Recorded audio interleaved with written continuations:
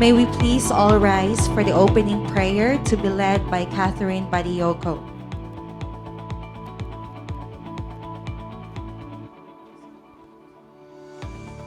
Let us pray. Let us bow our head and close our eyes. Thank you, Father. Dear Heavenly Father, as we gather here today in this event, with grateful heart, acknowledging your presence among us, we seek your guidance, protection, wisdom as we embark in this important endeavor. Grant us clarity of thoughts, knowledge, and understanding in every topic. Thank you for providing us an opportunity to meet, learn, and grow. As we begin our event, we dedicate this time to you. Bless this event, the speakers, sponsors, staff, and to all the attendees with productivity, unity, and empowerment. We commit this time and all its proceeding into your hands, trusting that you will lead us to the path of success. In Jesus' name we pray. Amen and amen.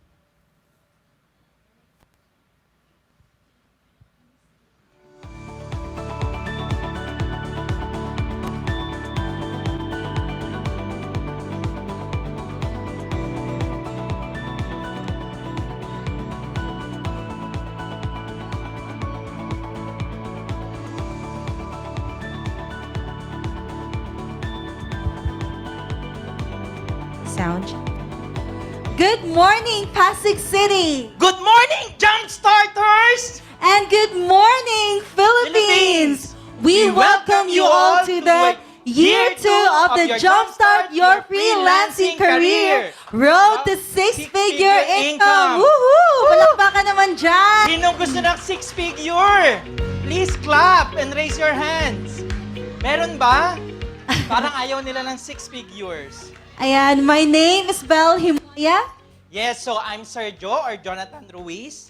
And we are your Masters of the Ceremony. Ayan, so Sir Joe, how have you been? Yes, I'm doing good and great. Yeah, and of course, what we're doing right now is just a deja vu because we did this last year. So can I see the hands of those who joined the year one of the Jumpstart Your Freelancing Career?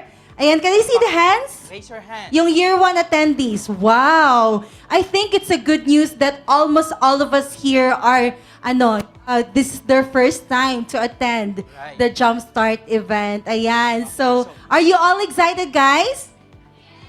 Okay, good. Ayan, parang mahina yung energy. Kumain na ba kayo? Are you all excited? Yes. Ayan. Okay. And of course, Yes, so last year, year one, I was here at the same place. Do you know what happened after the year one?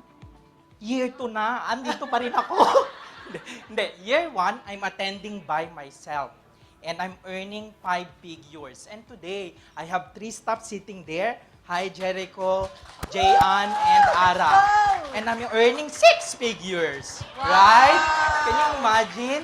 So I'm going to 7 figures. Di ba? Yun yung target.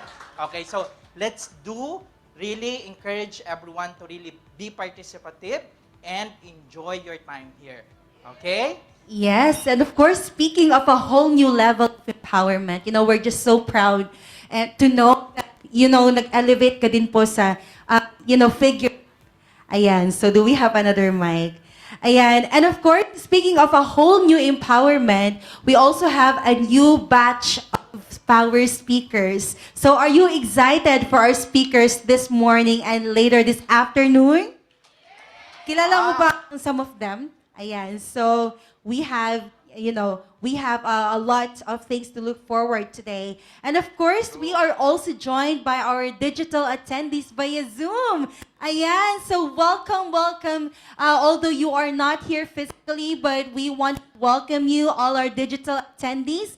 And of course, if you have some friends, you can ask them, you can also invite them to watch this this conference with you. Ayan, so make sure that you also interact in our chat box. Let us know, drop it in the comment how you're feeling and what you're looking forward to this event. Ayan. Yes. So for our digital attendees, you are guys really lucky. You don't need to take a bath this morning. You just need to open your Zoom. Pero maglinis din ang face, okay? So, exciting as well. So, please make your comments in the chat box if you have any questions, okay? That's right. And yeah, we're jam-packed by hearing from our lineup of power speakers. So we'll be hearing from Jack Cantos. Who knows Jack Cantos so here? Coach Jack. All right. We also have Mommy Sheena Santos from Home Base Mom Diaries. We have Coach Jeanette, also known as Coach Kaji. Ayan. Kaji. The famous line, online job is amazing. Ayan. We also have Coach Joselle Tech. Of course, the one and only Inspirepreneur. Ayan. We also have, of course, our certified enrolled agent, Janine Escala, to be answering all of your questions to those who aspire to become an enrolled agent. Ayan. And of course, guys, pang malakasan tong year 2 natin kasi we have international speakers. Ayan. All right. So are you excited to hear from our world-renowned entrepreneur, Larry Broughton? Ayan. And of course, Bedrock's very own, the man behind this event, the reason why we're here in the first place, because he has a huge heart for the Filipino freelancers. Give it up for Joe DiChara! Ayan. Yes, so that's a powerhouse speakers, right? So you really get more value than what you paid for. So get excited, and hindi lang yon. Marami tayong raffle prizes. Yes. Sino may gusto ng house and lot? Oh, sa paso. Okay? Pwede na yan. Okay? Unlimited coffee, snacks. So, get excited, mga kapatid. Ayan. So we will be building new memories. And of course, speaking of memories, we'll also be making much more this year. So if you have some photos and videos that you want to share via social media, please don't forget to use our official hashtag Jumpstart Your Freelancing Career Year 2. And I am an empowered freelancer. Ayan. Right. So remember, she kept talking about memories. We really need to make memories. You know why? These memories, we will remember tomorrow and forever. Right? So you can see yourself 5 years from now and you will say, my God, I can do raffle of clients. Di ba? Sino yung gusto yung ira-raffle mo yung clients, magpapa-intern ka, and you build your own agency. Do you like that? That's right. Kasi dito, ang agenda talaga ng event na to is angatan ng buhay. We want everyone to succeed in their own journey of being a freelancer. That's why you are here, right? And of course, we also would like to acknowledge the presence of all our sponsors and partners. Thank you so much for helping us make this event happen. And now, without further ado, let us all welcome for his opening remarks, the CEO and mentor of Bedrock Business Builders, Joe DeChara. A round of applause, please. Wow. Is this how you hold it, Larry? Thank you, everyone. What could I say? None of this was my idea, to be honest with you. 3 years ago, about 3.5 years ago, I was at a low point in my life, in my career, and I decided to turn my life and my will over to God. I always had faith, but I didn't follow his lead. And I decided to hire this man, Larry Broughton, when I couldn't afford him. I couldn't afford even to pay my rent. And the door started opening. And Larry asked me to help him with the business, hire my VA. And it opened the door to us hiring Janine. And then I hired another Filipino. And then another one. I lost count of how many people we have right now. And I fell in love with the Philippine community. The food, the people, all the dogs. I love it here so much that I moved here. And what I learned is something that I had been doing for decades. I had been working remotely. And I enjoyed the freedom of that. My plan was to be able to work anywhere in the world. And I'm living proof that it could work. For a long time, I wondered how I could help people as an accountant. And then God showed me the way. He just kept opening doors. And he led me right here.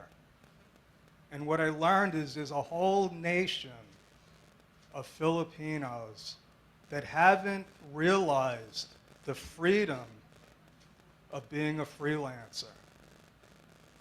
I have people on my team, Rona and Grace, that attended last year's event, and they heard Luz's story and realized that this could be possible.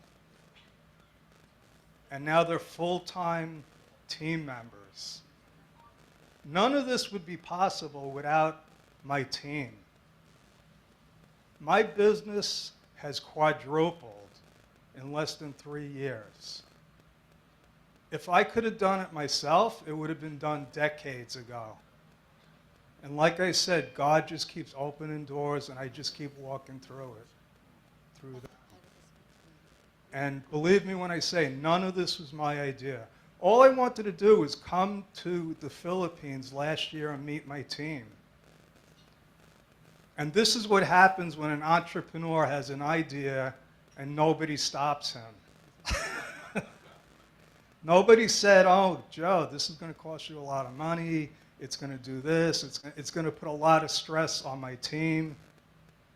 Thank you, Belle, Janine, all of you. Let's give them all a round of applause. And I'd be remiss if I didn't mention Mary Ann, because she was one of those doors that opened. And she's on a path. Thank you, Mary Ann. She's shy. But I saw in her the heart, the desire to help people. And I heard a long time ago, the more people you help, the more successful you can become. And like I said, I'm living proof of that. So enjoy today. I'm looking forward to it. Thank you. All right. Thank you so much. Ayan. Thank you so much, Joe. And at this juncture, we wanted to thank one of our sponsors, the Grand Assurance Financials X Insular Life. So TGAF X in Life is an agency promoting financial literacy, protection, and future preparedness, functions like an insular life franchise and distributors. It offers individuals, families, and companies the chance to become part-time or full-time financial advisors, fostering opportunities for those who share a passion for aiding others. So once again, thank you so much, TJFX in Life, for being one of our sponsors for this event. And now, on to our first speaker. Ayan, sinong excited for the first speaking engagement today? Say, yes, I'm excited! Ayan, and of course, ready nyo na ba ang notes nyo and ballpen nyo? Because history makers are note takers. So make sure that you write down all of the learnings that you will get from every speaking engagement. Ayan. Our first speaker is the creator of Kaji Vlogs. Ayan. A renowned freelance virtual bookkeeper and bookkeeping coach, famously known for her line, "Online job is amazing." Let us all welcome on stage the most beautiful Jeanette Coach Kaji Hezoli. A round of applause, please.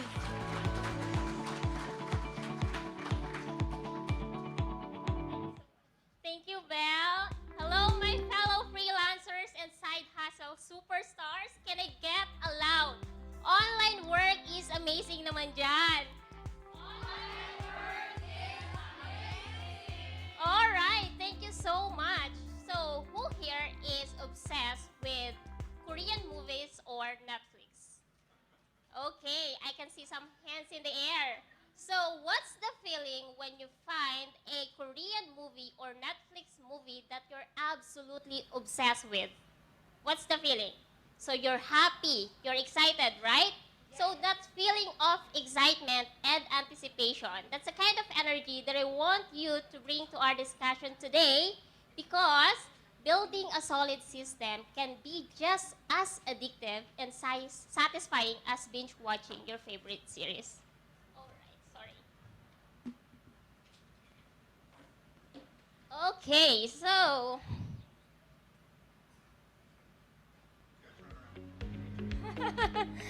alright, so let me tell you my story. So 9 years ago, okay, okay.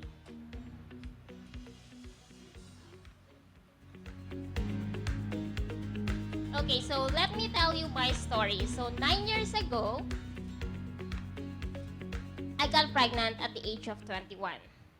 So, hindi kami ready. No savings sa bank, no plan for the future yet. So, after giving birth to Ichigo, I decided to look for a job, sa corporate job. And I'm lucky naman na nakakuha ako ng accounting job. So, that is para accounting staff sa isang private company sa Binyan, Laguna. Way back then, I was earning 16,000. So that is the basic salary, 16,000 per month. With a bossy boss or a bossy supervisor who thinks she owns the company. Who called me idiot or tanga sa harap ng mga katrabaho ko. Oh my God. And sabi niya, I'm good for nothing. So, since nag-earn ako ng 16,000 per month and then gumigising ako or ang work ko is from 7:30 to 4:30 p.m., Monday to Saturday. And syempre, since mag-work ako, I still need to wake up early ng 4 or 3:30 para mag-ready sa work. And then yung travel time ko is around 1 to 2 hours. So, sobrang daming oras yung nawawala sa akin. And then pagdating mo sa work, stress ka pa, kasama yung mga ka-work mo na hindi happy na kasama ka. Okay?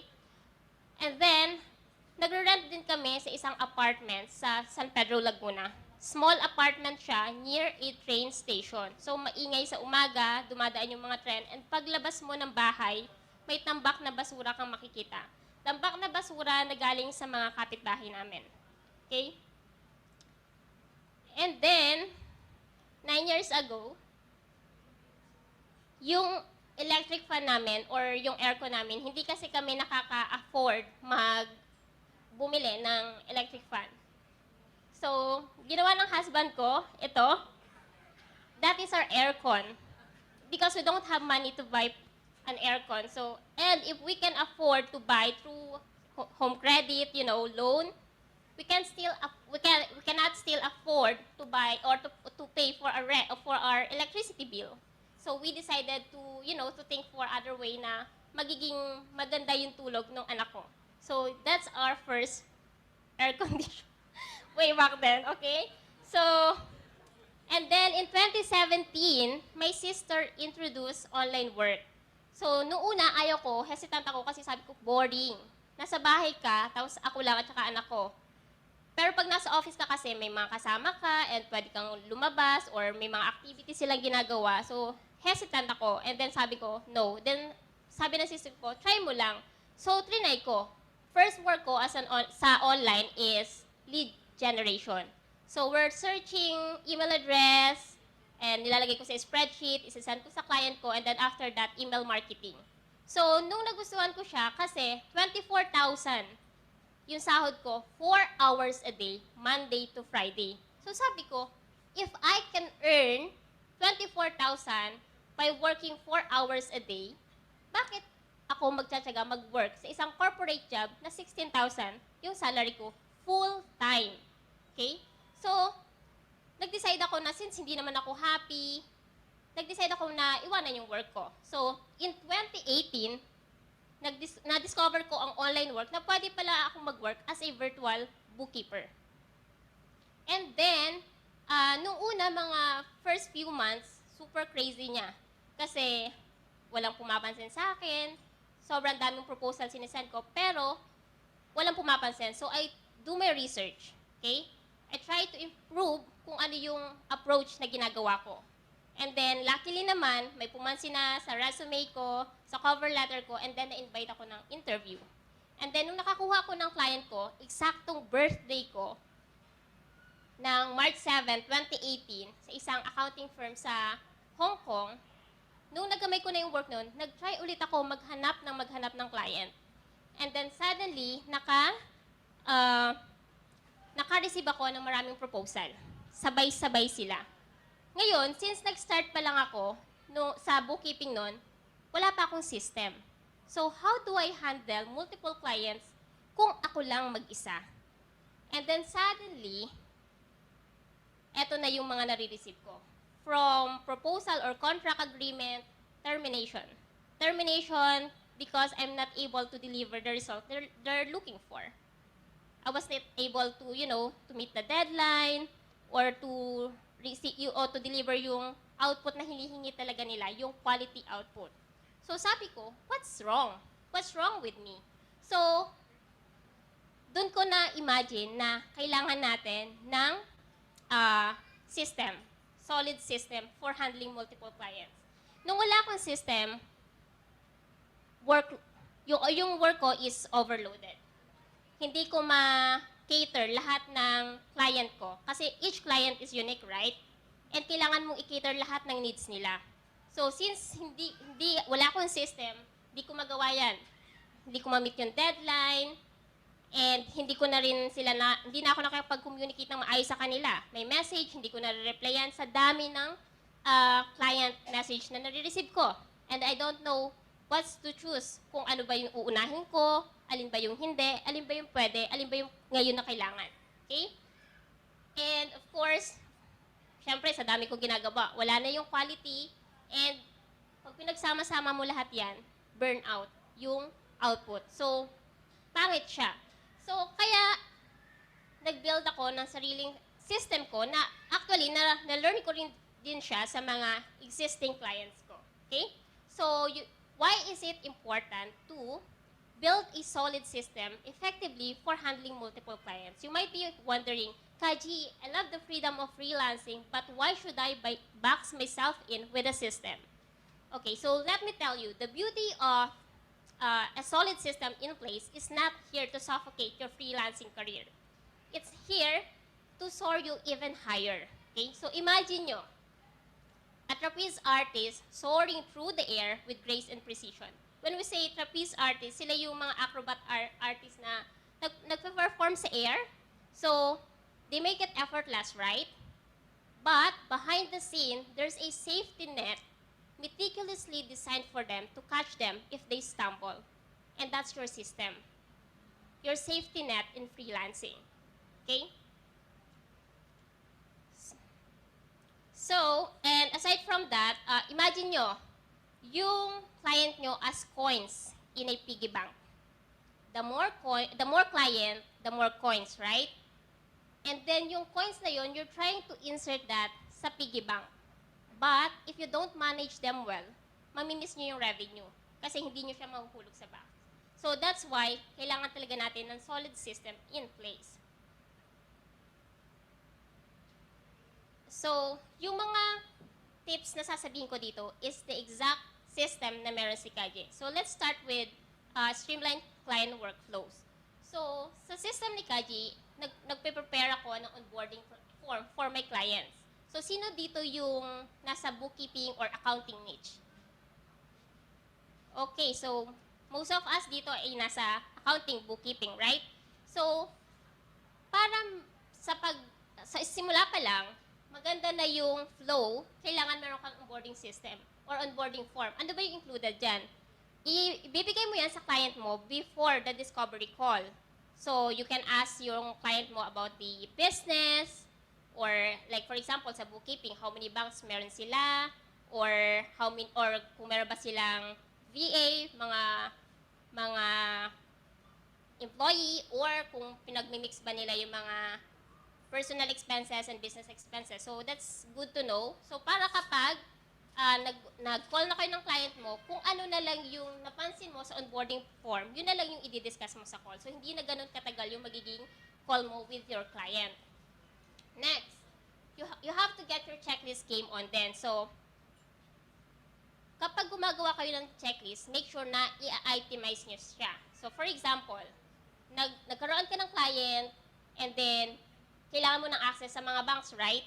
So, iisa-isahin mo siya sa checklist mo. For example, you need access sa HSBC, so you specify that. For example, HSBC USD, and then HSBC HKD, or Payoneer, or Wise, or Stripe, lahat yan naka-itemize.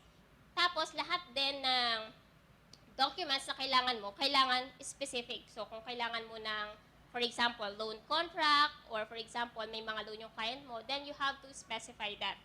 And make sure na ililist mo din doon yung mga accounting software na kailangan mo. So for example, Xero kung kailangan mo, or QuickBooks, or kaya naman kung sa industry kayo ng e-commerce, then you can request access sa Amazon, sa Shopify, etc. So make sure na lahat ng kailangan mo ay nasa isang checklist para hindi malilito si client mo. And then, since nag-create ka ng checklist, make sure na you have a very detailed SOP. Bakit? Kasi hindi naman lahat ng client natin ay tech-savvy. Kapag meron kang detailed SOP, mas mapapadali yung process na mabibigyan ka ng access. Okay? Based kasi sa experience ko, pag humingi ako ng access sa Amazon, minsan yung client ko, how do I do that? So, ngayon, explain ko pa sa kanya sa call. Pero kung meron ka ng SOP, then mas mapapadali na. And lagi niyong iisipin, kapag gumagawa kayo ng SOP, make sure na madali siyang maintindihin. Okay? And make sure na yung mga word na gagamitin nyo ay simple. And make sure na gumamit din kayo ng mga screenshot para mas madaling ma-visualize ng client mo, okay, dito ako pupunta, or dito yung dapat kong i-click. Okay? Sabi ng client ko before, if you're making or creating an SOP, make sure na isipin mo na ang babasa niyan or ang gagamit niyan ay walang kaalam-alam. Para kapag tinignan niya, okay, so madali lang yung flow. Okay? And you also need to provide a welcome packet para sa mga client nyo. So ano ba yung included doon? Welcome letter, contact information. For example, you have a lots of email, for example. So make sure na sa welcome packet, i-identify or sasabihin mo sa client mo na please use this email address in giving me access to the following software or accounts or something, okay? And then, make sure that you also create a getting started guide, and don't forget yung mga FAQ sheet. Ano ba yung mga common question na nare-receive nyo kapag meron na kayong client? Ano ba yung mga question nila, like working hours or response time? So you have to include that, okay? Para clear sa client mo na within 24 hours, magre-reply ka sa mga messages niya, okay? And then, if you have your team, make sure na i-introduce mo din sila. So for example, you have a virtual assistant or VA na nagsusupport sa'yo sa bookkeeping business mo or sa accounting business mo or sa VA business mo din. So make sure na i-introduce mo sila. Okay? And other things to remember, syempre gumagawa tayo ng contract, ng proposal, diba? So make sure na meron kayo na go paperless. So wag na kayong magsisend ng mga contract na kailangan pa i-print ng client para lang ma-sign. Okay? And i-ensure nyo na yung clients nyo ay familiar sa system nyo. So paano ba yung magiging workflow? So kailangan, umpisa pa lang, alam na ng client na once na mag-sign ng contract, eto na yung magiging flow ng ating system. So for example, makaka-receive ka ng welcome email or i-introduce kita sa team and then I'll give you access sa, for example, sa ClickUp or etc. Okay? And then make sure na since nasa virtual industry tayo, make sure na meron na kayong existing template para sa contract or sa mga proposal, sa mga quotation, etc. Alright? And then, you have to master the art of client file organization. So, ginagawa ni Kaji ito, ganito. So, you create a digital folder for your freelancing clients only. Specific yan sa client mo. So, walang personal or any other thing na included doon. Sa akin, laging ang pangalan nun sa akin ay merong something na maganda. Like, alam niyo yung law of attraction. So, may growing clients file. Kasi kung papangalanan ko lang yan ng may clients file, so boring. Baka yung business ko boring din. So, mas maganda na may growing clients file. Or you can use other word. And then, inside that folder, you need to create a client-specific folder. So, ang ginagawa ko naman, year and month, name of the company, and name of the owner. So, it will be easy for me to find yung mga files nila and ma-save yung mga information na kailangan kong i-save. So, for example, is 2023. So, October 23, 2023, the ABC company, and then Ichigo Ray, which is the owner of the company. And kung gagamitin mo yan, make sure to use a consistent naming convention para sa mga file nyo. And you can also color code it, katulad nito. So, that's my folder sa bookkeeping. So, may year, may month, may client, and then may pangalan ng business owner. And you can also apply the same sa inyong email. So, kino-color code ko din yung aking email para madali kong, pag nag-pop yung email, makikita ko agad sa inbox ko, ay, learning roots to. Ay, Stanford Stocks to. So, alam ko na agad kung kanino yung email na dumating. Next is you have to label your documents clearly. So, for example, since we're nasa industry tayo ng bookkeeping, madaming bank statement, so you have to label it clearly. So, with year, month, and date, and then kung anong bank siya, kung is it USD ba, USD, CAD, etc. And then 4 digits na, last 4 digits ng bank, okay? And then, of course, inside that client-specific folder, you can also create a subfolder. So, pwede mong pangalanan niya ng, di ba, nabagit ko kanina, welcome packet. So, ilalagay mo din dyan, tapos bank statement, bills and expenses, and so on. And make sure na meron kang folder na shareable sa client nyo. Okay? And make sure kapag mag-share kayo, make sure na client nyo is makaka-access ng walang hassle. Okay? Next, use productivity tools. So, it's about choosing the right tools. So, we have Trello, Asana, and so on. But personally, I like to use spreadsheet. So, as you can see, so meron akong column for client, okay? And then task, talagang ina-itemize ko para wala akong ma-miss, okay? And then yung date. So, lahat yan nakalagay dyan. And mapapansin nyo, meron tayong mga status na done, no task, pending CF, KG, and on hold. Pero, yung, for example, ano ba yung done? So, done meaning, ginawa ko yung task and tapos na siya. No task meaning, ginawa ko, pero walang task. So, ibig sabihin, for example, ang sa mga client ko, ang work ko is VA. Assign sa akin is to check or to make sure na 0 yung email niya everyday. Okay? So, chinek ko, wala naman akong gagawin. So, no task. Pending CF, meaning you're still waiting for your client's feedback, so hindi ka makamove dito sa task na to. And the other one is on hold. So for example, bookkeeping and marketing yung task ko, lead generation.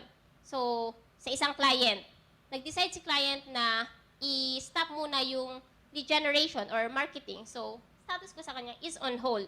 Kaya ko gusto yung spreadsheet kasi pwede ko siyang i-hide and i-unhide and makikita ko, nung araw na to, nag-start pala kaming i-on hold yung task na to. So alam ko kung bakit bumaba yung income ko or ganito lang yung billing ko dun sa client na yon. Okay? Next is, bukod sa naka-itemize yung task, meron ako kung daily yan, weekly or monthly, and then, ayan. So, ina-itemize ko talaga siya. And then, let's talk about time wizardry. So, time is a precious gem, di ba? Na you can't buy more of. Once it's gone, it will be gone forever. And you can't get it back. So, that's why it is important for us to know the value of time. Kasi kapag alam natin kung ano yung value ng time, we're more likely to use it wisely. Okay? So, how do we do that? So, create a schedule. It keeps you on track and make sure that you don't lose valuable time. So, i-plan nyo yung work hour nyo, yung break, and of course, yung personal time nyo. Okay? And stick to it as closely as you can.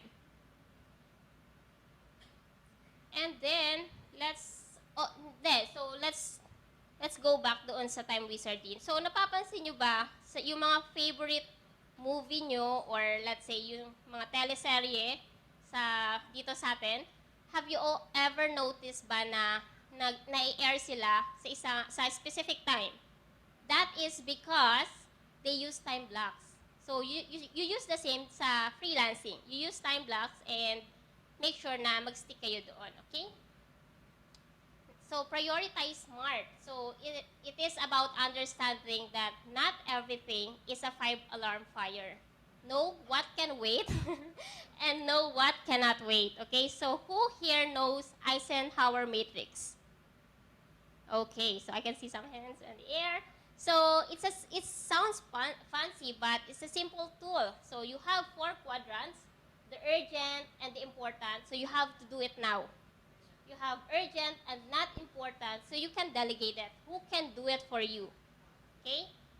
We also have the not urgent and important. So decide when are you able to do it. Okay? And then not urgent and not important, of course, you can delete it or eliminate it. So yan yung Eisenhower matrix. So paano ko ba pina-prioritize yung mga client ko? So based sa location, sa nature ng task, sa sensitivity ng time, sa deadline proximity, client priority. So sa client location, I have clients kasi sa US, sa Canada, sa Australia, sa New Zealand. So, syempre, iba-iba sila, di ba? So, since meron akong client sa New Zealand, pina-priority ko siya kasi umaga niya is umaga ko rin. Kung gagawin ko siya sa hapon, and yung nature ng task ko sa kanya is booking jobs, so, syempre, hindi ko siya pwedeng gawin ng hapon kasi gabi na yun sa kanya. So, ganun din sa client priority. For example, mayroong akong client na malaking magbayad, let's say $2,000 per month. So, syempre, ipa-prioritize ko siya kung i-compare mo dun sa mga client mo na $200, ganyan-ganyan, okay? And then, kung repeat business din yan, syempre, ipa-prioritize ko yan. So, syempre, bumabalik siya kasi happy siya sa service ko. And then, kung may payment history. So, dalang-dala na ako dito, payment history. May clients ako. Syempre, sa dami ng clients, hindi mo na alam kung sino yung nagbabayad kung wala kang system, di ba? So, nakita ko, pagtingin ko ng PL ko, bakit wala akong income sa client na to? Yung pala, 2 months na hindi nagbabayad. Ako gawa ng gawa. Okay, so, yun, kailangan i-check nyo din yung payment history ng clients nyo. So, yeah, that's the example na nabanggit ko kanina. And, so, first thing in the morning, nag-start kasi ako ng work ko, madalas 8 a.m. So, I check my emails, WhatsApp, and make sure na nare-replyan ko yung mga clients ko. And enter expectation management. So, make sure na clear kayo kung kailan nyo may deliver yung result na hinahanap ng clients nyo. Okay, so, it's parang ano siya, GPS, di ba? When you're trying to, for example, to travel from here to kung saan man, for example, sa MOA, okay? Pag nilagay mo yan sa Waze or sa Google Maps, it will tell you yung direction and when, or what time ka dadalhin dun sa destination mo. So, ganun din yung sa clients nyo. Isabihin nyo sa client nyo kung paano yung process nyo and kung kailan mo siya madi-deliver. Okay? And, of course, set boundaries sa clients mo. I know it's tempting to say yes to every project, but learn how to say no. Kasi kapag nag-say ka ng no sa client mo, it's not a sign of weakness, it's a sign of professionalism. Kasi bakit ka mag-yes sa client mo na hindi mo naman pala kayang i-deliver yung hinahanap niya on time? So kung meron kayong client na nakuha and alam nyo na, for example, may dumating na client and binabasa mo as in yung amount ng, or yung presyo ng project na yun is quite tempting. Mataas, gustong-gusto mo. Pero as you go through the details noong contract, nakita mo na you're not able to deliver it dun sa time na gusto ni client mo. So you can say no sa client mo kung maapektuhan naman yung mga client mo. Right? So wag laging yes ng yes. So kung ano yung capacity, dun lang. Pero you can also delegate or outsource. So kung hindi mo na kaya, why don't you delegate or outsource? Hire staff. Okay, so dati, takot na takot talaga ako until now, mag-delegate ng task. So, ayoko nang may ibang gagawa ng task ko. Pero, naisip ko, kung may goal ako na income, for example, 7 digits a month, kasi na-reach ko na yung 6, di ba? So, kung 7 ko siya gagawin, kung gusto ko yung ma-reach yung 7, paano ko gagawin yung kung eto lang yung capacity ko? So, learn when to hire and kung sino yung i-hire mo. Choose the right people. Okay? Kasi if you're going to hire the wrong people, mawawalan ka din ng client. And that is based on my own experience talaga. Of course, last but not the least, self-care is the key. So don't forget yourself then. So make sure na you have time for yourself. Dati kasi, nung nag-start ako, 3 a.m. nag-start ako. And then matatapos ako 9 p.m. So, talagang, pero syempre, energetic pa ako. Una pa na yun eh. Tapos makikita mo yung income mo, dami. Diba? Tapos, pagdating ng panahon, wala na. Wala ka ng energy. So, kailangan mo na talagang mag-outsource. Okay? So, huwag niyo papabayaan yung sarili niyo. Okay? So, as you can see, by building this system, I am now earning a 6-digit income a month. And my goal is to earn 7-digit. So, hopefully, malapit na. And now I own 3 house and lots sa Laguna, Cavite, and Marinduque. Lahat yan po ay galing sa freelancing. And thank you. And nakakapag-travel na rin kami nang wala ng bucket list na, okay, next year dito tayo, na kailangan namin pag-ipunan yung pera. Whenever we want to travel, nagagawa na namin. Kahit, for example, madalas kami ng husband ko pala. So, kapag, halimbawa Saturday, tara, gala naman tayo norte. So, punta agad kami nang wala nang iniisip pa. Okay? And then, I am now also coaching more than thousands of mentee na rin sa bookkeeping. And I'm so happy na nandito yung iba. So, and super happy ako na since nagturo ako ng bookkeeping, marami akong na-change na life. So, promise, hindi ko kasi talaga alam na mag-change pala yung life nila or makakatulong yung story ko by sharing it sa YouTube. So marami na-inspire and marami na rin nag-try ng freelancing. Kaya super happy ako sa lahat ng achievement na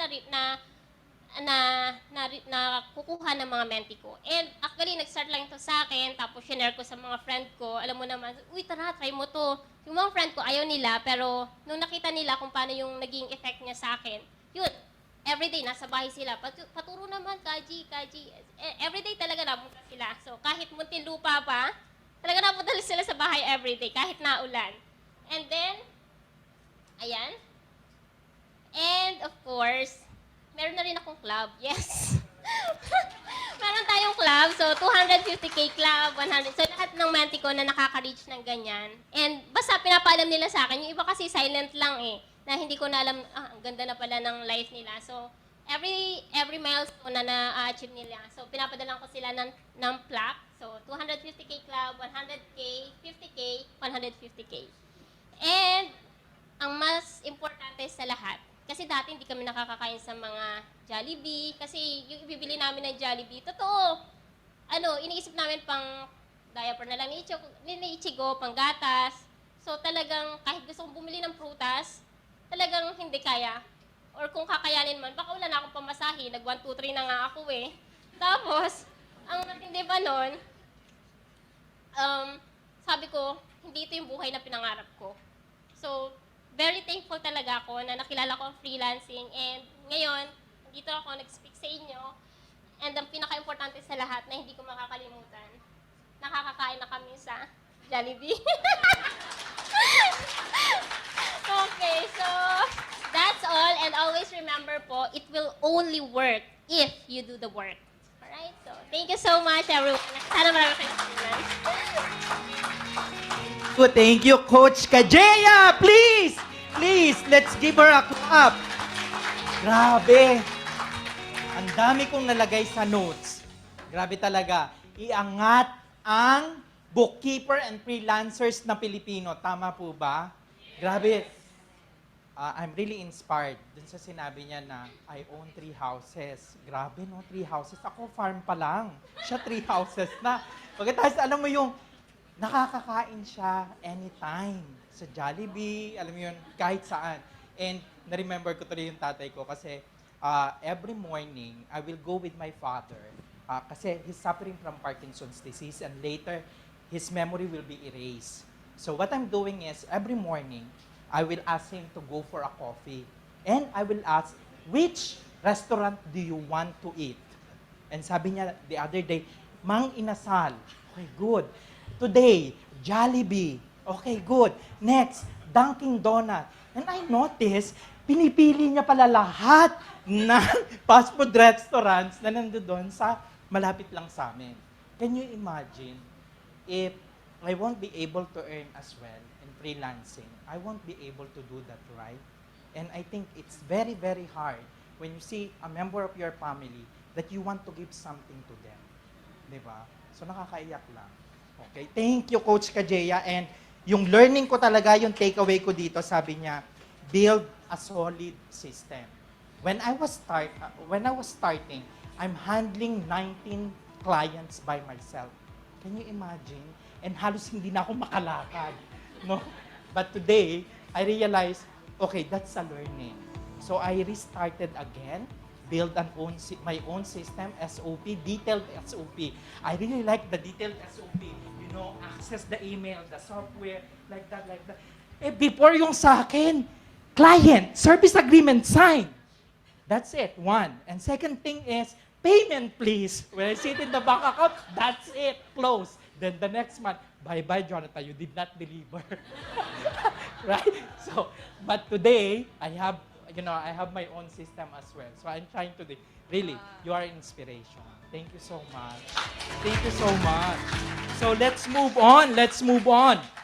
No, so from one powerful speaker to another.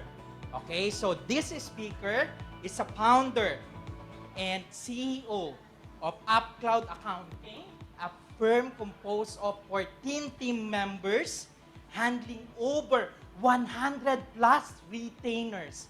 Can you imagine? No? 100 plus retainers. And based, you know where? Like United Nations, US, Australia, Philippines.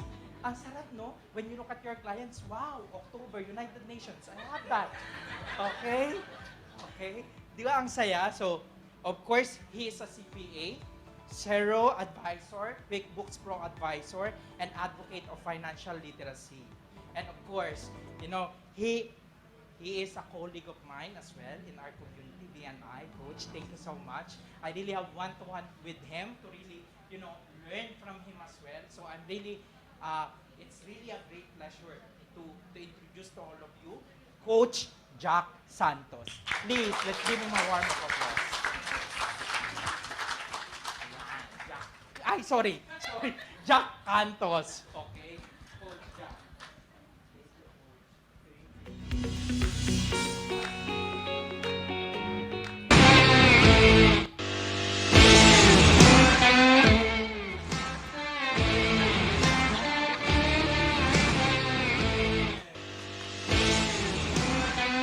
May video ba ako dito? Alright, good morning, Jumpstart 2! I can't hear you. Good morning, Jumpstart 2! Alright, it's nice to know that everyone has energy kahit ako personally wala pa kang tulog. I have been in the meeting until 4 a.m. but thank God I'm here. And thank God I can see a lot of happy faces. I see Joe, I see Larry, I see Yanyan, I see all the speakers. And thank you for having me this morning. So my topic this morning is something really interesting. Ready na ba yun? Can I click this? Ayun. Okay. Let's see. Okay, wait lang. Parang hindi updated yung slide. Sorry. Here. Okay, 1 second. Wait lang. Wait. Hindi updated yung slide. Sorry, technical problem.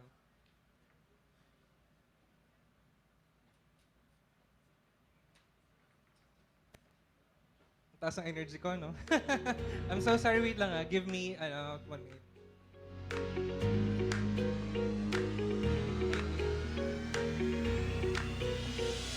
Sorry kasi I revised slide until 5 a.m. this morning. I'm so sorry, guys. I'm so sorry, technical team. That's my fault. Intermission.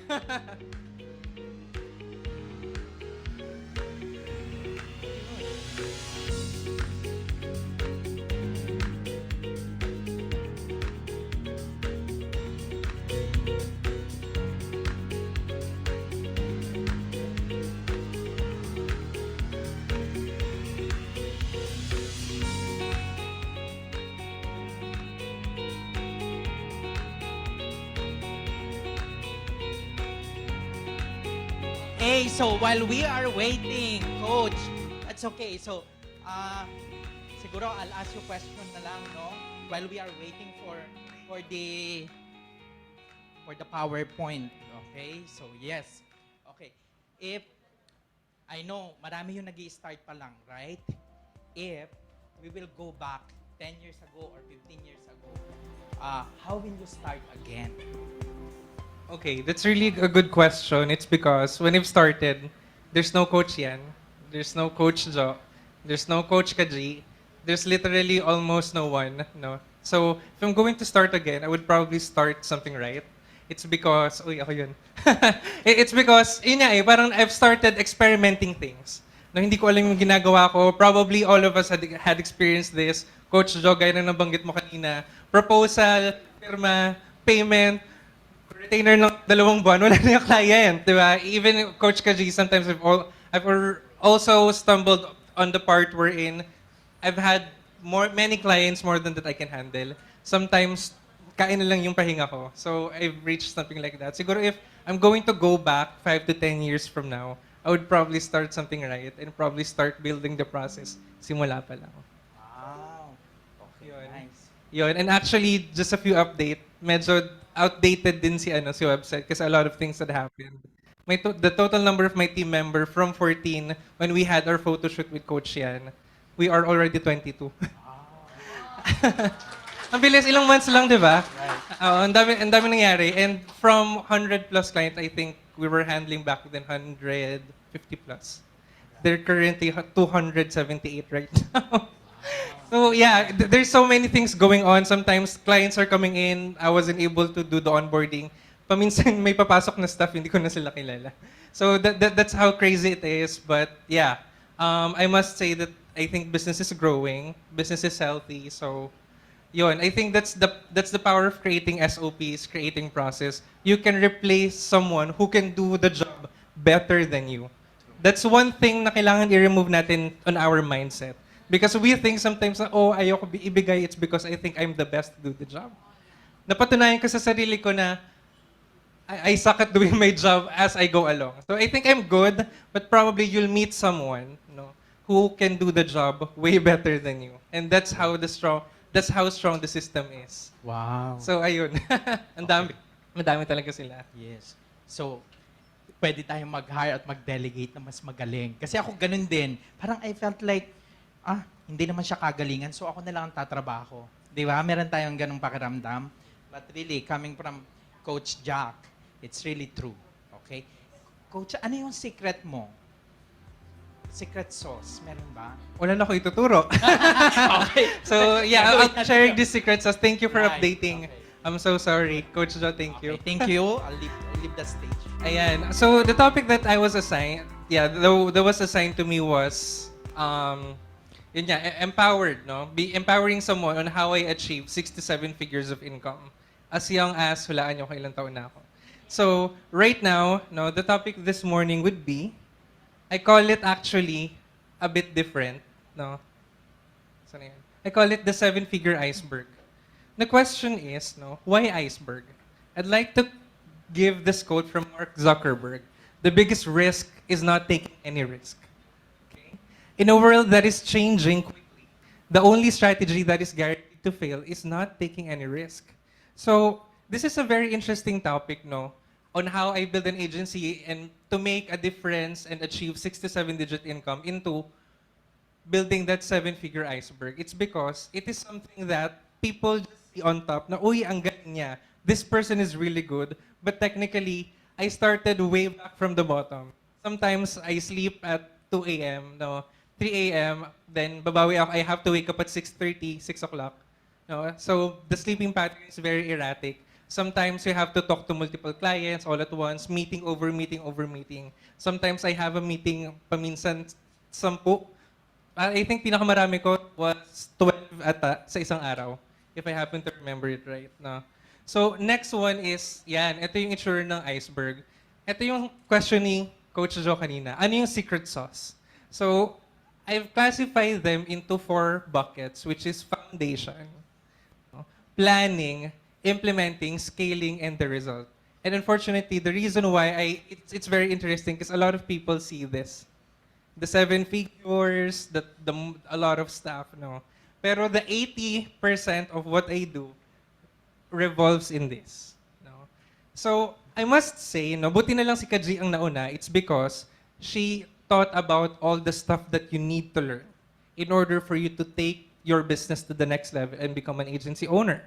Okay? You need to start with the right foundation. Kaya, just to set expectation, I won't be teaching the foundation na.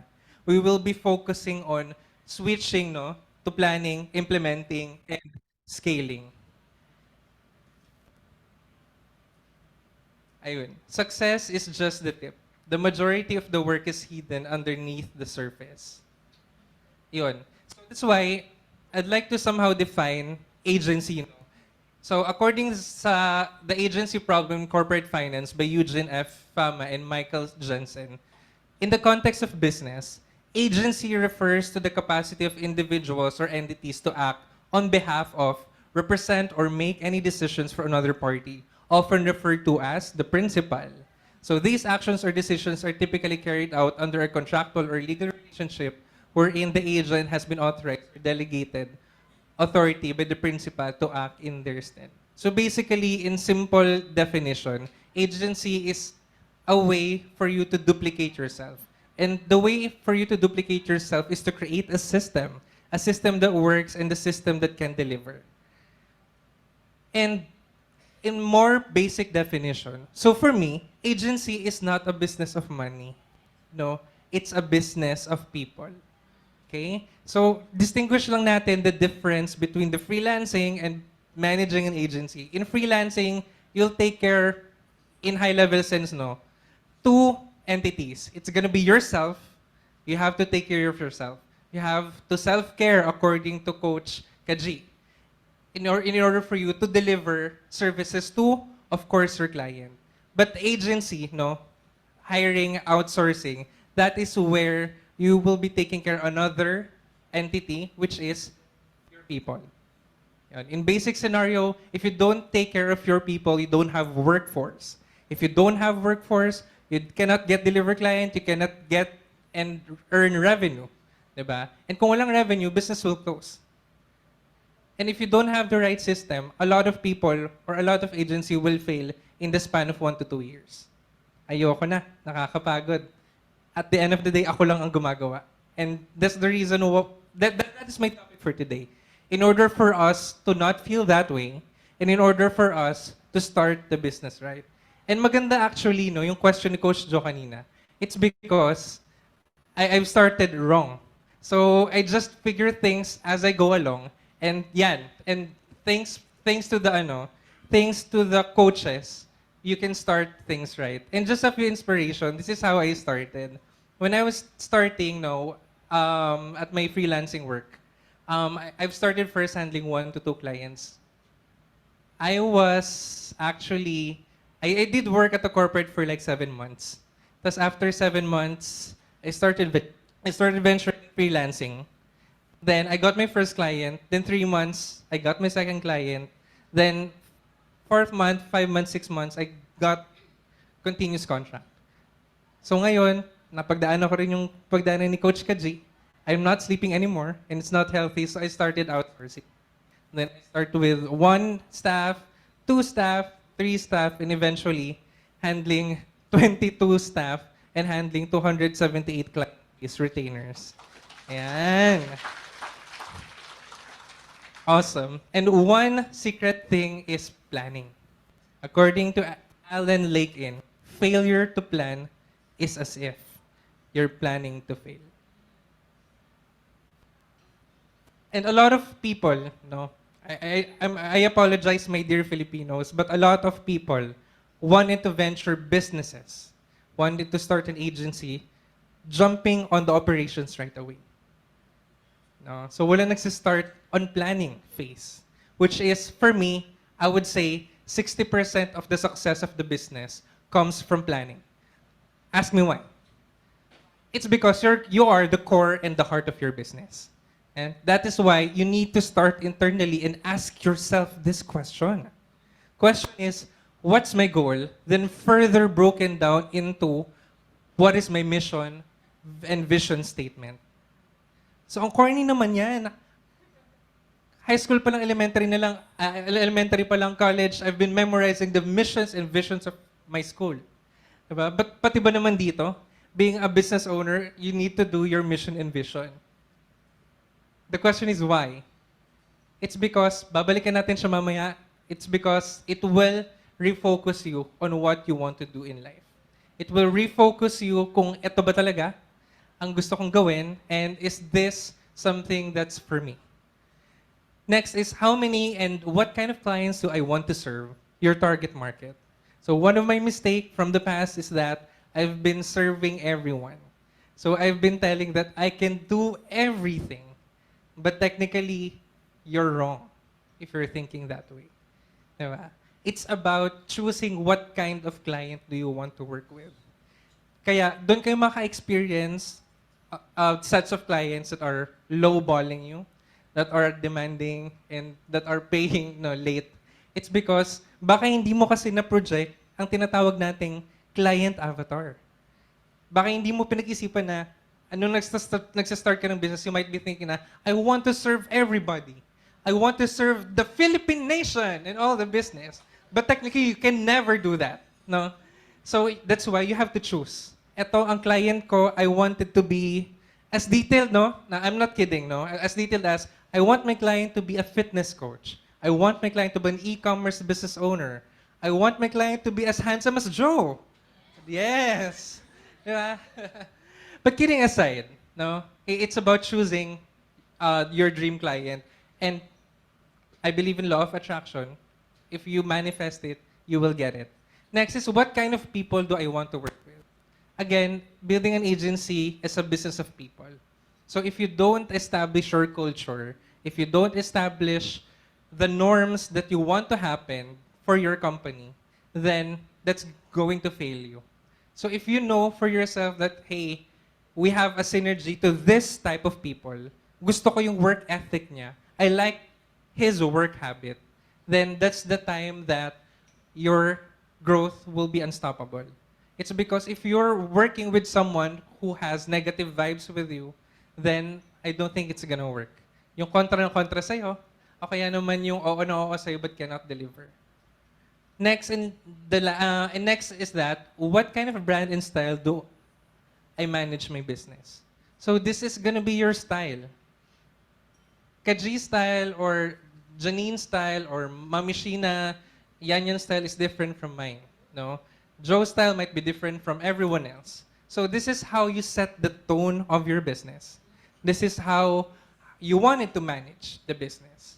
And if you don't know, and if you don't set the tone, what kind of brand no you wanted to build, your people will be confused, your client will be confused, and your mission and vision will be confused.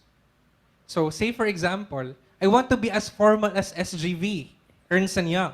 I want to be as big as KPMG. Or rather, do I want to be like a solopreneur? Or do I want to be like a more lenient, more lax, but a cool, innovative accounting firm? Diba? So it's up to you. It's up to you to decide which one will you choose. So right now, the question is that I always been dreaming of is what is your end game? Ano yung exit strategy mo? Okay? Diyan kaka-start mo palang exit agad. So bakit to important? It's because you know for yourself that eventually, no, you need to end. No, you need to retire. It's because we're not getting any younger. So that's why you have to know what is your success. It's because the success of you might be different from my success. Baka yung gusto niya is just to achieve 6-figure. I don't want to be stressed in handling 7-figure. Then I respect that. Congratulations, you're successful. Yun. So wag natin ibagay yung success natin from this person. Kasi baka iba yung style nyo. So that is why, at the initial start, at the planning session, include mo kung ano yung success mo. Diba? Success is not the key to happiness. Happiness is the key to success. If you love what you're doing, you will be successful. Ang laki nga ng kinikita mo, you're earning 7 figures, but you hate what you're doing. Then you're a failure. Knock, knock. Asset ka ba? Ayan. Sabihin mo muna sa katabi mo, asset ka ba? Are you an asset? Oh, yung iba kinilig. Sabi, bakit? Kasi pagmamayari niya ako. Hindi ganun yun. It's because, no? Relate natin sa topic natin, the exit strategy. It's because, asset ka, depressible ka. Diyan kung pangit mo naman magsalita.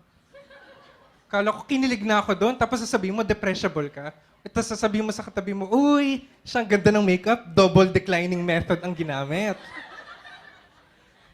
So, grabe ka naman. Uy, si katabi ko, taray mo, fully depreciated na. But no, just kidding, no? It's because one of the Filipino mindset that I hate really the most, and that is why you need to include exit strategy in your planning. It's because of this. Si Batman, ano ba naman itong pinapresent mo dyan kung sino-sino? One of the hatest, Filipino concept that I think is, bahala niya si Batman. Or in English, correct me if I'm wrong, come with me. And a lot of people are ending in a miserable failure depending, when they retire, they just depend on their, sa mga anak nila, to their sons and daughters. It's because they didn't plan. So, can I get an amen, no? A yes to all of the people here na from this stage, no? From the moment they're on, I will do and I will plan my exit strategy. Amen? Perfect. It's because we don't want to end up, being a Batman. Bahala na. So yon. And from that exit strategy, dun na kayo magpo-formulate. That is where you will formulate your plans, what I wanted to do, and the list of questions and the list of goals that I think you need to target when you're doing the planning. But first, before I proceed with this, I'd like to take this opportunity to thank Coach Yan. Can we give her a round of applause? Yeah, thank you, Coach Yan, for the opportunity. It's because because of your advocacy, you were able to change not just hundreds but thousands of Filipinos so that we can have what we call an equal fight, to fight until the end. An equal fight to go until our exit strategy. So that's why we need to build this 10-year roadmap natin. Okay? And can I ask you guys to clap for yourself and congratulate yourself? Ask me why. It's because by the fact that you're here, you're already starting the planning phase. By the fact that you spend, your money, your time, you sacrifice your weekend that you're here just to listen to me and just to listen to these amazing speakers, you are already one step away to your 10-year roadmap. So right now, personal goals, mission, vision, why statement, core values, yeah, ideal clients, value proposition, etc. No, so you need to start all of them so that you would know your personal goals. No, because if you keep on working and you don't have a goal or a milestone for yourself, then you will just keep on working. Congratulations, ang sipag mo. Next is mission and vision. I've already discussed that. The why statement. The very reason why you are doing freelancing. Why do you want to build an agency? Core values. No? And building an agency, you need to communicate your core values. Integrity, passion, etc., etc. Anything that chat GPT can do, no? So, but kidding aside, this is how you set the tone for your company. If you don't have core values, then labo-labo ang magiging core value ng mga staff mo. Next is that, ayan, ideal clients, value proposition, desired services to offer. I'm an accountant. A lot of people here are accountant or probably in other business industry, no? Pero one thing na nagiging weakness natin is that we wanted to serve everything. We wanted to explore audit. We wanted to explore tax. We wanted to explore management advisory. Pero hindi naman yun yung gusto mo. 'Di ba? Baka ang nagpayaman sa iyo as decent as bookkeeping, mayaman ka na. 'Di ba? So you need to plan what are the set of service that you wanted to offer, and I'll be explaining later why. And of course, your 10-year target, 3-year snapshot, and 1-year plan. Next is core skills. Of course, in our industry or profession, we need to have accounting and tax knowledge. I did not say bachelor's degree. I did not say diploma. I said to this that accounting and tax knowledge at least, no? Because if you don't know this, you cannot deliver the service. Next is that necessary licenses or certifications. So if you wanted to render audit or you wanted to represent your client, then of course you need to have your CPA degree. I mean your CPA license. But if you wanted to focus on bookkeeping and financial reporting, then you don't need this. And of course, set of processes. Again, I'm not going to discuss as detailed as Kajri kung ano yung mga processes. It's because by this stage, you should already have your own process na. Kaya kung hindi kayo nakinig kay Kajri kanina, you'll be having a hard time to achieve this. And next is sales and entrepreneurial skills. As an accountant, I don't blame you for you guys to be introvert. For you guys just to look at your computer and work, no? Or for you guys to be afraid to talking to someone. But kaya nabanggit ko na building an agency is not for everyone. It's because, not everyone has this. But sales and entrepreneurial skills, anyone can have this as long as you are willing to learn. No? So, bakit? Paano ka naman kukuha ng client if you don't talk to someone? How can people know you if you don't you don't show yourself to people? You don't offer your service. You just submit application, then that's it. No, so if you wanted to take your business to the next level, of course, you need to learn this. Next is implementing. Operations isn't the heart of the business. It's the backbone. Without a strong and efficient operation, even the most brilliant ideas remain just that. And I would start first with, I'm sure you've seen this, Fishikawa diagram. Okay, it's a management strategy for you to, it's not uncommon. Okay, so for you to know and list down how would you know or how would you start doing your process. So as an agency owner, say for example, I would put there your end game, no? So kailan ka magre-retire? Okay, then saan ka makakaisip, no? That's the time that you can think of the strategy for your operations. For your HR, for your finance, for your human resource, etc. Saka ka makakaisip, paano nga ba? No? So if I wanted to retire at 40, how much am I earning right now? How much do I want to earn? How much do I need to earn even if I stop working? Of course, people and the rest, kayo na bahala. Like what I've said, it's your tone. Sound check. So like what I've said, it's your tone, it's your business. Next is, you have to consider your customer. You have to know your customer, you have to know your target market. Next is that you need to have at least a business sense. Jack, kala ko ba magtotalk ka lang? Bakit may income statement na dito? So, it's because you need to know your operations. And this is how I would describe what you need to know with regards to your operations. You need to at least have the knowledge on your P&L. You need to know, of course, on top, one of the most important, revenue. You need to know what's your process for the revenue, invoicing, etc. With regards to the tools, kayo na bahala. Next, of course, salaries. Of course, that would impact your hiring process, your people, etc. Continuing education for your staff. Of course, utilities, insurances, etc. So at least, no, the business sense. You don't have to be CPA, you don't have to be like a master's degree on something. Just business sense is enough for you to manage the operation. Kung alam mo yung pasok ng pera, yung pasok ng project, you know that you have a profit or a margin on that specific project for those people that you will assign, that's more than enough already. Next, of course, is the accountability chart. So building an agency is a business of people, as I always say. Okay? And I must say that in order for you to build an agency, you need to stop technically what you're doing. It's because, again, you need to delegate, and according to Traction by Gino Wickman, I recommend that book, by the way. I'm not promoting, I'm just recommending. No? You need to let go of the vine. There's a topic in there wherein you just need to let go of what you're doing in order for you to move on and go on the next stage. So you need to be the visionary for your own business. And you need the integrator, like the operations manager, COO, someone who can do the operation part of the business in order for you to be, or in order for you to work in the business. In order for you to work on the business, not in the business.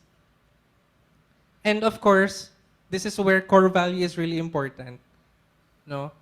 So in order for you to have your team member rowing on the same boat, you need to communicate your core values, you need to communicate your target, etc. That is why, according to Mark Sanborn, in teamwork, silence isn't golden, it's deadly. This is one of the last topic. This will be very quick. Scaling. The best marketing doesn't feel like marketing, according to Tom Fishburne. And effective marketing, and this is the phase where you take your business to the next level. Dito na papasok yung entrepreneurial skills. And if you don't do an effective marketing, if you don't have an entrepreneurial skills, that's gonna be a hard work for you to take your business to the next level. And this is my top 10 marketing activities.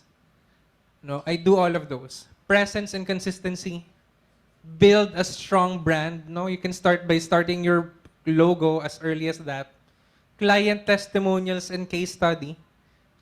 That's actually a walking sales. It's because if your clients already provide feedback and you let the people know that you help this client, then that's gonna be a no-brainer for them to get your service. Next is client referral program. Sino yung o-offerin mo ng referral program? That's gonna be, your staff. Ask them to refer business to you. That's gonna be your client. Ask them to spread the words so that you can help more people. You can even ask your vendors. Pwede mo sila maging client. Kaya sa mga nahihirapan magkakuha ng client, it's not hard. You just need to do it. Next is professional network. Coach Jo, BNI. No, Coach Yan. BNI yan. Next is website, content, social media, email marketing. Educational workshop and webinars, of course. Just like what Kaji is doing. Her face is all over YouTube. Sorry Kaji, ginamit na kitang pang-training paminsan sa staff ko. It's because your content is really good. And you get benefit out of that. And search engine optimization. And scaling your operations, no? According to Peter Drucker, the entrepreneur always searches for changes, respond to it, and exploit it as an opportunity. And there are 4 keys. Relate, sustain, income or financials, and Kaizen. So, relate, of course, no? You need to relate to your audience. And this is one of my favorite quotes. That's why you need to select only your desired services, and you need to know your customer. It's because I firmly believe in this. What's not repeatable barely makes it profitable. So paano nga naman ma-achieve nung isa ang 7-figure if pang 6-figure lang yung capacity niya? So if you keep on doing services that other people can't do, no, then your business is not going to scale. You need to create a formula that, you need to create an SOP that even a no-brainer can do, and that what makes it repeatable, that what makes it more consistent, higher quality, so your client would get you. Relate to your people, your clients, vendors, and viewers. Self-explanatory. You need to talk to them. Hindi yung pagka-retainers mo na close mo na, okay, hindi na ako makipag-usap sa'yo ever. Sometimes, it's really good to treat them. Your clients, your team, your viewers, it's really good to provide them a plaque, just like what KJ is doing. And of course, financials. I think na-discuss ko na rin in terms of the income statement. In order for you to scale, you need to be smart on your financials. You need to be conscious on your profit margin. Baka kuha ka ng project and the project is really low and you're paying your staff more. That's one of the biggest risks in an agency. Either you lose a client or you're not earning from your deal. It's because you're not conscious of your financials. And lastly is sustain. Staying in the game. There's no perfect world, I must say. You need to embrace your failure. Baka yung may umalis na client, ayoko na, it's the end of the world, I give up. It's part of the game. Client quits. Iniwanan ka ng operations manager mo, ayoko na, my business is ruined. No, it's not. And in order for you to scale your business, you have to embrace failure. Because that is that is what grows you. Yun yung magpapa-mature sa'yo on handling the business. According to Thomas Edison, I have not failed, I've just found 10,000 ways. That won't work. Another topic for innovation is adapting to change. The greatest danger in times of turbulence is not the turbulence itself, but to act with yesterday's logic. Share ko lang, I closed 17 accounts just last month. Ask me how. It's because a lot of competitors natin, especially old schools, doesn't adapt to change. Old school accounting firms that's being managed by old style Filipino accounting firms. I was able to gain their market just because we adapt to change. We adapt to system, we adapt to AI. It's not a threat, it's something that can work for us. And in conclusion, the only place where success comes before work is in the dictionary. Quick recap, PIS, COP, risk concept, Planning, implementing, scaling. COP, tandaan nyo pa, share ko na lang yan. Implementation, scaling, COP, risk. And the best way to predict the future is to create it. Kaya tatanungin nyo, when is the best time to start an agency? The best time is to start now. Anong secret? The secret is in you. Do daily what others do occasionally. Intensity, massive, consistent action, discipline, and integrity is the key. And what are you missing if you don't do this? You are missing the days that you don't invest. And what are you missing on the days that you don't invest? That is the opportunity of what you can be for tomorrow. Daghang salamat, magandang umaga at mabuhay.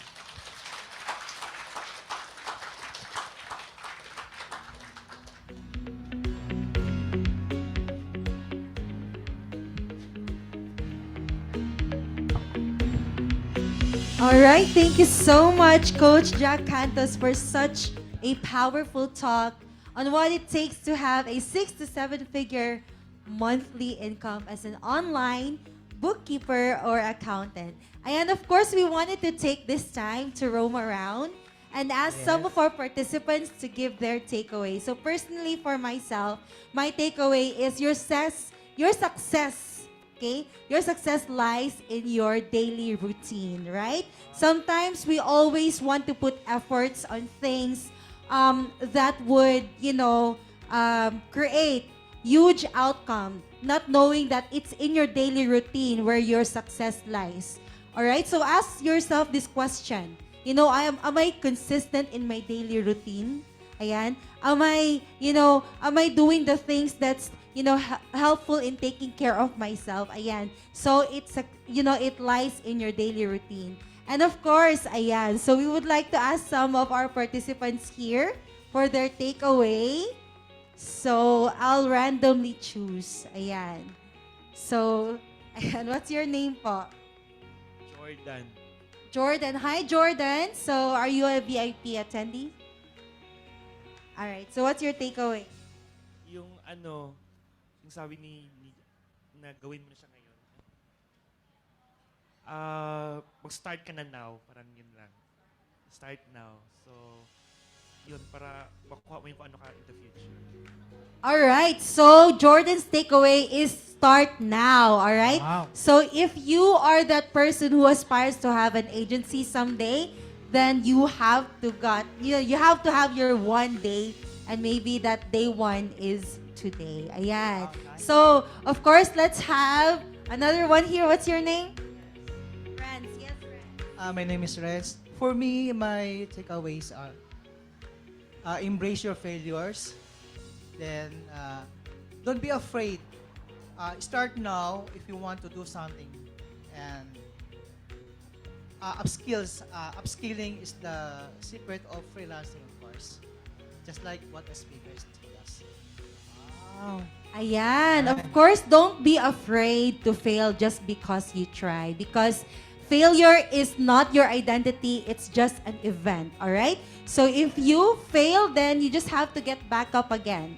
Okay? And of course, lastly, what's your name, Miss Beautiful? Christine. Hi, Christine. What's your takeaway from Jack Canto's talk? So I wrote it down on my notebook. He said that what's not repeatable barely makes it profitable. So, na-emphasize yung importance ng building a system because once you build a system, you'll be able to repeat and improve on what's the current, what your current system or process is. All right. Thank you, Christine. Yes, there is power in repetition. Do you agree, True. Sir Joe? Yes, I agree. Yung takeaway ko, gusto ko talaga i-takeaway yung croissant, yung goto. Ang dami nang nag-takeaway. No? Naiwan na kami. No, yung sa akin talaga, I really wanna thank Coach Jack kasi ang nagustuhan ko sa sinabi niya dito, it's not a business of money, it is a business of people. I think dito talaga medyo hirap ako in the business of people. Yung management ng tao. So I'm trying to really be good at it. So currently, ang ginagawa ko for my staff, kasi di ba, nagkaroon ako ng office, so nag-provide na ako sa kanila ng cook. So meron kaming dinner, lunch, at saka snacks. Hindi na nila problema yung food. So pag pumunta ka sa office, ang poproblemahin mo na lang, the work that you need to do. Hindi na rin nila problema ang transportation. Inad ko na rin yon as benefits nila. So di ba, that's the way you manage people. Ako talaga, I really love my staff. I'm trying to, kahit masakit sa ulo, pero it's good. Alam mo yun. So, yun yung takeaway ko talaga. So, thank you so much, Coach Jack. All right, Yes. and we would like to recognize another sponsor for this event. Thank you, Smart Books Cloud Accounting. Smart Books Cloud Accounting is a web-based accounting system for SMEs across the Philippines, Asia, and the US. And of course, Blue Bliss, thank you so much. A company focusing on wellness, beauty, sustainability, knowledge, customer experience, and community. Thank you so much for supporting our event. And of course, I believe that most of us here are already taking their breaks. Ayan. So are you having a wonderful time with whatever that you're eating right now? I hope you are. Thank you so much for join Nostalg for preparing the break. And as you're taking your breaks, of course, we wanted to ask some takeaways from our digital attendees. Yes. Yes. Meron ba tayong mga chat or meron ba tayong some comments in the group Meron chat ba? section from our attendees? Sige, for our attendees, ito yung feedback. Okay, so It will only work if you do the work. Coach Kajaya, you need to put an effort for everything you do. So this is from Jennifer Sigara. Ito pa, Ayan. another takeaway from Rona. Create a very detailed SOP. Okay? So, Alright. sige, papadala ko na lang yung goto. Please chat your address. Okay? Okay. May humabol pa, Glenn? Okay, have an end game. A 10-year roadmap. Okay? So that is for Coach Jack. Alright, and we'll read some more later, but now, Okay. we're going to have the first round of our raffle draw! Gusto ko yan. Sinong Raffle. excited? Say yes! Excited? Parang konti lang. Yes! Okay, Yes. so actually marami po kaming ipamimigay for this year's Jumpstart. So be excited. So Yes. for our first round of raffle draw, we're gonna have one winner of Coach Kaji's bookkeeping course worth 1,299 pesos. We'll also have one winner of the zero course, which is worth 2,299 pesos. And of course, we'll also be having a giveaway of the 25 packs of coffee for the first 25 attendees of the event. And magpaparaffle din kami ng 10 daily spreadsheets by Coach Jack Cantos. Ayan. So, Sir Joe, take it away. Okay, yes. So please, let's do the spin. 1, 2, 3. Okay, let's see. So this is for Coach Kajaya. Bookkeeping course. Wow, wow, wow. Wow, may nanalo na. We have a winner, Ma'am Rosetta Cham. Alright, so that's attorney Rosita Cham. Ah, Congratulations. Congratulations po. You won one course of Coach Kaji's bookkeeping course worth 1,299. And next, our zero course winner worth 2,299. Yes, so again, let's spin. 1, 2, 3. And stop! Ayaw niyo mag-stop. Oh, we have a winner. Wow, our winner, Jacqueline Franco Padasas. Alright. Wow, And now we're gonna congratulations. have 10 winners of the daily spreadsheet given to you, of course, by one of our guest speakers, Jack Cantos. So we'll select 10 winners. Roll 10 the, winners. roll the wheel, please. Masyadong matagal yan. Masakit sa lalamunan yan. So Okay, we'll go. select the 10. 10.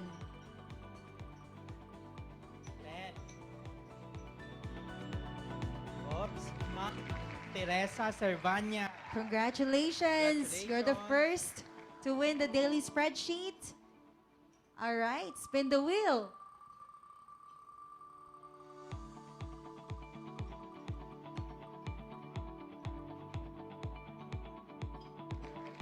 Maria Gemma Sobiate. Congratulations. And for our third winner, spin the wheel. Don't forget po, you can get your food outside. Take your break, no? While we are doing the raffle draw. Yes, that's right. Please do. Take your food. Sir Paul Vincent Bayawa. All right, Wow, congratulations. And for our fourth winner,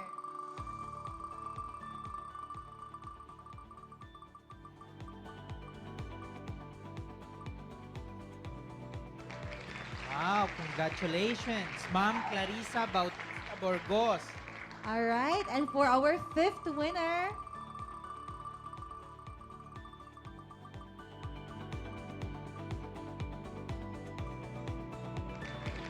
Yes, congratulations. congratulations, Maria Najal. All right, and for the sixth winner, we're down to our last 5 winners for the daily spreadsheet. Wow. Congratulations, Alan Love Liwanag Pagador Faro. Ayan. And then, for our 7th winner,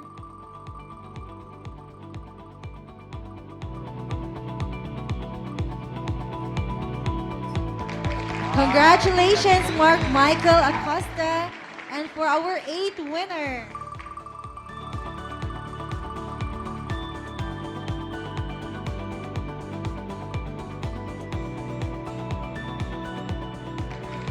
congratulations, Regina Hormiliada.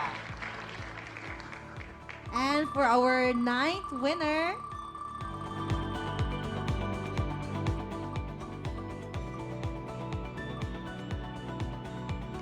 congratulations, Juana Perez. And last but not the least, our 10th winner,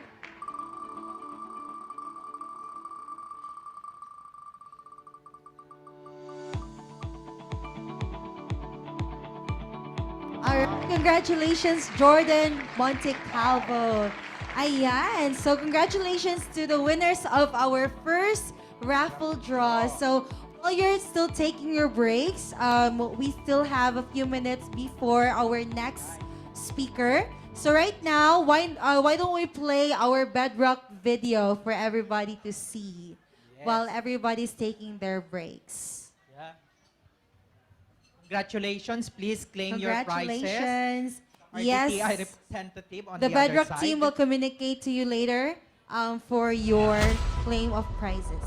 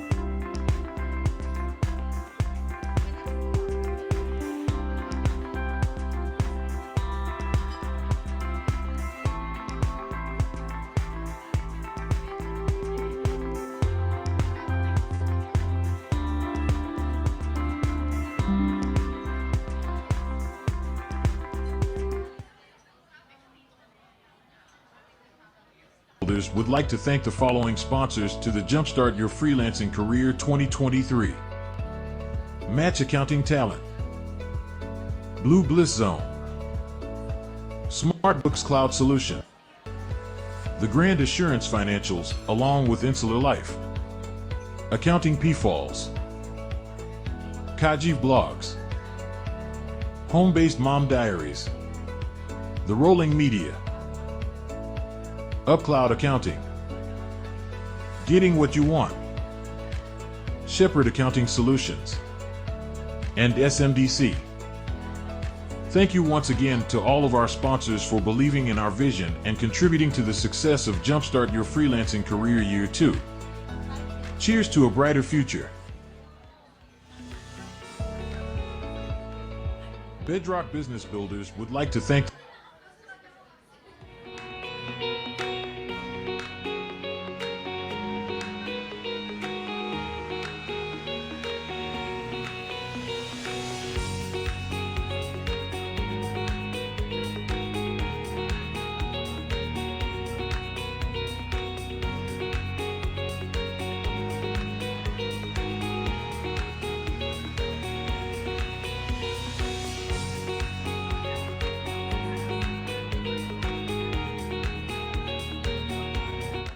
We would like to request everyone to settle down in their seats as we will be continuing our morning session. Thank you so much. All right, so good morning everyone. How's everybody? Ayan, nabusog ba kayo sa kinain nating arroz caldo? I hope that, somehow, naka-fill in siya sa stomachs niyo so that you can hold for another part of this morning session. All right, so are you hungry for more? And when I say hungry, I'm not saying about food, but about more empowering and more knowledge and wisdom from our dear speakers. So once again, I'd like to ask you this question. Are you hungry for more? Make it louder. Are you hungry for more? All right. Of course, to introduce to you our next speaker, may we call on Joe DeChara on stage.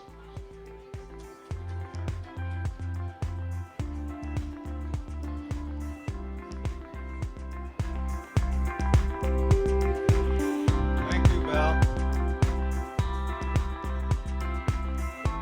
Hello, everyone. I hope you're enjoying the show. I really hope my team is listening to the speakers, because they have some real gems to share. So I'm up here to introduce our next speaker. And this is what his assistant sent me to say. Larry Bratton is an award-winning entrepreneur, CEO, and hotelier. He is the #1 best-selling author of Victory, 7 Revolutionary Strategies for Entrepreneurs, and a former member of the U.S. Army Green Berets. Larry's awards include Ernst & Young's Entrepreneur of the Year, the National Veteran-Owned Business Association's Vetrepreneur of the Year, and Passkey's Foundation's National Business Leader of Integrity. His TV appearances include interviews and discussions on every major television and cable network. CBS News has called Larry the nation's foremost expert on leadership and entrepreneurship. Now I'd like to tell you my own personal experience with Larry. I mentioned that I hired him about 3 years ago, 3.5 years ago, to coach me. And it was because I had known Larry as a friend for over 10 years. And I saw him help people without any desire to get paid, not in money. And he said some things that always stuck with me. Serve first. Serve first. And he said, live a life of significance. And that's what I wanted. So I'd like to introduce my mentor, my coach, and most of all, my good friend, Larry Bratton.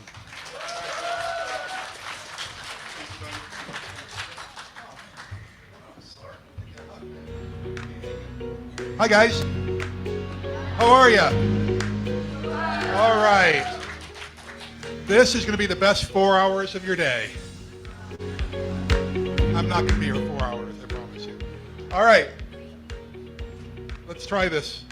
How are we doing that? No, what? Hi, everyone.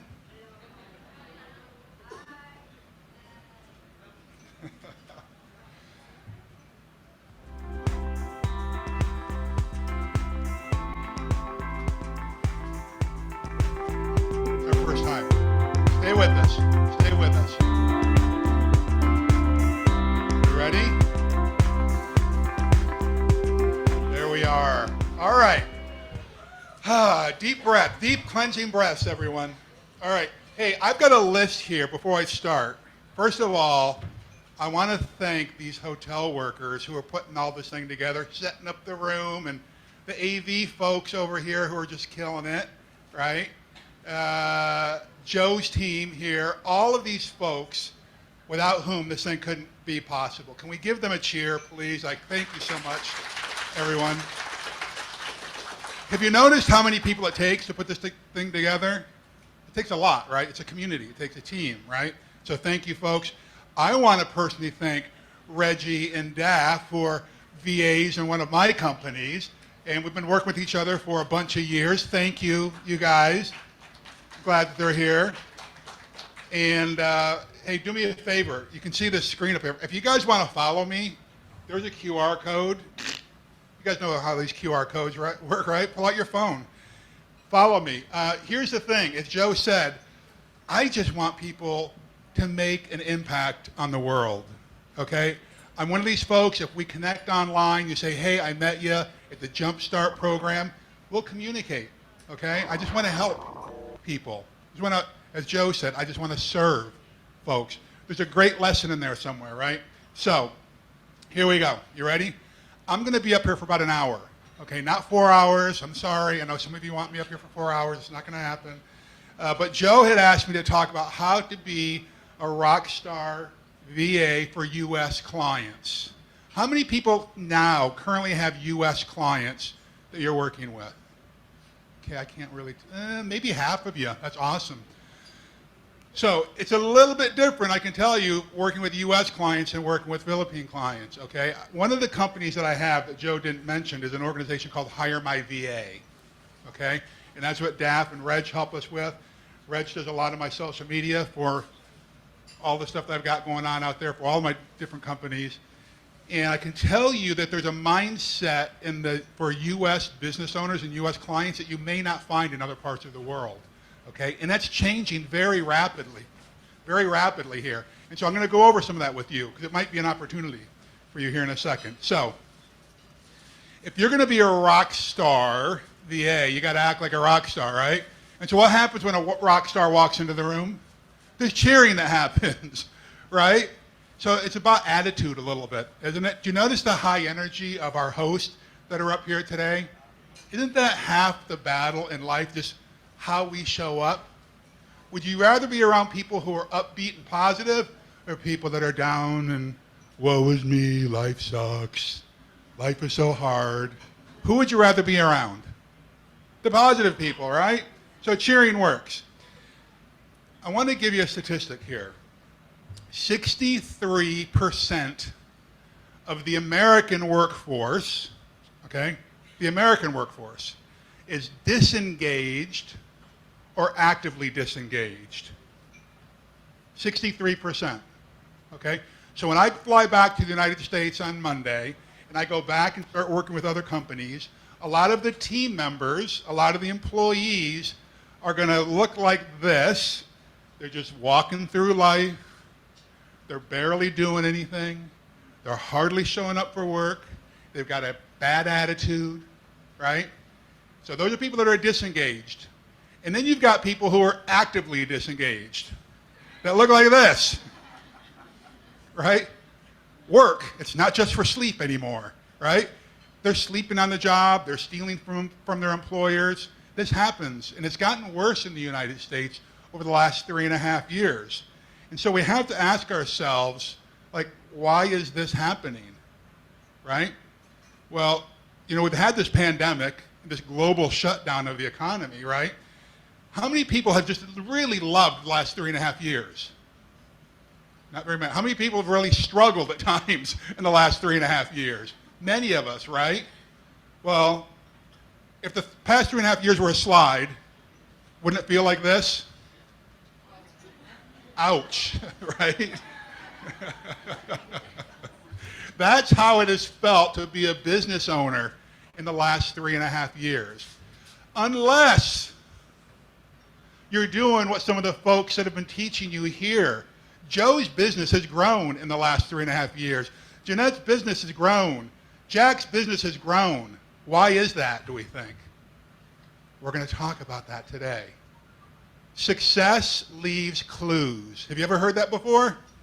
Success leaves clues, right? I want to share this story with you. So this is the first house I ever bought in San Francisco.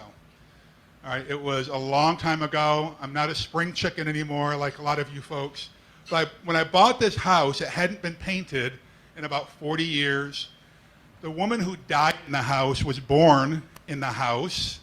It was just in really bad disrepair, but I loved the neighborhood where it was. I loved the Queen Anne style of it. I'd been working very hard for a lot of years to make enough money to afford this house, and some people would argue one of the world's most expensive markets. This was a long time ago, right? So when I walked through the house, it was in really bad shape. What really got me interested is this. What the heck is this? Can anyone tell what this is? No, everybody's got this weird look on their face. What are you doing, Larry? Well, it's a peach tree. I bought this house because it had a peach tree in the backyard. I love peaches, okay? If you're a real estate person, you're a real estate investor, don't buy a house because there's a peach tree, okay? It was an emotional decision, I admit it, okay? And so, as I said, the house was in very bad disrepair. The backyard was way overgrown. It was a disgusting house, I'll admit it. So I went through, I renovated it and painted it like, you know, this thing I just showed you here a minute ago. I can go, whoops, can I go back? I can go back, there we go. So I painted it this blue. There was no paint on this house, okay? So I painted it, I renovated it. I did a little bit of work on it, but then I just got distracted in life. Have you ever had that happen to you? You got this great goal, I've got this peach tree, and then you forget about it, right? I started focusing on work, I started focusing on travel, and then one day when I went in the backyard, I noticed these little buds on this tree. I thought, oh, good. I'm going on a month travel. I was going to go away for a month. When I come back, there's going to be peaches on this tree. I was very excited until I got home, and that's what was on the tree. Not such a great looking peach, right? So I'm going to tell you. So I pulled that peach off the tree, and I looked at it.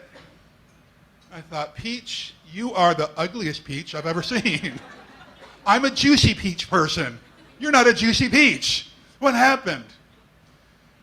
And the peach looked back at me and said, dude, if you want juicy peaches, you're talking to the wrong part of the tree. If you want juicy peaches, you need to be talking to the roots. You need to get in there and you need to air out the soil. You need some nitrates. You need some fertilizer in there. Joe, the peach didn't talk to me. Not really. But what's that story all about? So I did that. I went in and I aerated the soil. I put some nitrogen in the soil. I put fertilizer in the soil. I made sure that I was watering the tree every day. And this is what I got the next year. The very next year, I got that. Why? Why did that happen? I did the work.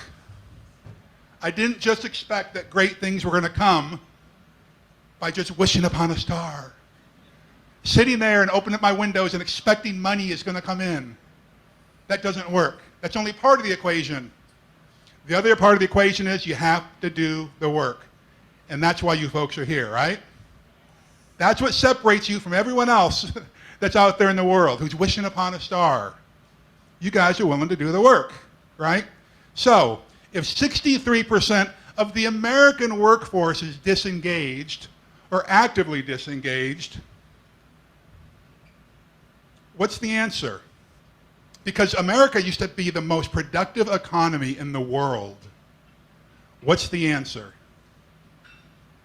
The answer is you.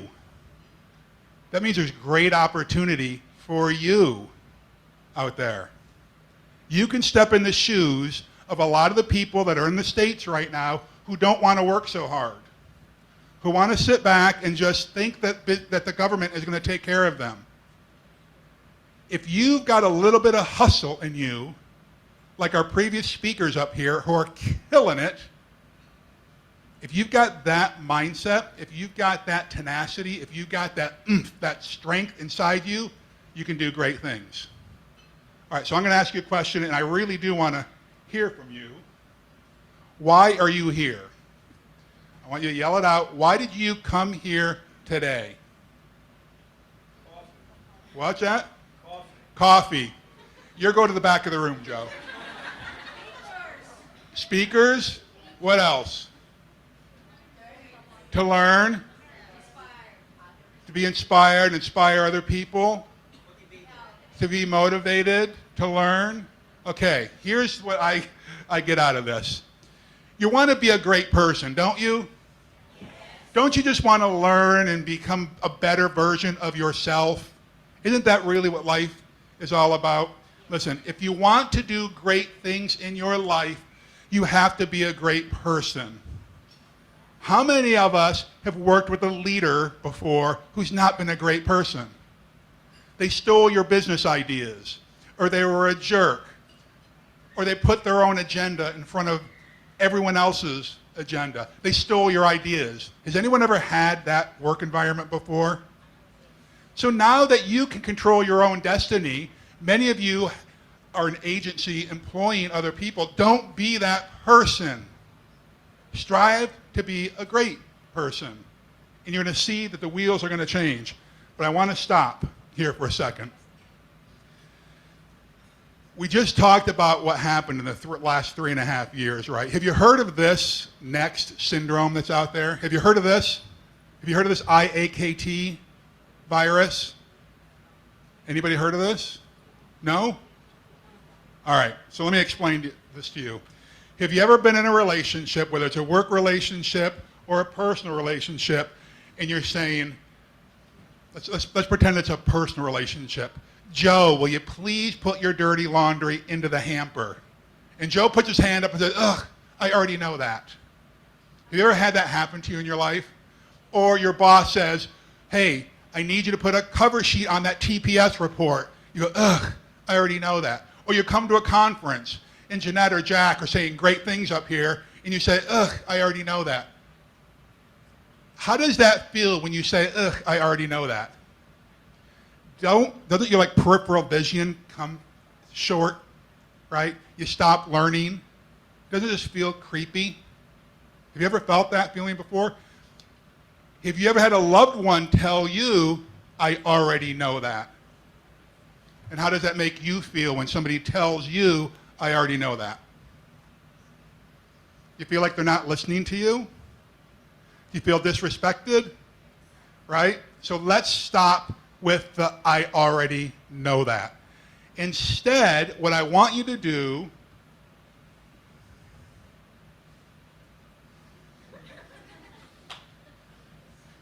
is embrace TFTR. What's TFTR? I know that Reggie and Daff know this. What's TFTR? Instead, when if somebody says to Joe, hey, please pick up your dirty underwear, and instead of Joe saying, I already know that, what if Joe were to say this? Honey, thanks for the reminder. How would that conversation go differently? Do you feel just the pressure drop when you say, thanks for the reminder? Have you ever read a book more than once, more than twice, and each time you read that book, you get something new from it? Have you ever watched a movie where each time you watch the movie, you get something new from it? Have you ever come to a conference where the first speaker has a theme that's very similar to the second speaker, that's very similar to the third speaker? Why do you think that is? Because success leaves clues, my friends. This whole success thing is not a secret.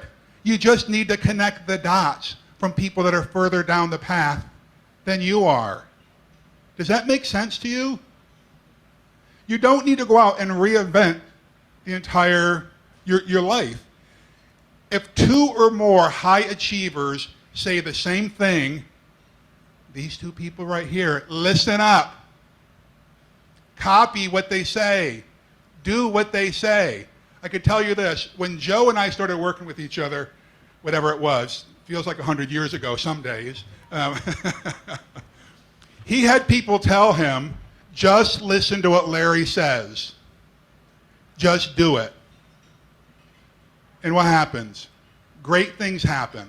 Not because I'm so smart, but because I've looked at people who have had success before me and I followed what they did, right? And Joe's doing the same thing. He's not trying to invent it by himself. He's connecting the dots, okay? And sometimes, I have a former coaching client named Mary Simaluka. I don't know, do you know Mary? She has since passed away, but she used to be part of Craig's tribe. She sent me this picture when I was talking to her about success, and she said, this picture kind of reminds me of the way you describe success.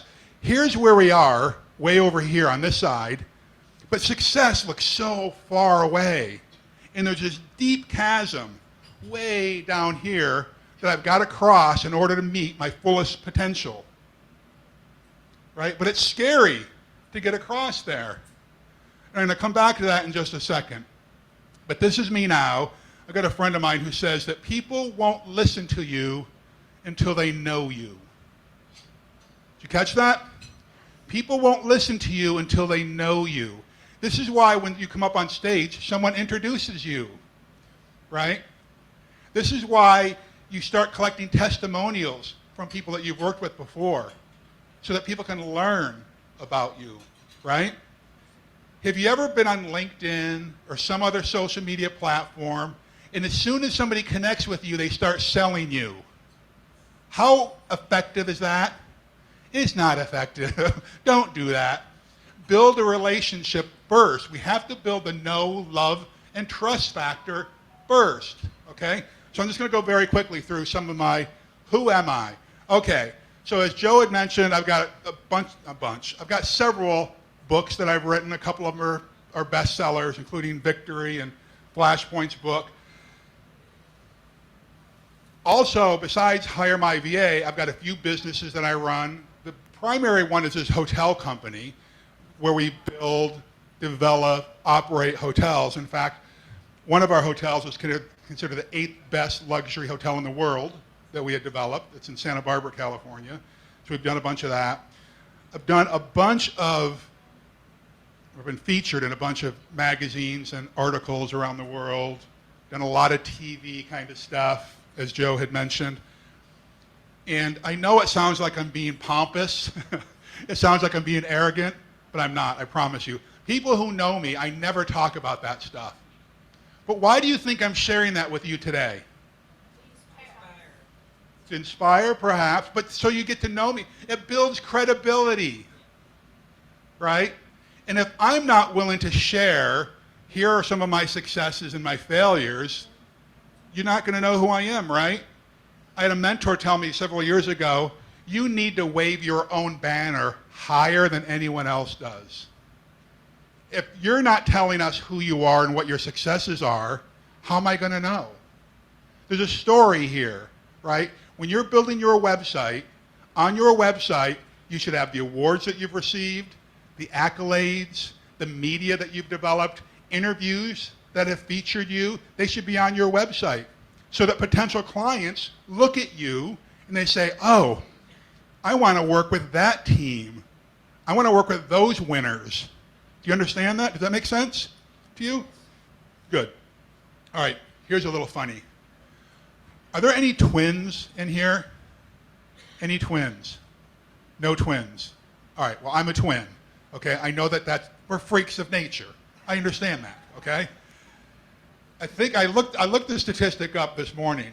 In the United States, 3% of the population are twins. I think it's because of the fertility drugs. I think that's part of it. No, I'm serious. Here in the Philippines, it's about 1% of the population are twins. So that's very interesting, right? Okay, so how many people think that I'm the guy on the left? Raise your hand. How many think I'm the guy on the left? I saw 1, 2, 3, 4. How many think I'm the guy on the right? A lot more. Okay, how many don't care? Okay, you can leave, okay? All right. The 4 people who picked the guy on the left, you're the winners. The guy with the big head, that's me, okay?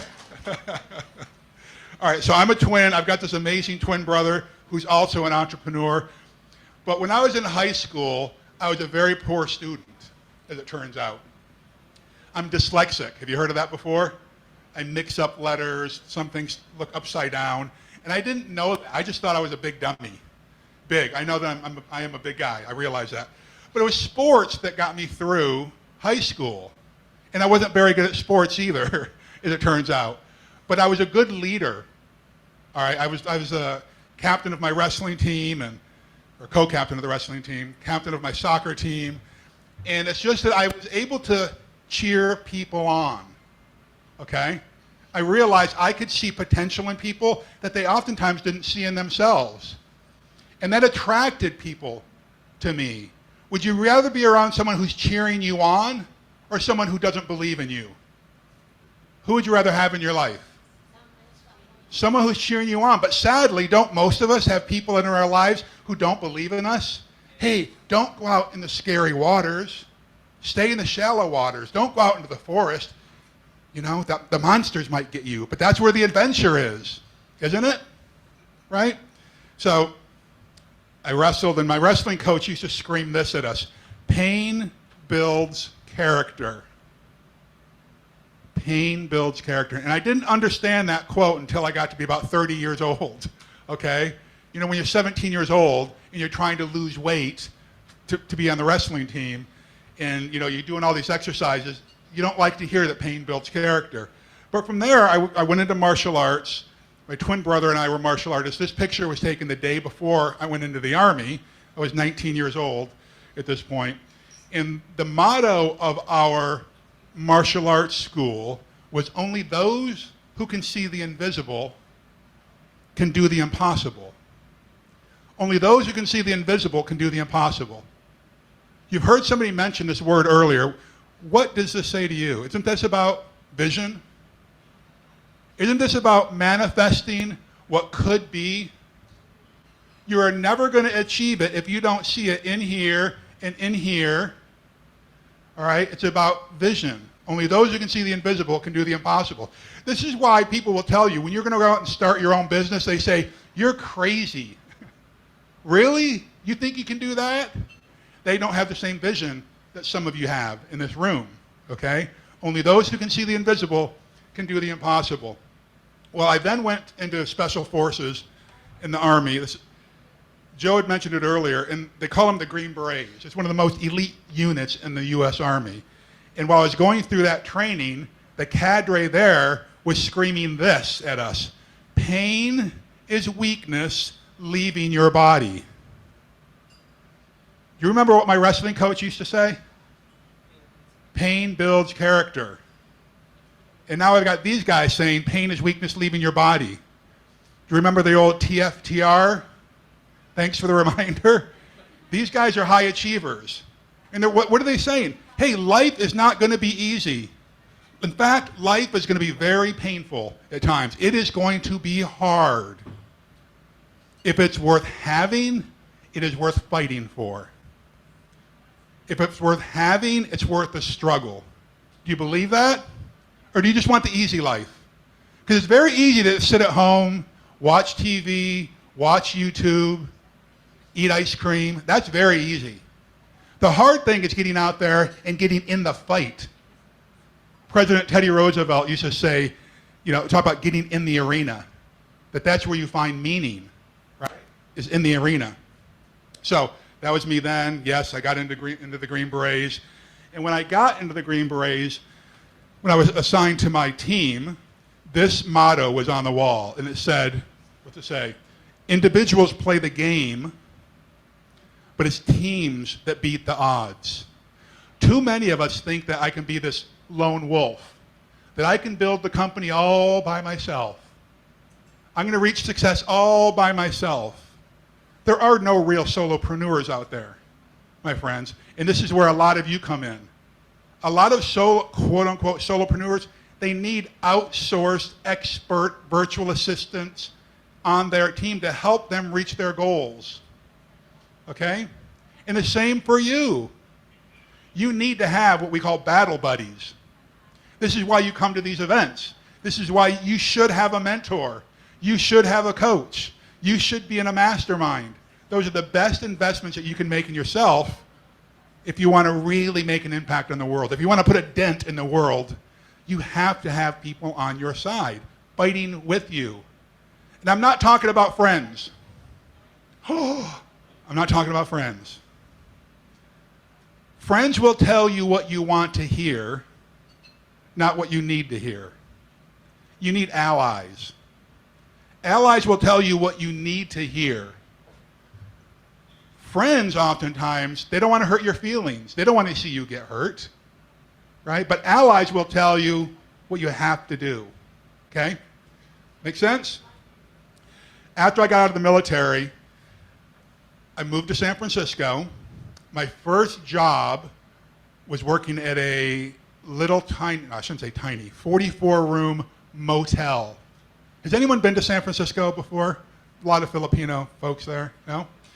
All right, so San Francisco, there's a community there, a neighborhood called the Tenderloin. And this hotel was right on the cusp of the Tenderloin. And the Tenderloin was notorious for lots of bad activity. Okay, I was much bigger, more muscular, more intimidating then, and they hired me to go in at 11 o'clock at night and get off at 7 o'clock in the morning to be the night auditor. Really, though, my job was to keep the peace among the drug dealers and the pimps and the prostitutes, okay, who happened to be my coworkers that were there. It was a real cast of clowns that worked there. The guy who worked the 7 to 3 shift, he's the one who relieved me. His name was Gino, and he was on parole for being a pimp. His quote-unquote wife, who was part of his group, was the executive housekeeper. The guy who worked the 3 to 11 shift that I relieved, his name was Damien, and he was a local heroin dealer at the time. And I came in one night, and he had OD'd behind the front desk. And I had to revive him. I mean, could you imagine working in that environment? Okay? It was crazy. But what it did is it helped pay my way through school. I was willing to do the hard work. It was the first place that offered me a job. I didn't think I could even be employed while I was going to school, going to college. But they offered me a job, okay? And I took it. And so the interesting thing was, though, I still showed up like it mattered. I still showed up with a positive attitude, even working in this really stinky, gross, dangerous place with really crazy coworkers. I still showed up professional. I still put a jacket on every day. Back then I wore a tie every day, and everyone else was coming in torn up clothes and like they didn't even care. They treated the clients like they were, I don't know, they would get in fights with the clients that were working there. By the way, Joe has heard me say this before. I am on a mission to change some words in business. I hear the term customer a lot. What I'd prefer that we do when we're talking about building our business, I would rather have clients than customers. Why is that? Because customers are transactional, clients are relational. Okay? Clients, you build long-term success with. You build plans with them. Customers, they buy from you once and they go away. What's the most expensive part of running a business besides employing your employees? Client acquisition. That's the hardest part of business. So if you get a client, why not keep them by treating them like they're part of the family? Wouldn't that be a whole lot easier, right? So I'll get to the other one later on. Customers versus clients. Anyway, so after I was working at this little no-tell motel for a few months, an investment group came in to buy this thing and to renovate it and turn it into what was considered one of the first boutique hotels in the country. And they made it very cool, very stylish, very hip. The idea was that we were going to really cater towards the traveling bands that were out there. Okay? Now I'm talking about bands like Rolling Stone, Nirvana, Red Hot Chili Peppers, Gypsy King. Like today, like that hotel is still there today. All right, I'm still an owner in this hotel, and now it's people like Joe's favorite artist, Taylor Swift, Selena Gomez, right? All those types. They stay at this hotel, and so it's very cool. But after working there for just a few months, remember I only had a few months of experience working in this dog-tired of a motel when the owners offered me a job to move into a management position. Well, why would they do that? When they compared me to all the other employees that were there, you know what they realized? I was the only person that had a good attitude. A good attitude. Half the battle is just showing up, right? So what I learned over the years is that a good attitude is not going to guarantee victory, but a bad one, if you have a bad attitude, it will guarantee defeat. So why not just shift your attitude instead of saying, oh, this sucks, the world is against me. How about just shifting that? Like, today is full of possibilities. Today is fantastic. And sometimes you have to fake it till you make it. Sometimes, right? But put that smile on your face, and all of a sudden the energy starts to change. Okay, you start getting these dopamine hits in your brain because you find what you're looking for. If you go out looking for bad things in life, that's what you're going to see. You go out looking for positive things in life, that's what you're going to see.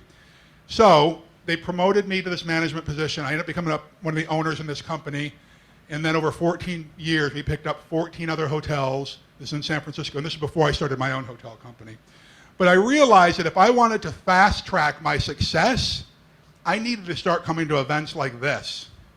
I need to actually start meeting the speakers that were at these events and start building relationships with them and having informal and formal mentorships with them. And so over the years, here's some of my early mentors. Dan Cathy from Chick-fil-A, or Richard Branson, folks like that, right? Where I can pick up the phone and say, hey, I'm really struggling with this. Most people you will find, if you get an opportunity to meet with them and they've had some level of success, they want to share their success with you. But too many of us are afraid to reach out. We think, oh, they'll never talk to me. Why would they ever talk to me, right?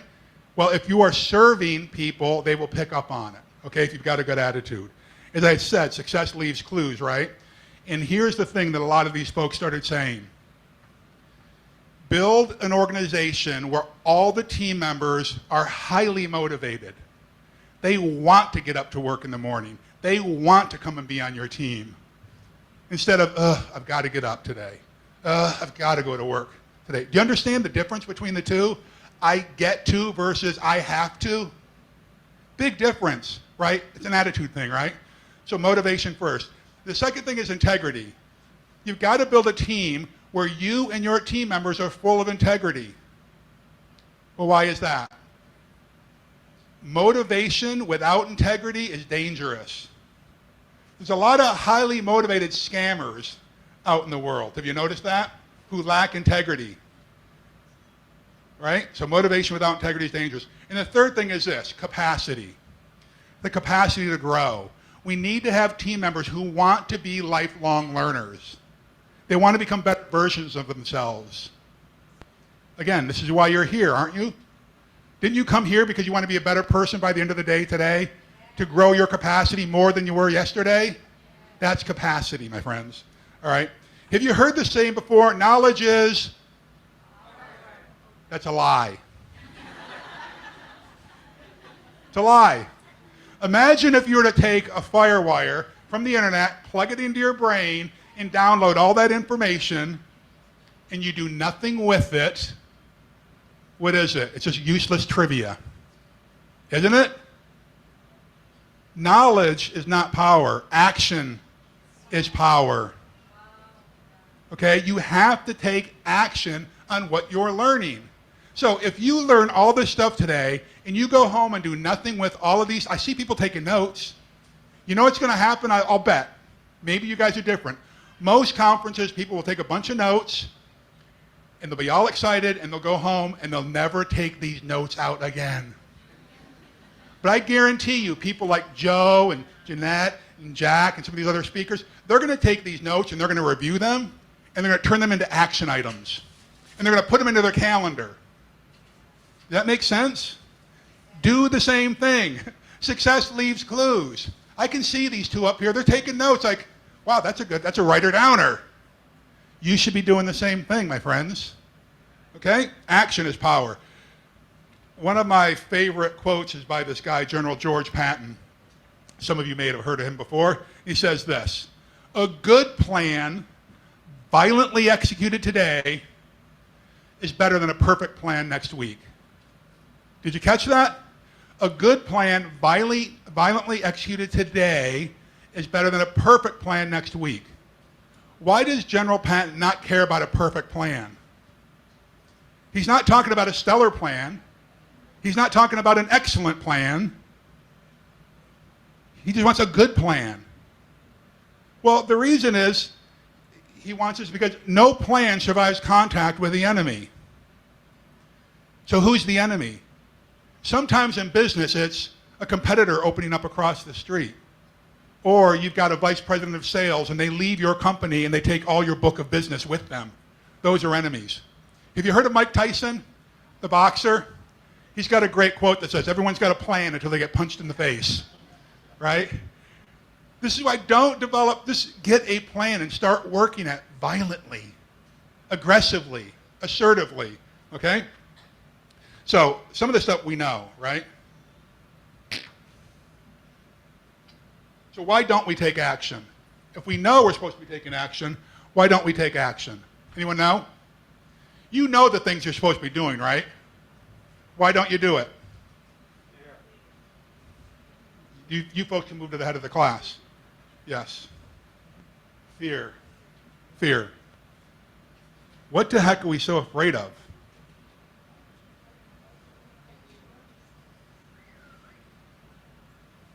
Failure, right? We've got to lose this attitude of fear. And someone said it earlier, we have to embrace failure. You have to absolutely embrace it. We learn more from our defeats and our failures than we do from our victories and our defeats. I mean, our victories and our big wins. We have to learn, we have to study it, right? But too many of us, we have a failure, and what do? We go home and we curl up in the fetal position and we cry and feel sorry for ourselves, right? But instead, we should study it. And how do you make sure that you don't do it over again, right? I'm a big believer. I love failure. I don't like failing on the same thing over and over and over again. If someone's on my team and they keep making the same mistake, we're going to have a talk. But if they keep doing the same thing over and over, we're going to have a talk. And it's going to be a different talk, right? So we have to embrace this failure thing. I believe that if you're not failing, you're not moving fast enough, or you're not getting close enough to your fullest potential. There will be struggles along the way, okay? So, as I was saying earlier, here we are today. Here we are. We want to get to our fullest potential. Hey, success lays here. Where we're doing all the work, all the failure is happening right here.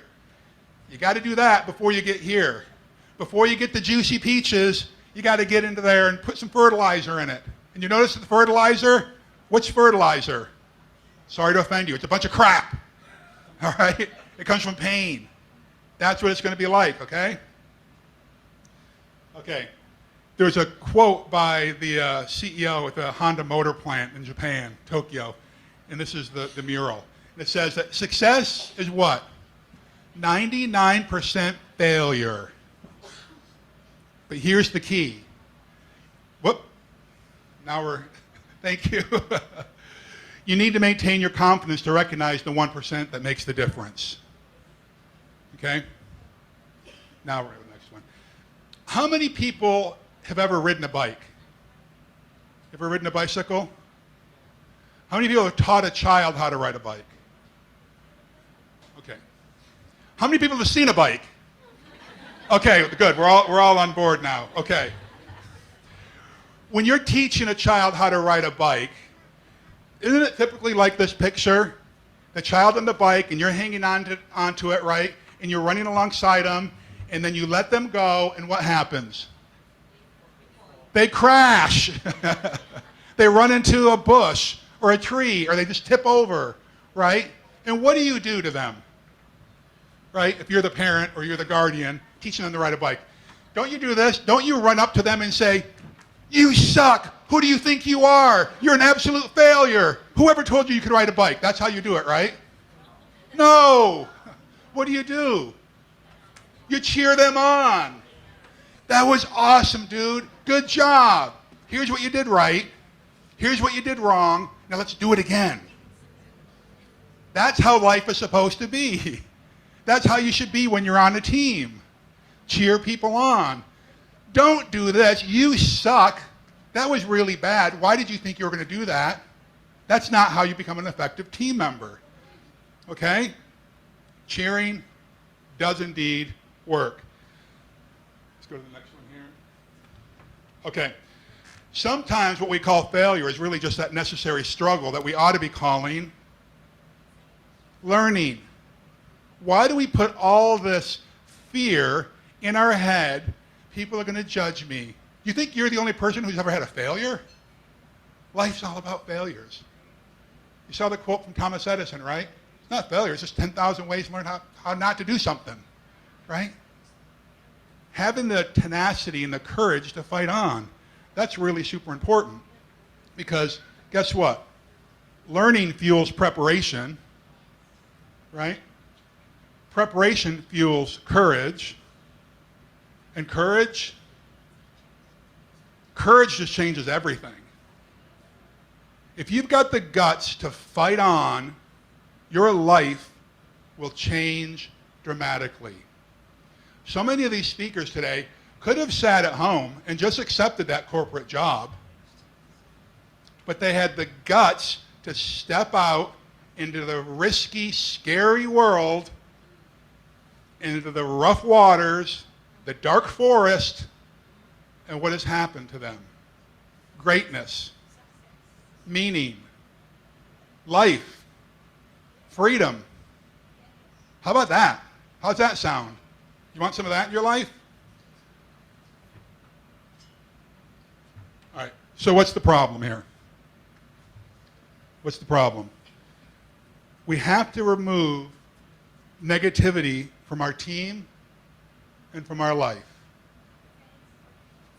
What I do is I call these people energy vampires. You know the people that we've been talking about here? Stay in the shallow waters, or they're always sucking your lifeblood from you. I want to do something with you right now. I want you to imagine the 3 most negative people in your life. You can close your eyes if you want. You can kind of think about them. You can keep them open, whatever you want. But I want you to imagine the 3 most negative people in your life. You open your eyes. The single most negative person in your life, according to studies, is you. How many people thought you when you did this? All the studies out there show that you are the most negative person in your life. I'm not tall enough, I'm not thin enough, I'm not educated enough, I'm not wealthy enough, I was born on the wrong side of the tracks, I'm from the wrong community, I'm the wrong ethnicity, whatever it is. You look in the mirror, I look in the mirror every morning and say, ugh, really? That's the best you got? Right? Isn't that the negative chatter we have all the time? We have to stop that, okay? Don't believe everything you think, okay? Don't believe it. In this book that I've got called Flashpoints, there's a saying that I just want you to get in your head. If someone else talked to us the way we often talk to ourselves, we'd slap them. Wouldn't you? Would you let other people talk to you the way you talk to yourself? I wouldn't. I wouldn't. Let's stop that, okay? But I get that it's not easy. Marcus Aurelius, who is the third great emperor of Rome, says this: the art of life is more like wrestling than dancing. Okay, Marcus Aurelius, one of the greatest emperors of all time, great warrior emperor. The art of life is more like wrestling. Wrestling is like dislocated elbows, chipped teeth, fat lips, black eye. That's life. It's not dancing. So Coach Dutch Sturdivant said pain builds character. The cadre at Special Forces said pain is weakness leaving your body. Marcus Aurelius talks about this. Are you seeing a theme here? You got to be a warrior if you want to be an entrepreneur. You want to be a business owner, you got to tap into that warrior spirit. Okay? It's deep inside all of us. As a human species, we would not be alive if each of us did not have this warrior spirit in there, okay? So I'm going to very quickly go through this. The 8 traits of a rock star VA. And just ask yourself, do I possess these 8 traits? A superb communicator. How effective are you at communications? And I'm not just talking about in writing. I'm also talking about, are you a good listener as well? Are you able to read between the lines when someone is trying to give you information? Okay? You may have a client in the US who doesn't have time to talk to you for an hour to express to you what they want. You need to read between the lines and say, tell me more. Is this what you're asking for? Okay? So you have to be a great communicator in English and in writing, but particularly a listener. Okay? The next thing is this. Reliable. Can I count on you? Do you do what you say you're going to do? How effective are your time management skills? For those people that are building agencies, this is something different. Time management is really team management. How effective are you at managing people? Okay? Next thing is this. We're going to wrap up here. Are you resourceful and proactive? Because sometimes you're going to be asked to do a task or a job and you don't have all the tools to do it. So you need to say, hey, by the way, there's this great tool that some of you may have heard of out there called the internet. You can do research, or AI, ChatGPT, right? There's universities, some of the best universities around the world have free classes on how to learn things, right? And be proactive. If you're working with a client and you see a problem, proactively going to that client and say, hey, I'm starting to see a trend here in either your business or in the industry, and I want to talk to you about it. The more valuable you become to that client, the less likely they are to say bye-bye to you, okay? Next thing is this. Well organized and really keen attention to detail. This is why I love the SOPs that were being shared up here earlier. In our Hire My VA program, we do the same thing. We make sure that people know how to set standard operating procedures. That's where the value of any business comes from. It's not the brand. That's only part of it. It's the ability to run the business without the business owner there. That's where the real value comes from. And that's where standard operating procedures comes from. The next thing is this. Self-motivated. I get to go do this today. I get to make an impact.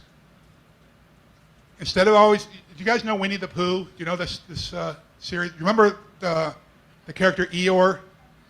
Oh, life sucks. Life sucks. It's so bad.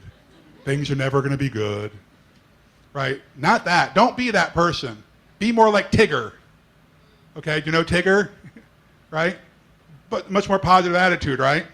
Self-motivated. Positive and upbeat attitude. Be more like Tigger, I guess, right? You know what that means, right? Positive and upbeat. Seeing the possibilities in life. Next thing is this. Can-do spirit. All right? Yeah, I can do that. Even if you don't, there's a great, let's see if I get this right. This popped into my brain. Whether you think you can or you think you can't, you're right. Have you heard that before? Whether you think you can or you think you can't, you're right. So if you think you can't, guess what? You can't. It's almost like that negative attitude I was talking about earlier, right? A negative attitude will guarantee defeat, right? Next thing is this, and we're going to wrap up.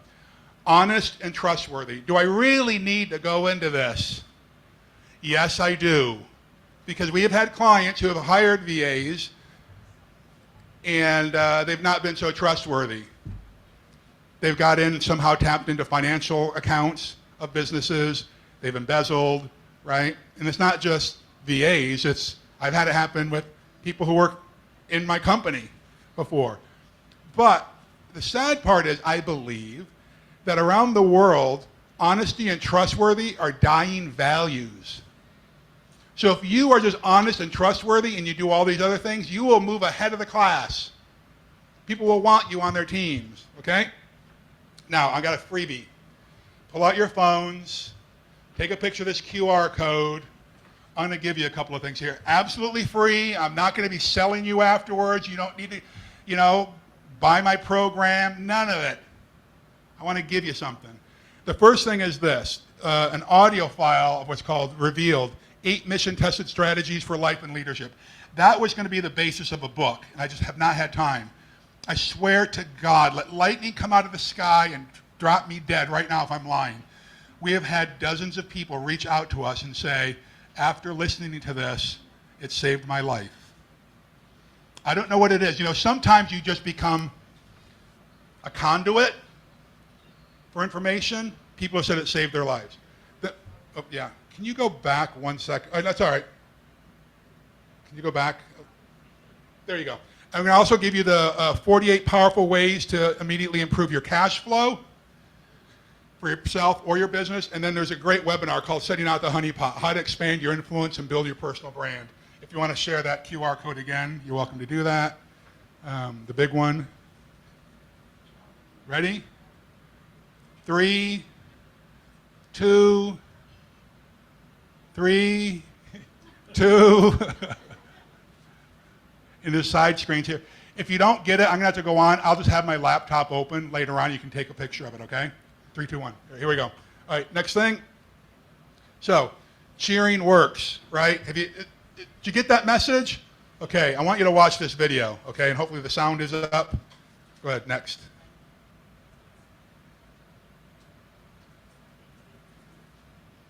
Whoop, hold up. Look up here. You have to rewind it and do it over again. Pay no attention to the man behind the screen.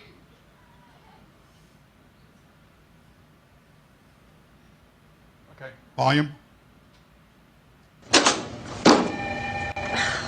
Whoa, you're not just gonna walk away and give up. Stuck. You can get that, that's yours. Nobody else. Get in there and give it some heat. Give it some heat. Get it some heat. Get in there and you get it. You go in there, baby, and you go get it hard. You get it. You get it.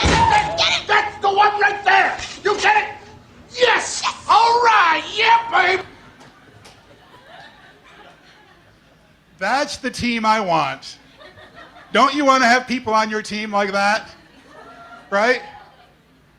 I must have watched this thing 1,000 times, right? And it gets me every time, okay? Now, I'm going to wrap up here. Are you ready?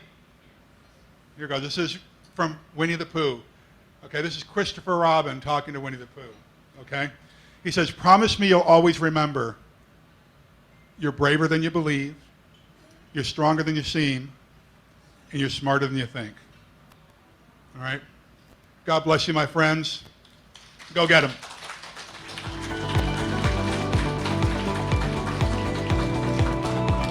Thank you.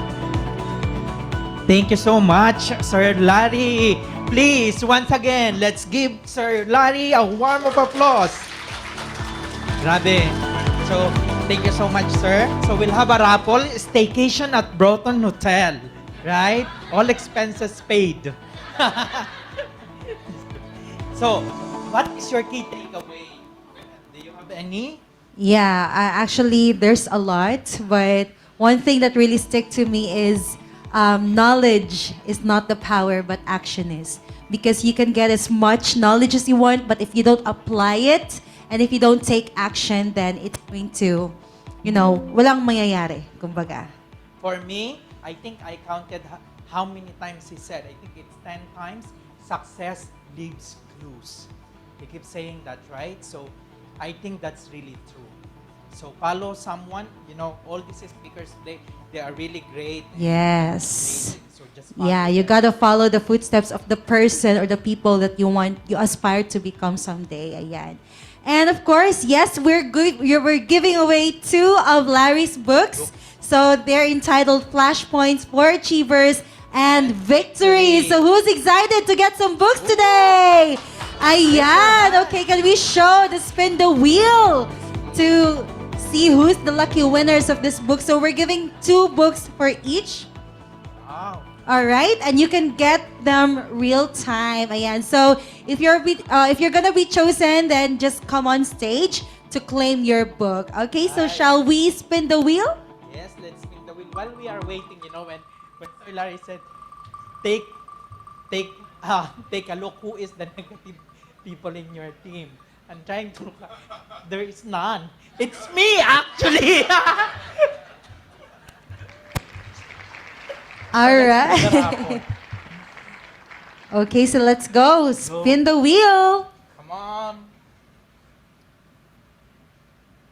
Okay. So Ayan, with this parang tomorrow, nag-load pa siya.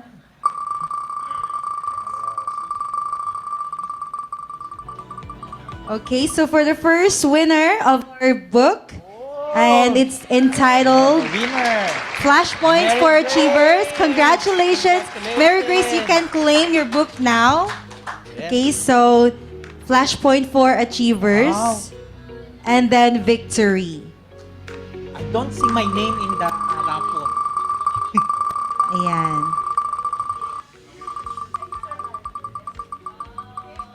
And for our last winner for the 2 books. Ayan. One more.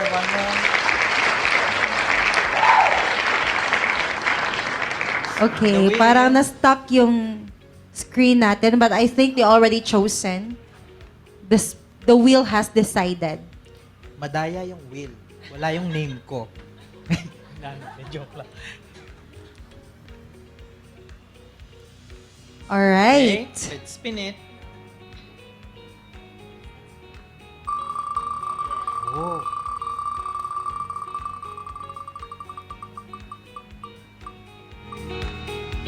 Wow! All right. Congratulations, Melinda Pinon. Do we have Melinda here?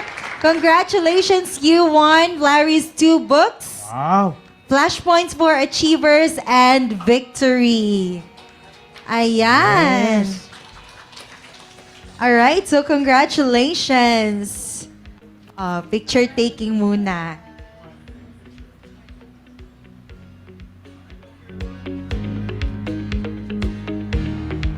All right, congratulations once again for our winners for this raffle. And of course, we still have a whole lot to look forward to, so just stick around. And now, we would like to call on one of our event sponsors, the Grand Assurance Financials, X in Life, Mrs. Carla San Pedro Talampas on stage to give us more information about TGAF X in Life. So a round of applause, please, for one of our sponsors.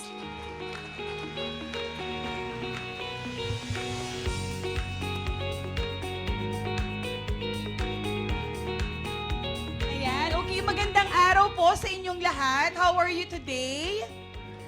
Yeah, okay. That's good to hear. Actually, I was surprised because I thought I will give my message this afternoon. So it gives me so much pressure, no? Talking after Larry. Coach yan. Bakit ganon? Ayan. But anyway, so let me proceed. I'm sorry for my kodigo, no? Because I will be giving my short, less 10 minutes talk, no? As one of your sponsors. Okay, so let me briefly introduce myself. Ayan, so nandyan ako. So my name is Maria Carla San Pedro Talampas. From Insular Life, I am one of the general agency head in Life. Next slide, please. Ayan, so let me just show you this, no, para I am credible enough to be in front. So I am a licensed financial planner, general agency head of the Grand Assurance Financials. We are an affiliate or partners with Insular Life. It looks like a franchise of Insular Life. It is a heart-based leadership. I am a former bank manager, a banker for more than a decade, so almost 12 fruitful years in a bank. Experienced bank operational and professional sales relationship. I was formerly elected as one of Sangguniang Kabataan, chairperson or SK. Are you familiar po ba with SK? Ayan. So, I am SK in Taguig City at the age of 17 years old. Do not ask my age now. A loving wife and a doting mom of two. I am MDRT or $1 Million Round Table Qualifier. So like what Coach have mentioned, I experienced the 7-digit income being a freelancer. A prestigious world-class award for financial planners. These are the top 5 of the total financial advisors worldwide. So not just here in the Philippines. I am an SFA or Senior Financial Awardee. I earned my senior recognition in my first full year. So imagine that this year po, I should be one of the rookies. But because of the hardship, di ba, working smart, I earned Senior Advisory Awardee. And I became President Division Honor Club Qualifier, a consistent performer in sales, production, and manpower recruitment, international and local trip qualifiers in Bangkok, Thailand. I used to be with Coach Yan Yan. No, she's also one of the qualifiers in Bangkok, Thailand. So talagang masipag po yan si Coach Yan Yan. And also in Munich, Germany, South Korea, and Balisin. So that's my international and local trip qualifier. So thank you. For my next slide. Okay, so what I've mentioned, no, I am from the Grand Assurance Financials. We are like a franchise of Insular Life. So next slide, please. Ayan, so let me read, no, my brief message po sana. I hope I can finish less than 10 minutes lang. Okay. So again, I am Carla Talampas. I am married with 2 kids, graduate of BS Psychology as I hate math. Sorry na. Okay, so but I landed my first job in a bank where I left 12 years as a senior manager. But why did I have to leave? Even though bank is a stable company, I made a choice for myself and my family to be a freelancer, to be a licensed financial advisor. I am lucky to be married to a commercial airline pilot. Huwag niyo po ako i-bash from Philippine Airlines, baka delayed flights. Huwag niyo po ako i-bash. Our aspiration remains the same, to raise a good family and secure their future. Hubby is in a permanent job while I ventured into the gig economy, like most of you, my dear fellow freelancers. I thought the MC will introduce me. Nasa spiel ko, no? So I got numerous awards and recognitions, not just local but global, being an MDRT, so like what I've mentioned, and a Gamma awardee. It is a proof and byproduct of my passion and commitment in what I do. But more than the awards, recognition, travel incentives, it's the fulfillment of being an instrument of change by helping others through financial literacy, and rewarded of monetary incentives that helps me and my family to be a channel of blessings to other people as well. And best of all, the flexibility of time and convenience of how it fits the lifestyle that I want. I enjoy the work-life quality balance which I didn't get from the bank. In the morning, I will drop my kids and then pick them up after a couple of meetings with my clients or with my recruit. So I ensure that I attend to my family's needs at the same time, working, earning, and helping other people. I am sharing my story because I want you to consider. Have you seen a passionate carpenter whose house is dilapidated or sira-sira? I am sure kahit hindi po mayaman, di ba, yung isang karpentero, because he is a committed carpenter, I am sure kahit po yung sarili niyang bahay, inaayos niya, di ba? Kahit hindi mansyon, hindi maganda, aayusin niya yan kasi he's a passionate carpenter. Have you seen a committed laundry woman or yung sa atin po dito sa Pilipinas, labandera, whose clothes are very dingy or dirty? I am sure kahit hindi din po branded, hindi designer's clothes, pero dahil committed itong labandera na ito, she will make sure that her clothes is mabango, clean, di ba? So that's what we do. Tayo pong mga freelancers na nandito, dapat that's the standard. Okay? So we are passionate, we are committed, so we can deliver the best attitude, di ba? And give the best service that we can. So how about you, our fellow freelancers, bookkeepers and accountants? You don't want something that is not good, di ba? So we will give our life's purpose and mission in helping other people. You understand numbers. I mentioned I hate math. So siguro mas magagaling po kayo kaysa sa akin. Diba? So you know the importance of meeting deadlines. You know the value of money and time. You know the importance of your health. Mahirap po magtrabaho ng may sakit, di ba? Kahit naka-Zoom meeting. So we need to make sure that we are healthy. So can I just ask po, sino po ba dito yung mga late 20s? Early to late 20s. Meron po ba? Wow, naman si Coach, di ba? Batang-bata si Coach. Ayan.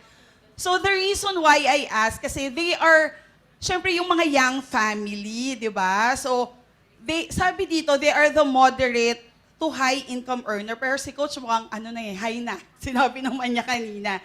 Di ba? So, how about the late 20s to early 40s? Ayan. So, konti lang. Ayan, sige na, huwag na kayo mahiya. Tayo-tayo lang po. 100 people lang naman tayo dito. Diba? So, ayan. So, the reason why I'm asking is we have to ask ourselves. Diba? We are not getting any younger.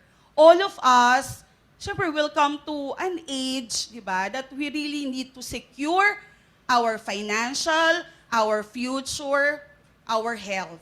Okay? Health is wealth. Totoo po iyon. Tandaan po natin. So, who are the mid-40s to early 50s naman? Ayan. Don't be shy, di ba? Age is just a number, sabi nga nila. So, kailangan tayo? Aging like a fine wine. Okay. Yes, I like that, Coach, di ba? And of course, yung mid-50s to early 60s. So, meron po ba? And yung 60s onwards. Meron po bang 60s onwards? Ayun, palakpakan po natin yung mga dual citizen natin. Bakit po dual citizen? Yes, kasi number one, syempre Filipino or like Joe, no, American citizen. And yung second citizenship natin daw is yung senior citizen, di ba? Kaya dual citizen sila. So what I'm trying to say po, no, we categorize each life stages. So as of this very moment, we really need to meditate, di ba? And I hope this is one of the greatest aha moment. Di ba? Standing in front of you po, sabi ko nga, I hate math. Dako, nakakahiya dito, magagaling to sa math. Di ba? Pero I hope this is something that you will consider. Insure yourself. I'm not selling, I'm just informing each and every one of you. And we really care. From the Grand Assurance Financials and in life, we really care. Sayang naman po yung hard-earned money natin if we will not protect our financial and our best future. Okay? So let me end na rin po dito. Kanina parang na-mention din ni Coach, medyo the same kami ng line na gustong iwanan. And I got a goosebump when Larry told that each speakers, if they aligned with their presentation, it's something that is good, di ba? You know that you are in the best place. So let me end my message. He who fails to plan is planning to fail. Again, he who fails to plan is planning to fail. So I hope we are getting something here. Please make sure that you are thinking ahead, you are planning ahead, not just getting the income, the clients that you are servicing, but of course, your family and their best future. So again, this is Carla Talampas. Again, magandang araw po sa ating lahat. Thank you so much, Mrs. Carla San Pedro Talampas. And of course, our booth for the TJFX you po. in life is available. So if you wanted to know more about, having yourself insured, planning for your future by, availing of insurances, then you can approach our booth right there.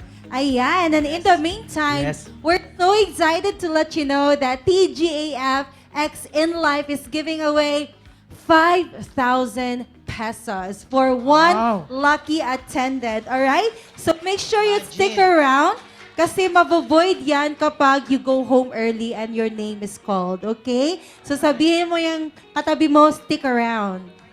Okay, sige, sabihin mo siya, stick around. All right? There's still a lot of things to look forward to. Ayan, in the meantime, accounting peoples, of course, with our beautiful coach, Yan Labonete, is giving away one elite membership worth 5,000 pesos to one lucky attendee. Sino excited maging elite dito? Say hooray! Hooray, ayan. So, as an elite member, it's a 3-month program that equips you to excel as a freelance bookkeeper. So, you'll receive blueprint, tools, support, guidance from pros who've been there, and you'll also gain 3 months of coaching, hired and interview tips, client onboarding insights, business marketing strategies, mindset conditioning, plus a certification upon. All right. So again, the elite membership is brought to you by Coach Yan Laboneta of Accounting Peoples. All right. So do we have the spin the wheel for that? So we're gonna be selecting one lucky winner for the elite membership worth 5,000 pesos. Ayan, so ready pa kayong manalo? Ready na? Sana Okay. yung mananalo hindi I hate math. Kasi ako I love math because of calculator. 'Di ba? Meron ako niyan lagi, hindi nawawala. Okay. Let's spin the wheel. Let's spin the wheel. Let's see who's our lucky attendant who will be winning the elite membership. Our lucky mathematician. Oh! Congratulations! All right. Congratulations, Ren Mark Beha. Do we have Ren here? Congratulations. We'll get in touch with you for the elite membership. Ayan. And we'll also be giving away 3 Starbucks gift card worth 500 pesos. So who's excited to get some Starbucks here? Mahilig pa naman ako sa Starbucks. Oo, ako nga rin. Wala talaga Sir yung name ko Joe. dito. Yes, we're Uulitin excluded. natin We're lahat ng excluded. raffle draw. Kasi hindi nag-appear yung name ko. Yes. We'll just grab some coffees outside, Sir Joe. This is for our Hotel attendees. coffee na lang, yung Okay, so Nespresso are you outside. excited to win gift cards? Yes. That's 500. So spin the wheel. We'll be selecting 3 3 lucky winners.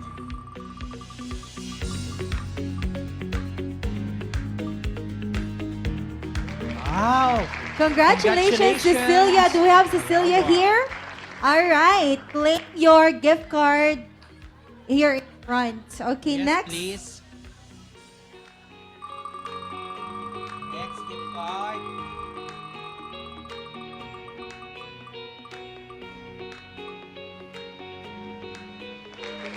Congratulations, Mel Alodia. Where's Mel?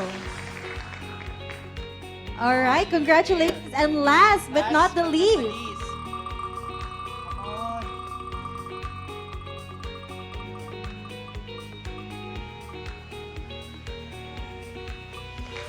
Yes, congratulations, congratulations, Ara Ara May May. Buenas. Please Do we claim have your... Ara here? Yeah, Ara is here. Come on, Ara.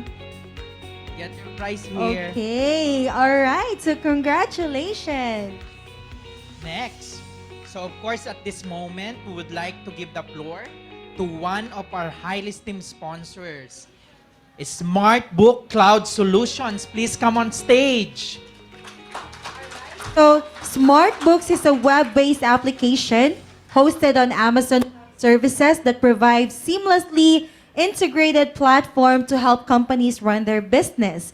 Aside from the robust yet user-friendly features and readily available tax reports in DAT file format, SmartBooks takes pride in its growing number of accounting partners and strategic partnership with Fast Track Solutions who provide advisory and support to businesses. So let me show you a quick video about SmartBook, and then we'll have Miss Eunice Isabel to further discuss about the company.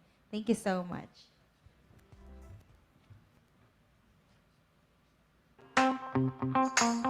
The Philippines' fast-growing cloud solutions in today's businesses. Designed based on global accounting software practices. Easy to use and quick to set up. Includes tax reports ready for Philippine BIR compliance. Empowering Philippine enterprises and accountants with a fast-growing BIR-compliant cloud solution. From finance, purchasing, production, inventory, and sales. Additional features, hosted on AWS, branch management, batch and serial number management, invoice to email, BIR DAT file. Available applications. Scan Plus, sales order, invoice and collection. Call SmartBooks now and join the cloud revolution today. Hello. Ayan. So, hello everyone. Good morning. Super star-studded yung mga first speakers atin, right? But sabi nga ni Coach Larry that the only negative person is me. So I have to stand here and believe in myself that I can introduce Smart Books to all of you. Ayan. So I'm Eunice Maliksi. I'm currently the solutions architect of Smart Books. I am also a certified bookkeeper. And so I will introduce you and give you a brief background about Smart Books. Meron ba? Okay, so SmartBooks Cloud Solutions. The Philippines' fast-growing... sorry, technical difficulties. Ayan, may slide po. Meron pala dito. Ayan, meron pala dito. Kaya pala nakatingin kayo sa baba kanina. Ayan po. Okay, sige. If we can open the slide, I will just give a brief background. So SmartBooks is a... SmartBooks Cloud Solutions. I think, sasayaw po ba ako? Ayan, sige, mag-start na po ako. SmartBooks is a cloud-based application for accounting. It's an accounting system that helps us to streamline our accounting process. So it's a locally made product created or programmed by our ERP experts. So, ayan po. Yan. So, we have here a smart snippets of the brief timeline of SmartBooks. So, SmartBooks is launched and the product is developed at 2007 pa. Ayan. So, 2016, we are launched here in the Philippine market. And on 2018, we started our business expansion. So, currently, we have 21 provinces locally. we have now trying to open the doors to international as we have clients in Singapore and Hong Kong. And we also have 500 plus active users. We have 10 industries, 60 plus regional partners, and we have 24/7 access to support system. So we are we have partnership with Fast Track Solutions. Making the most out of the internet. So smart books is what I mentioned earlier. We are a web-based application and we are hosted by AWS, one of the leading hosts of servers that provide seamlessly integrated platform to help small and mid-sized companies run their business. So we have here a fully integrated functional features from financial statements, sales, purchases, productions. We also have a deep dive yet user-friendly feature. So easy to manage, easy to use, easy to learn. We have a stronger support ecosystem. So we have a lot of support and because it's locally made, pwede tayo mag-Tagalog. Ayan. So financial and tax reports. Yeah, we have a ready available tax reports for the Philippines, and since we are also in the market na rin ng Singapore and Hong Kong, we are now trying to streamline our tax reports na yung kumbaga align doon sa Hong Kong and Singapore. And if we are going to use the system to US clients, we are also open to streamline and to provide and to create reports ng mga tax reports natin in line with the US tax reports. Ayan. So, yung accessibility niya, it's like you're just going to access mga social media natin, Facebook, Instagram, we have user ID and password. Ayan. So, we have here a Smart Books overview of our features. We have sales, purchasing, financials, treasury, production, fixed asset, inventory, customer, supplier, and the admin module. So all of our modules are integrated with each other and all our reports can be generated into Excel, very universal, and PDF file format. So everything that you will be including in the system, automatically real-time na yung effect niya and yung magiging changes niya to our reports. So these are the key features, key modules.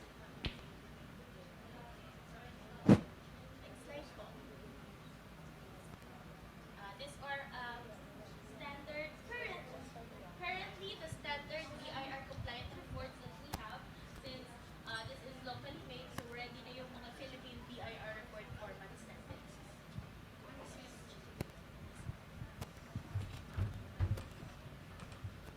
So, dito naman daw. Ayan. So, this is the sample of our income statement. The sample of our balance sheet.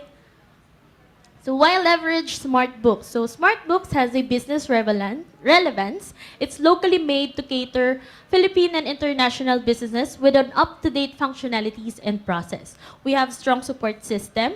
We have a strong cybersecurity since we are hosted by highly secured Amazon Web Services. We are reliable and scalable. So anything that you would like to customize, we are flexible to do business processes. Value for money, business management solutions with IT managed services for worry-free businesses. So we have some experience and testimonies by our experts. These are our partners that are reselling the system.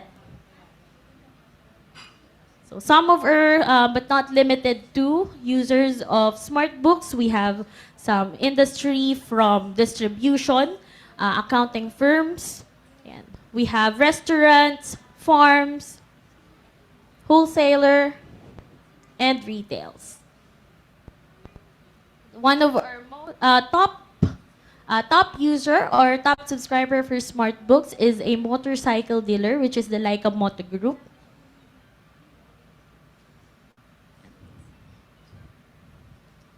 Okay. and some of our, yung iba pa nating mga testimonies from our other company that uses smart books. Yeah. So why are we here? So we are inviting you everyone to be part of our team, to be our partner to resell and streamline smart books.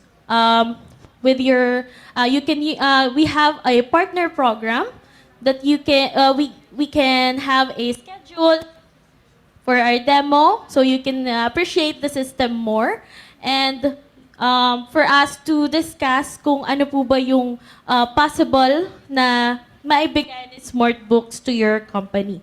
So we offer passive income for freelancers. We offer passive income for accounting firms, from accounting management solutions.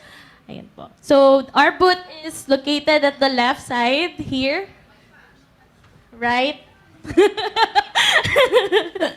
So, if you would like to schedule a demo with us, you can just sabihin nyo lang po, Eunice. Ganun. Thank you everyone and have a nice day po.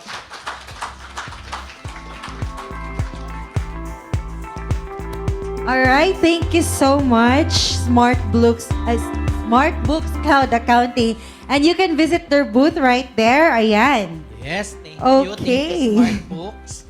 And that actually wraps the first part of our Jumpstart Your Freelancing Career Year 2 Road to Six-Digit Income. And I believe that we've learned a lot from the first batch of speakers. Am I right? Ayan. And of course, make sure that after this event, i-review nyo ang notes nyo. Pasensya na yung Tagalog ko, masyado awkward siya like. Kasi I'm a Bisaya. Alright, so kaway-kaway sa mga Bisaya dyan. Okay. Wow. Ayan, so you Dami. understand the struggle. Ayan, ikaw, Sir Joe, what can you say to Ako our naman, audience? hirap na hirap ako mag-English. Oo, kasi Tagalog ako eh. Naubusan na ako ng English, yung dalawa dito. So, there is more. Okay, this coming afternoon, we will have Ma'am Sheena Santos, Yes. Coach Giselle, our certified enroll agent Janine, and of course, our very own Sergio Dichara. So, more are happening this afternoon session. So, please, have your heavy lunch and then come back. Ano po? Yes, and speaking of lunch, no, let's take our lunch now to be re-energized and be ready for the second half of the event. So make sure that you don't go home yet, all right, so that you can get the fullness of our one-day event. So there are a lot of mga pagkainan sa... Saan ba meron? Saan? Dito sa baba? May Jollibee, may McDo, Yes, okay. Robinson's Galleria. Okay, so guys, we only have up until 1 p.m. for lunch. So please make sure that we are back here before 1 p.m. Okay? Right. So sabihan mo yung katabi mo, be back before 1 p.m. Sige, go. Sige, be back before 1 p.m. Before 1 Not 1:05, not 1:03, but before 1 p.m. Okay? So, enjoy your lunch, mga ka-Jumpstart. And Enjoy your see you in lunch. our afternoon session. Thank you so much. Thank you, everyone. See you later.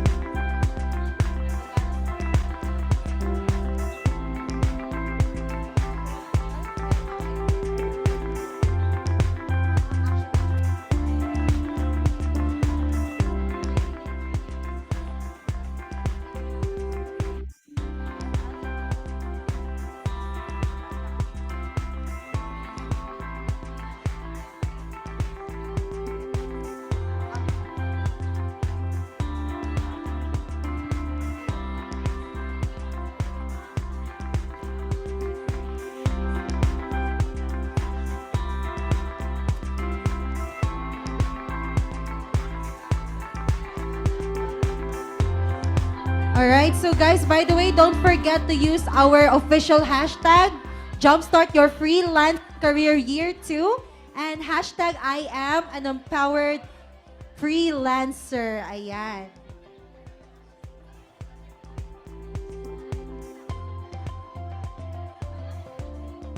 Ayan, you can utilize the stage if you want to take some snips or photos. Meron din tayong photo booth sa labas, okay? So make sure that you capture some memories that will stick forever.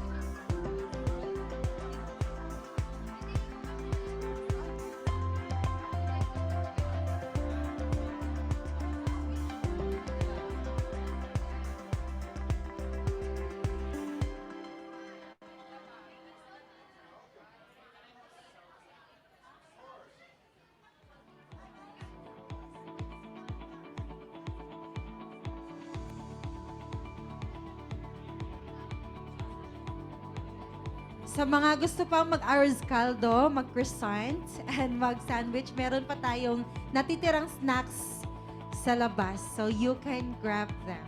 Thank you so much.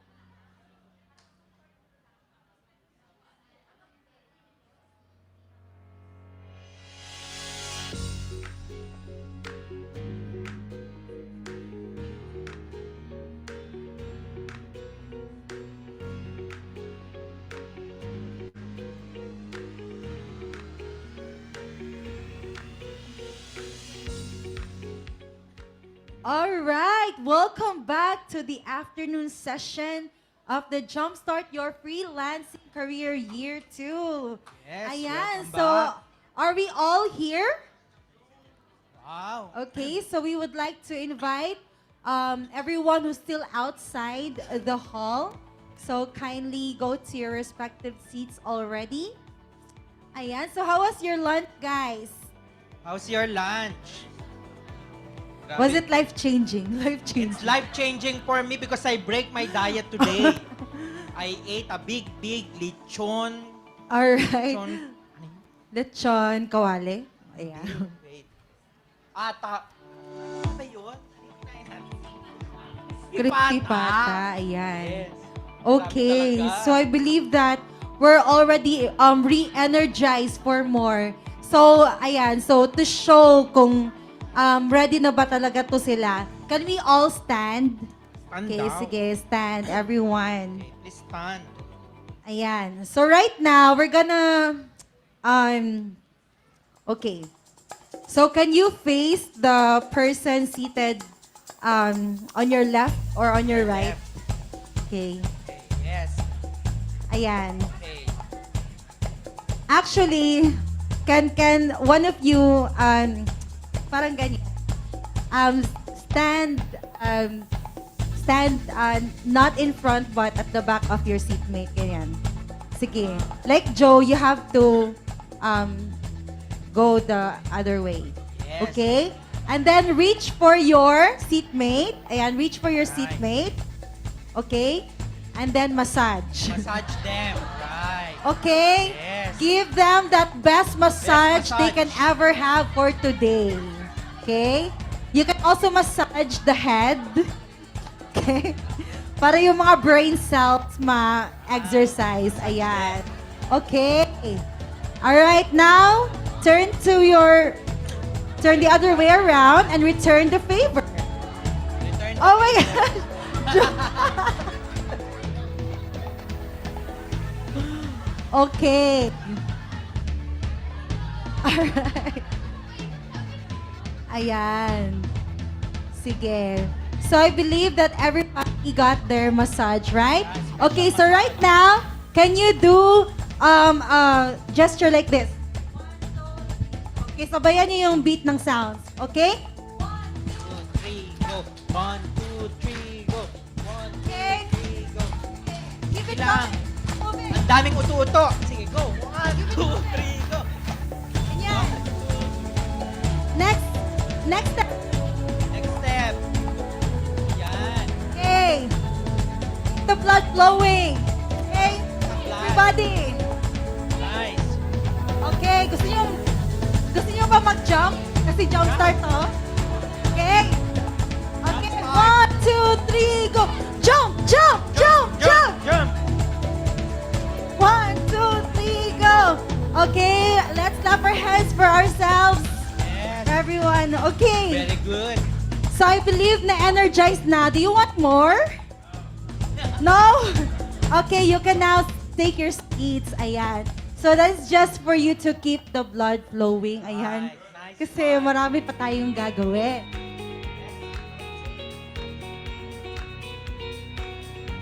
Okay, so I believe that all of us are already, ready and full for the after session. Am I right? Right. Okay. So ready? All right, now for the first speaker for this afternoon, it's my honor to introduce to you.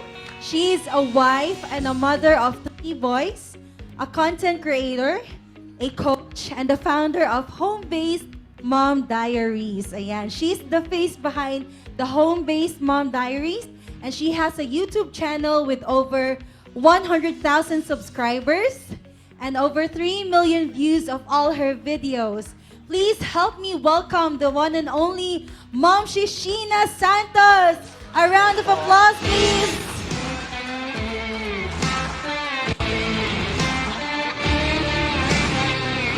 Wow, thank you so much! Grabe na itech.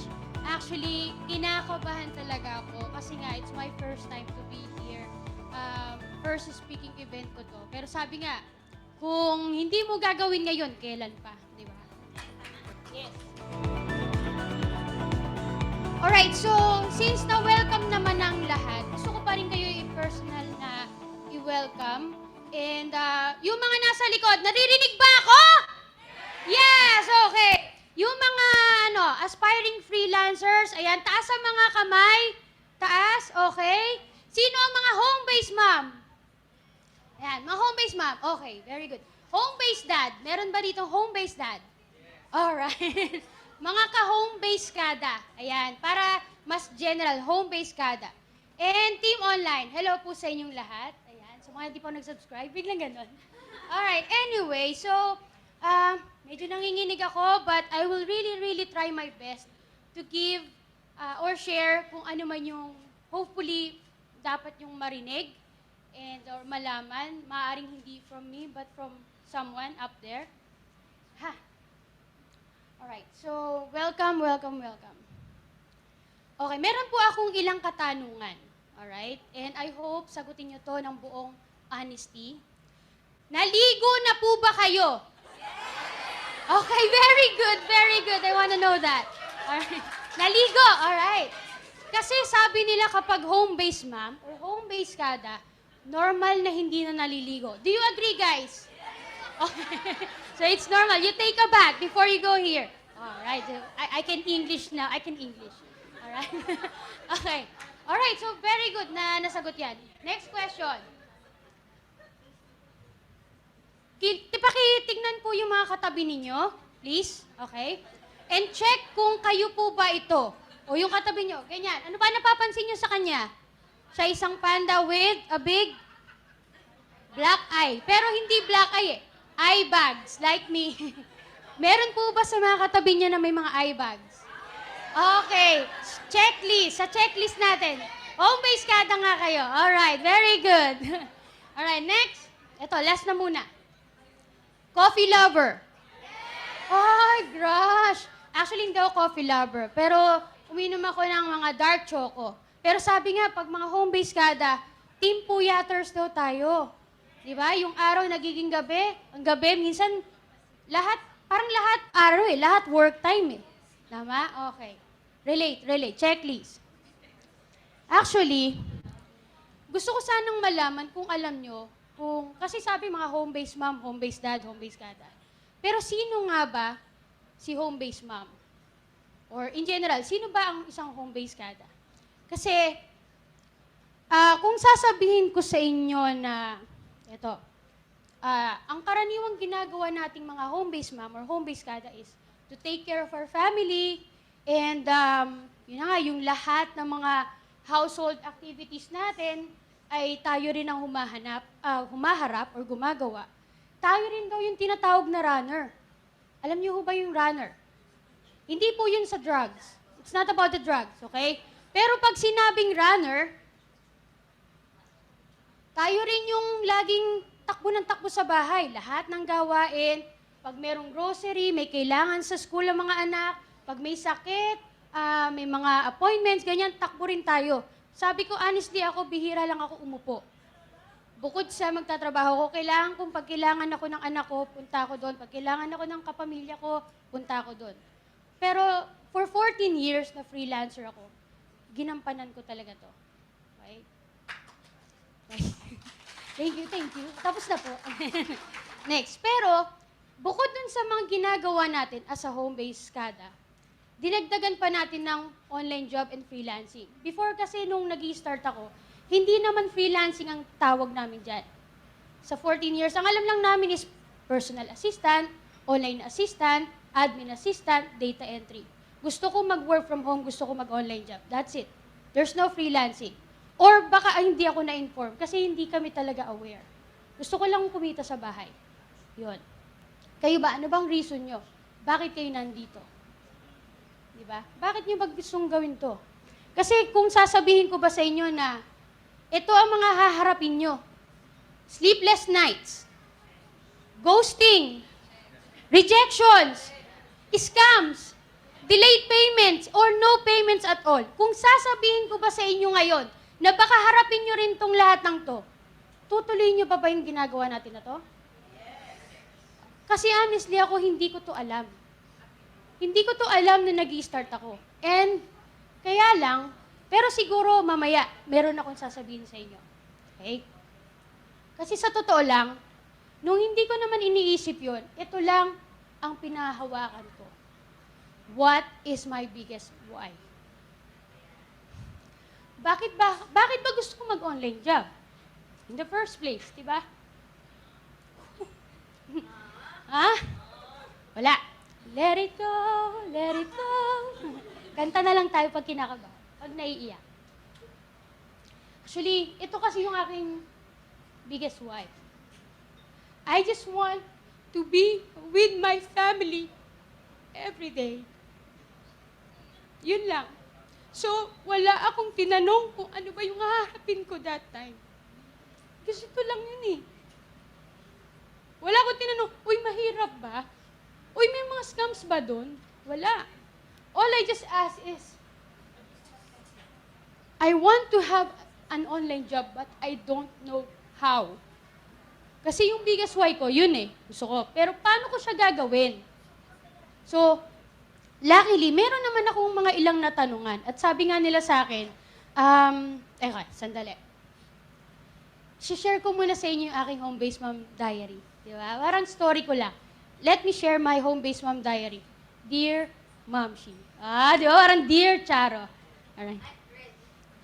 Ay, okay na. Thank you. Kailangan sa gilid kasi yung mascara ko, kababayad ko lang eh. Alright. Sa gilid lang siya. Alright, so Dear Momshi. The sign. Ayan. So, nung nag-i-start pa lang ako, nag-sign up ako sa sa Odes. Odes pa before, bago siya naging Upwork. So, 2009, nag-sign up na ako. Kasi nung call center agent ako, meron kaming libreng internet. So, kapag kami mga break time, mag-create ako ng account hanggang sa nagtatry ako mag-apply. And sabi ko, kapag ako na-hire, if I get hired, kaya si Hodang magkano yan o kahit ano, basta na-hire ako, magre-resign ako. And I was pregnant that time, sa second son ko. And ang hirap kasi ng ginagawa ko kasi back and forth, Bulacan to Ayala every day, yun ang ginagawa ko. So sabi ko, ayoko na ng ganitong setup, all I want is yung biggest why ko. Now, challenges. So bukod din sa mga challenges na sinabi ko kanina, na hindi naman ako totally aware, ito pa yung ilang challenges na hinarap naming mag-asawa. Pero nauna ako, bago yung asawa ko. 1 year after siya naman.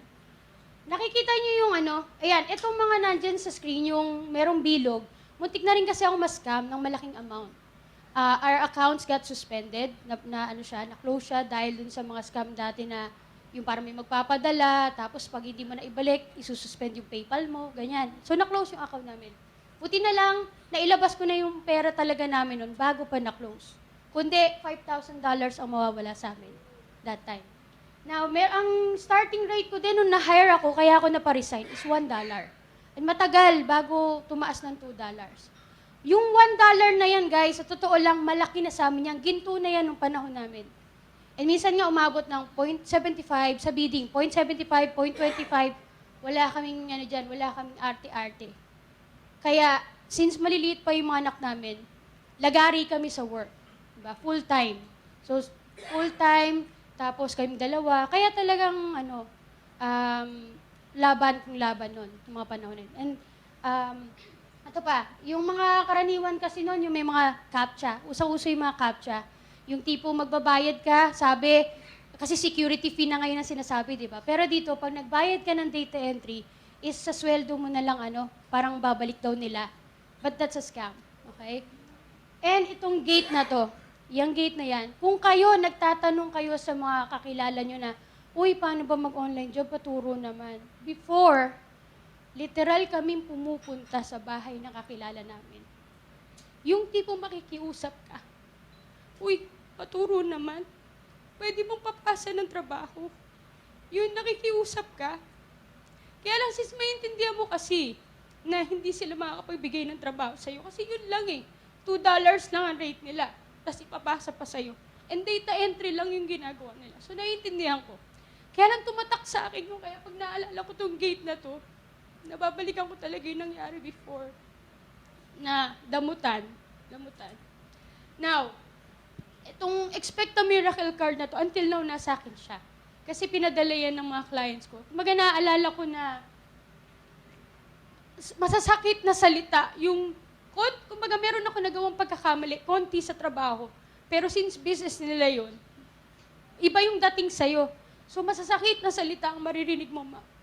Mumurahin ka, paiiyakin ka. Wala kang magawa kasi syempre, business yun eh. Diba? So, those are just some of the possible challenges that you might face na hinarap ko before. And hindi ko sinasabi na ngayon, okay na, or smooth sailing na kami parang ibang level lang ng challenges na yung haharapin natin.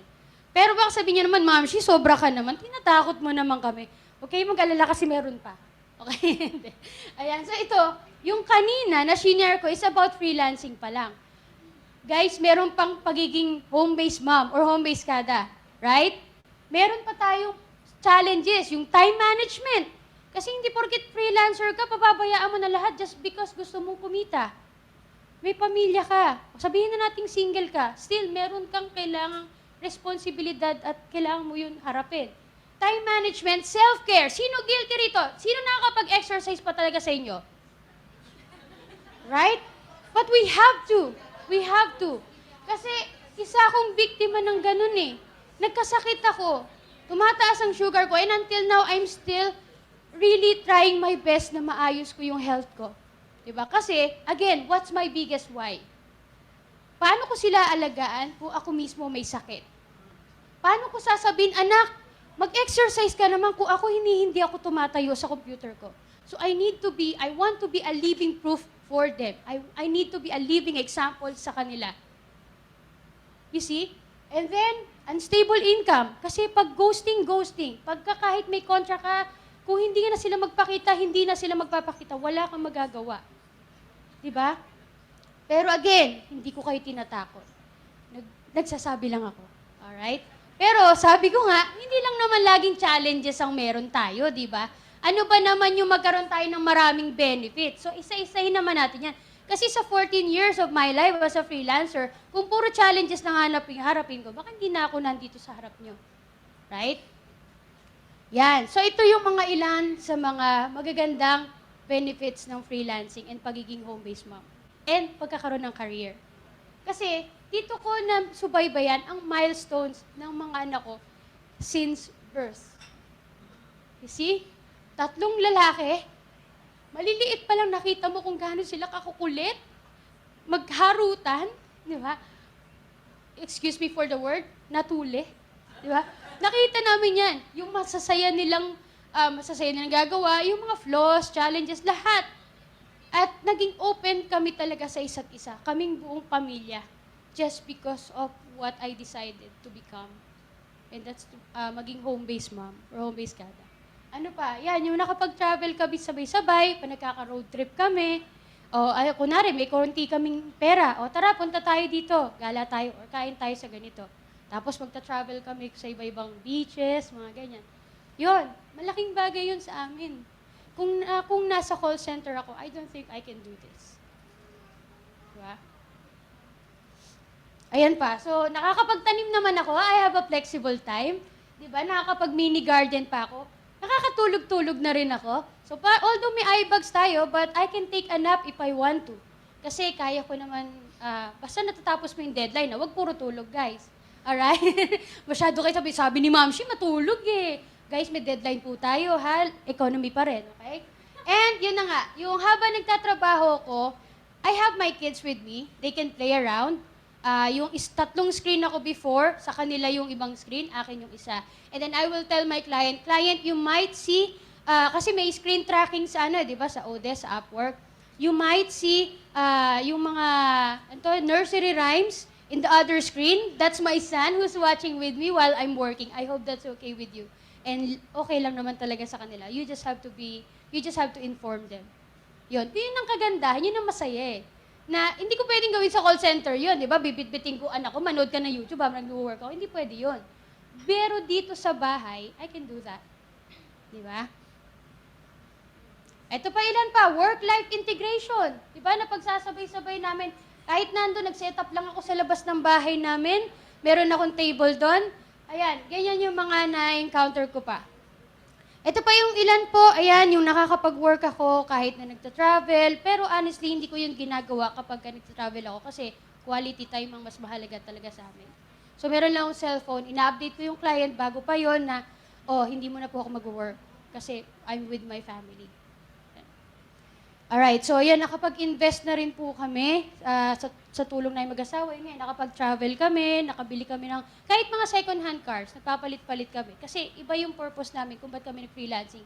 Hindi naman talaga para yumaman talaga. Pero I'm not saying na mali yung ginagawa. Diba? Ito lang kasi yung, sabi ko nga, what's your biggest why? Yun ang pinaka-pinanghawakan ko. Nakapag-invest din kami ng lots, condos, ganyan. Kasi for future. Diba? Alright, so tips for home-based mom. Dadaanan ko lang kasi for sure, alam nyo naman to, but I'm not sure if ginagawa nyo siya. Pero paalala lang po, yun nga, self-care is vital. As much as possible, kahit 10 minutes of your time. Kahit kembot-kembot bang ganyan. Di ba pa nagluluto ka, ganyan-ganyanin mo, oh. Why not, right? Ginagawa ko sa TikTok yan. O magganyan-ganyan ka habang maggisa ka ng di ba? Magsangag ka. Di ba? Pero sa trabaho, hindi ko siya ginagawa. Pero kaya ko mag-put, yung put scrub habang nagko-computer. Basta hindi masyadong distracting, alright? Ganyan lang yan. Tapos ini-involve talaga namin yung mga anak namin sa ginagawa namin. At may boundary. Okay, anak, sa gabi, pag sinabi kong gabi, sa gabi talaga kami nag-work. So yung mga assignments hanggat maaari, hanggang hapon lang. Yun. Involve nyo lang. And kung meron talagang problem, o wala tayong masyadong income ngayon sa next month, pwede na tayong pumunta sa ganito. Meron na tayong nakalaang budget. So, lagi yun, aware sila. And yun na nga, family time, lagi yan. Kasama yan. And even yung bebe time, di ba? Huwag nga alisin yan, ha? Huwag nga alisin yan. Alright? Okay, so, sabi nga, everything happens for a reason. So, yung mga challenges na pinakita ko sa inyo kanina, akala ko para saan ba yun? Talaga ba mahirap? Ganyan. Yun pala, there's one guy na kung kanina sabi ko sa gate kami pumupunta, di ba? Kami literal na pumupunta. May pumunta sa amin isang lalaki at nagtatanong siya, I want to have an online job but I don't know how. Can you help me? So, ang ginawa ko is sinagot ko naman. Kaya lang, kagaya nung dati, hindi ko mabibigay yung trabaho kasi VA ako eh. So, I decided, why not I just create a single video? Kumbaga nasagot ko naman siya, pero since may mga nagtatanong pa, ba't hindi na lang ako mag-create na isang video na pwede kong ipasa lang dun sa tao na yon or sa ibang magtatanong. Isa lang talaga. Hanggang sa, nadagdagan ng isa, ay may kulang pa pala, hindi pa pala sila sanay mag-email management, ay may kulang pa pala. Hanggang sa nanganak lahat ng videos ko, nabuo ang channel ko. Just because of that. Kasi gusto ko makatulong. Hindi ako makapagbigay ng trabaho, oo, pero at least yung ma-share ko bilang VA pa ako before, shinare ko, bahala na si God kung ano man yung magiging resulta nito sa inyo. And I hope meron kayong mapulot to sa mga yon. Diba? Hanggang sa na po, nagkaroon na po ako ng almost 126,000 subscribers. Sabi nga, the best way to learn is to teach. And yan yung isi-share ko sa inyo. Kasi kung hindi yan nagganap sa akin, wala ako sa harap nyo. And that's why I'm sharing what I can. And sa mga students ko, sa marketing automation, yan ang rule ko sa kanila, pay it forward. Kasi the more that they do it, the more that they share what they know, right? The more that they get all the blessings eh. Pero hindi ko sinasabi na, ba't tumulong ka so you can get the blessings? No, that's not the way. Okay? Just share what you can. And kaya, nagkakaroon sila ng clients na organic. Ganon.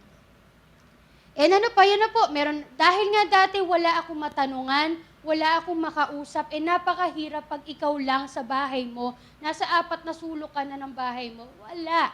Nakakalungkot. So, that is why, nung nagkaroon na ako ng pagkakataon, I started building friends, yung natural, yung kahit pumunta lang kami sa mall, sa food court, kasi wala kami ganong budget para dyan, 1,000 lang, okay lang, masaya kami.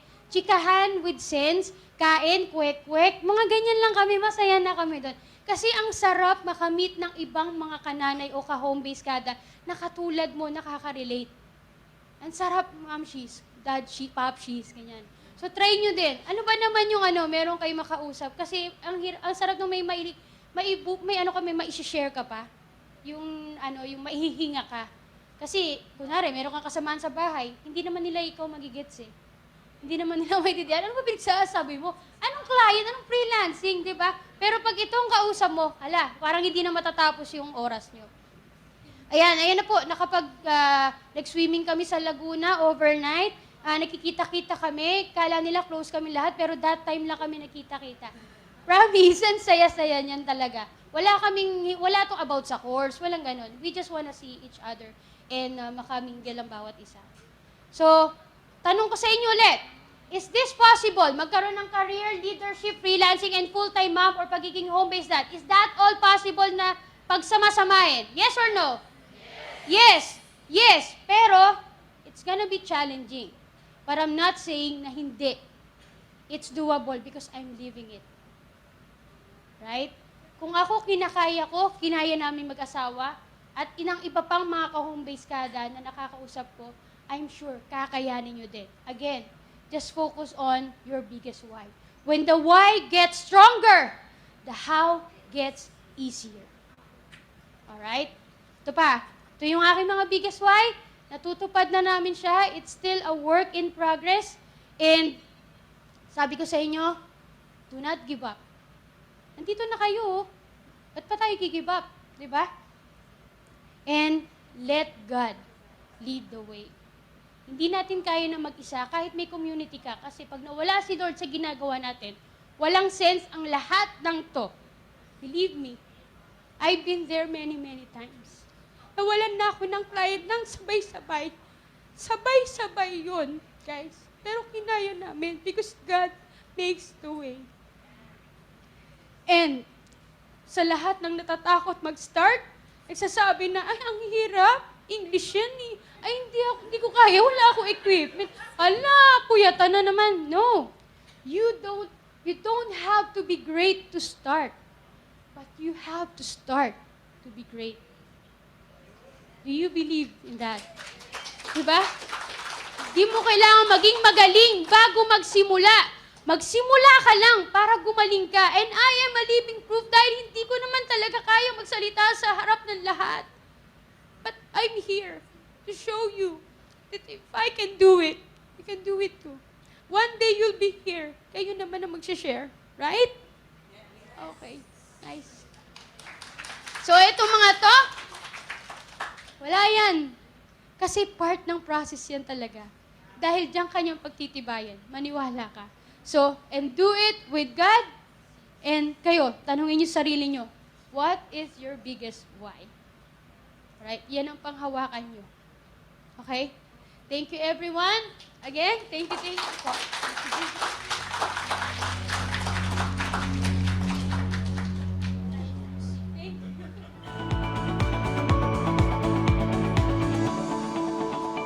Thank you, Ma'am Sheena. Really, thank you. That's very inspiring and powerful. Grabe, naiiyak ako habang nag-share siya. Nangingilig yung luha ko. You know, I don't know what to say actually. It's really inspiring kasi I've been to that place. Alam mo yun na you just want to succeed kasi hindi po ako speaker. Kasi I was trying to succeed in my freelancing kasi nga my father is suffering from Parkinson's disease and my time is kind of like I really need to rush and succeed because I'm losing my time and I don't want to regret that. So I think that's the reason why I did it. Alam mo yung ganun. So, yun lang. So, thank you so much, Ma'am Sheena. It's very inspiring and it's really true. You really need to have, you know, community. Okay, may community din po ako. I-plug ko na rin. Pahanap na lang OPAB, Outsource Prime Accountants and Bookkeepers. Ano po? Pahanap na lang din. Okay, but moving on. So, let's have, of course, our next speaker. Okay, this one is very, very powerful. She really impacted my life as well. I can still remember she's one of the speaker in one of the event last year. You know, and during the event, when she's on stage and started sharing her story, you know, I kept crying from the beginning till the end of her talk. And you know what? There is a VIP meet up that night, and I came to her and I said, you know what? Ay, okay. Sige, raffle muna po daw. Sorry. Okay. So let's have a raffle muna. Ayan, parang Pasensya na, naiba excited pa na. kasi si Sir Na-excite John na ako. i-introduce yung next speaker natin. May So, parang- pagpasensyaan niyo po siya. Pero yes, before we jump to another power speaker for this afternoon, let's have a raffle first. So, marami nang nanalo kanina. Sino pa dito gusto manalo ng more and more prizes?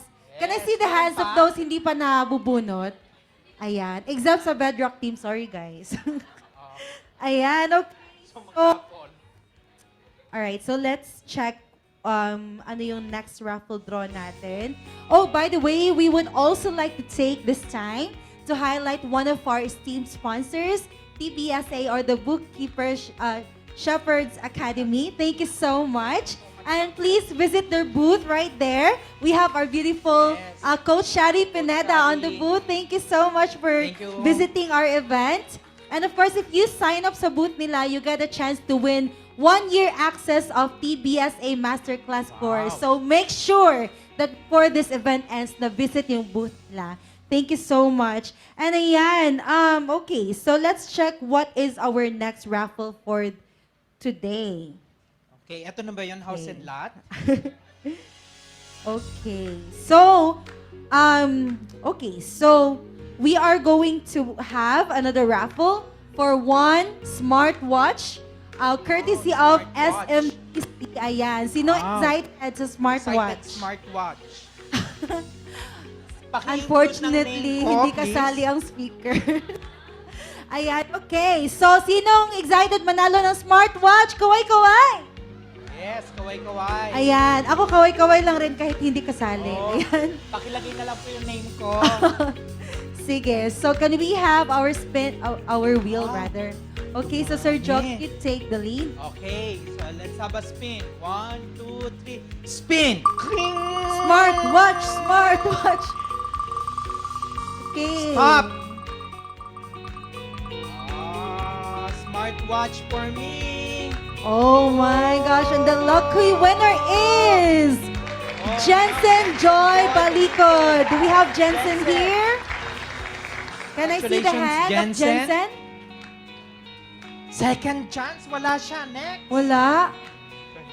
Are you Nandiyan ba sure? siya? Are you sure? Or nag-CR lang? Kasi Jensen. she has to be here to claim the prize. Yes, to claim the prize. Okay, if not, then let's spin the wheel. Yes, may chance pa ako. Next. May chance pa. Okay. Oops. Stop.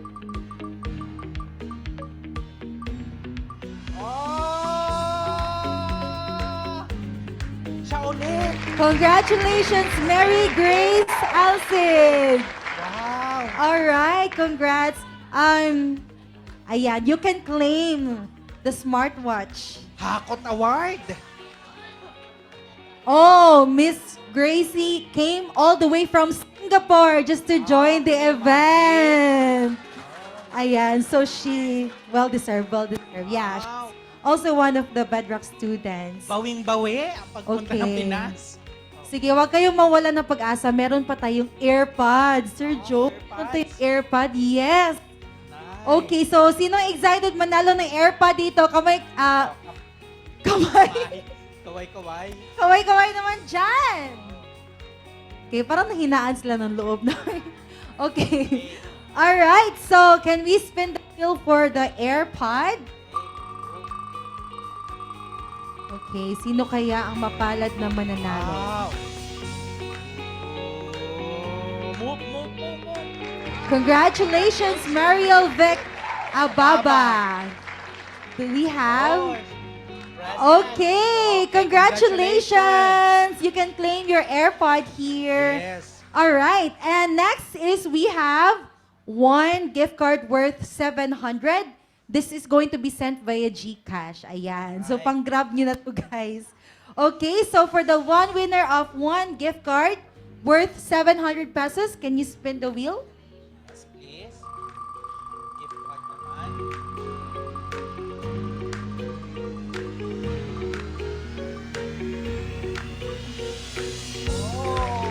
All right, congratulations, Pats de la Cruz. Okay, and then for last two winners. We'll be giving 2 gift cards worth 500 pesos. So let's spin the wheel for the first one to win the 500 GC. 500. Wow. Congratulations, Leia Debarats.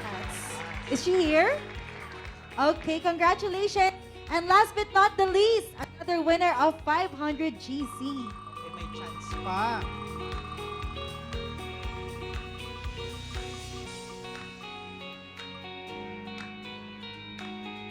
All right, congratulations, Nelsie Jimenez. Okay, so that wraps our raffle draw for this round. Sir Joe? So, chance ko na mag-introduce. Totoo na to? Pa-check muna.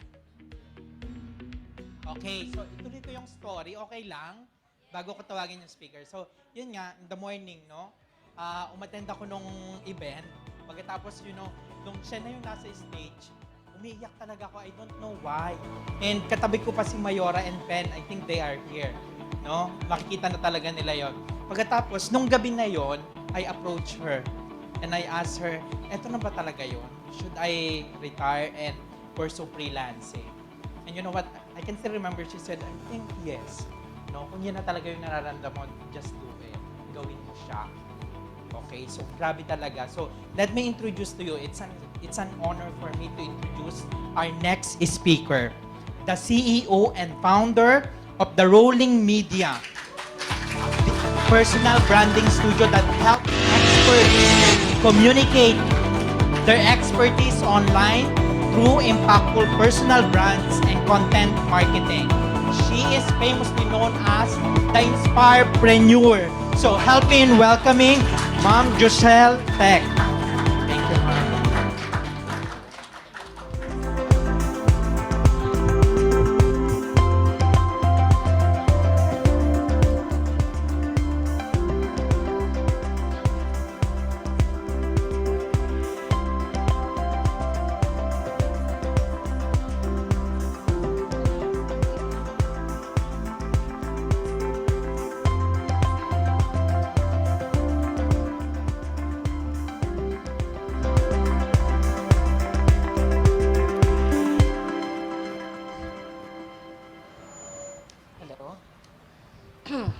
Okay na.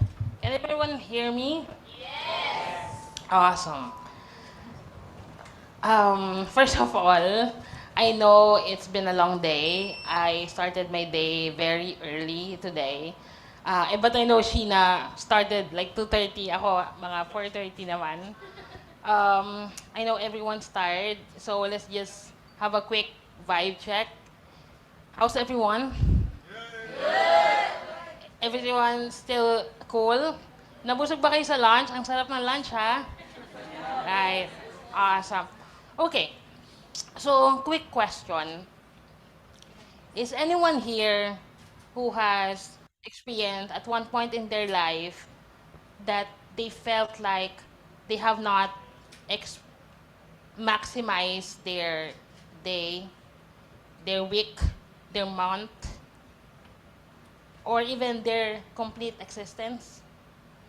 You feel like there's something more to give. Like you can do something better. Anyone? Can I? Okay, awesome. Thank you for being honest. You know, I've been thinking a lot earlier. Should I still go up here on stage? I've been sick for the past 2 days. 2 weeks, actually.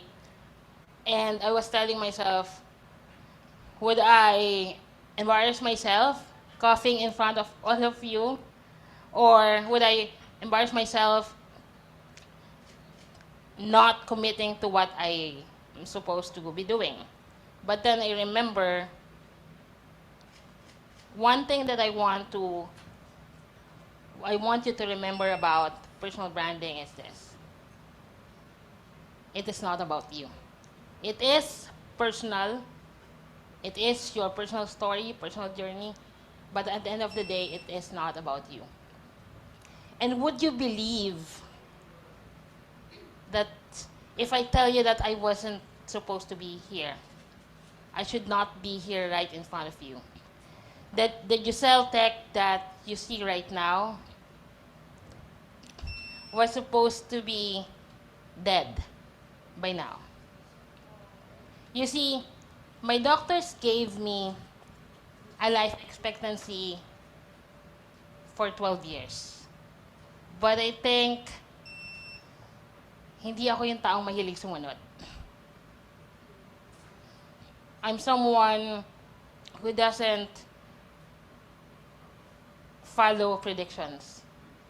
And yet again, I was given another expiration date at 18. And yet again, I lived. And then another at 25. And yet, I lived. It's like, para akong pusa na maraming buhay, di ba? 9 lives. I think I'm like that. I kept surviving. I kept beating the odds. And in fact, just last month, I just celebrated my 33rd birthday.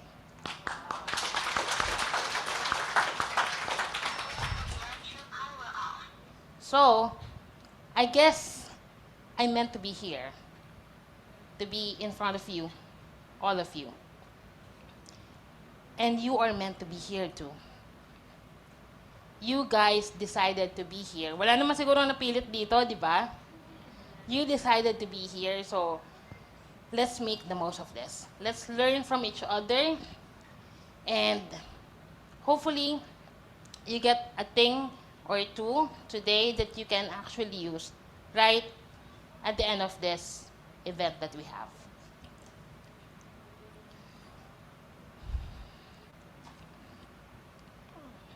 Guys, I don't know why, but my slide is not updated, so I'll probably pass through some of the slides.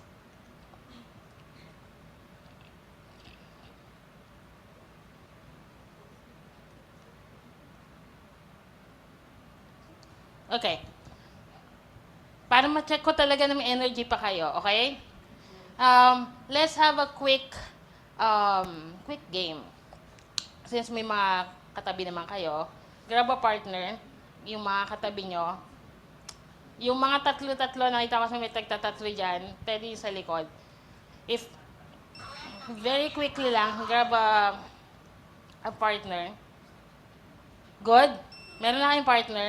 Okay.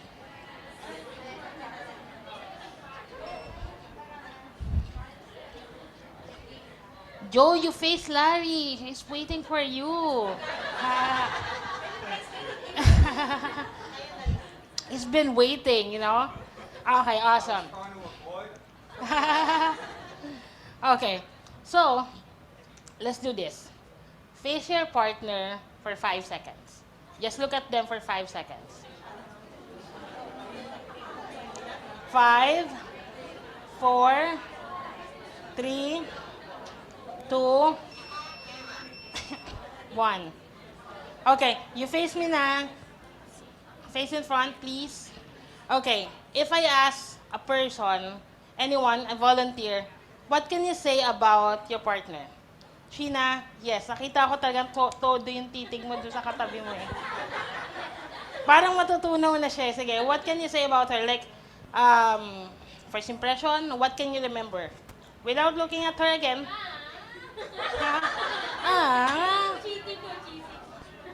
She looks like she's innocent, something like that. By the way, assistant ko pala yon. Ay, innocent eh, so nagmana sa akin. What about the others? Larry, what can you say about Joe? Very handsome. Very handsome. Okay.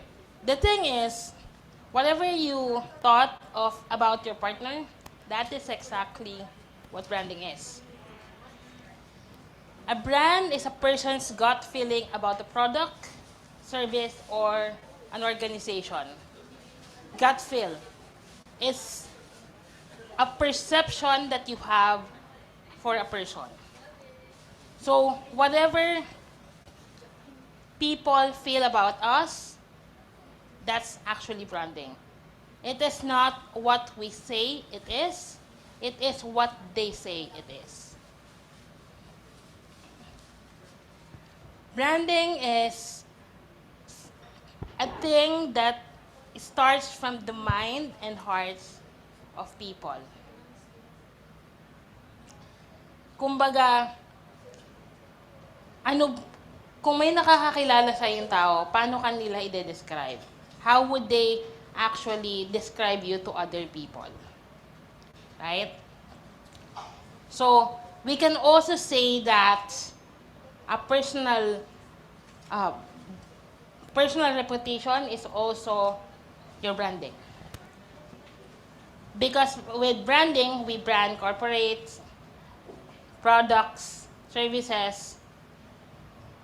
With personal branding, it's about you. It's about your personal, it's about not you, not the perception of people about you. You see, Bedrock, Joe, and the rest of the team invited me here to speak about personal branding.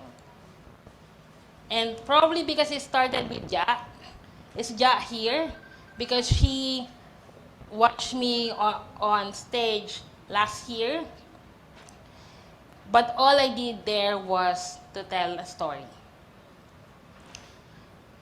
And today, when they asked me to talk about personal branding, I told myself, I won't give you the traditional route of, laying out information. Because honestly, you can search that online. You can even use ChatGPT,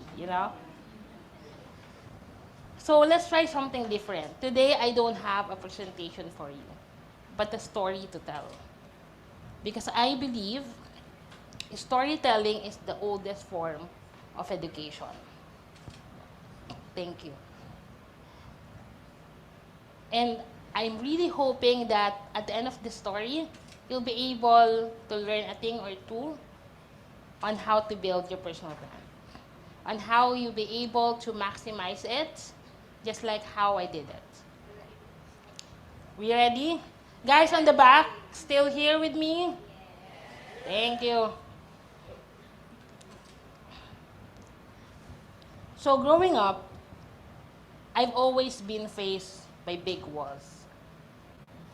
Big walls of struggles, big walls of challenges, and a low ceiling of opportunities. I guess you'll see why. But then, the best thing is, there was always that silver lining that will shine between those big walls that's covering my life with darkness. My family, my parents, my siblings, my core friends. And I couldn't remember myself being someone abnormal because I was raised like a normal kid. Growing up, there will always be walls, but with the strong foundation that I have with my family, it always gives me that a strong foundation that I can knock any wall that would be in front of me.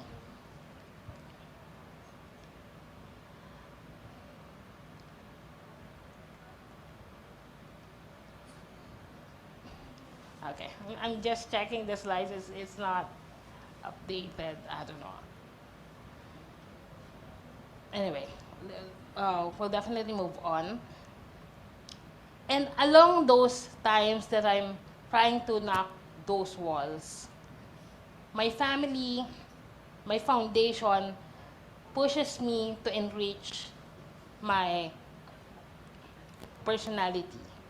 You know, the best traits of a person who is attractive. Think of your best idol or or people that influences your life right now. They have three characteristics. One, self-confidence. Second, self-awareness.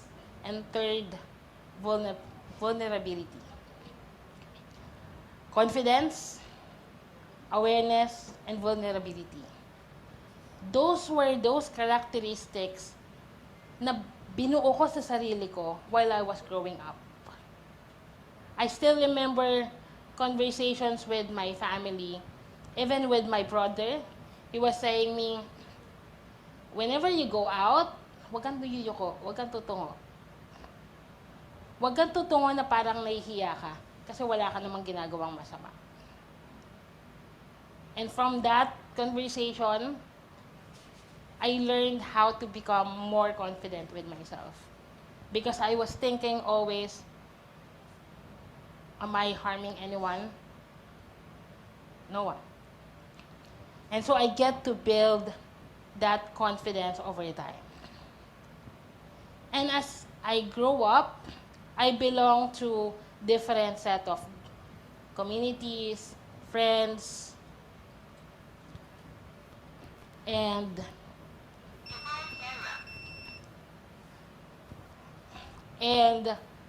I was able to become aware that I'm just that tiny little thing in this world because of the community that I've been part to. And because of that, I become more aware of what I can do and what I cannot. I always believe this, that if it's something that you can control, why worry? If it's something that you cannot control, why worry? Oo nga naman, di ba? And building my business, I learned to prioritize two things. One is to genuinely build relationships. And second is to become confident with who I am as a person.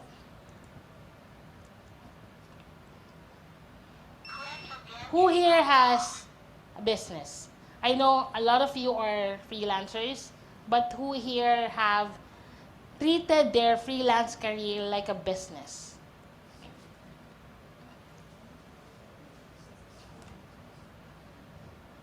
Nararamdaman niyo na ba, or naramdaman niyo na ba, yung mga panahon na... Ayaw talaga, sorry.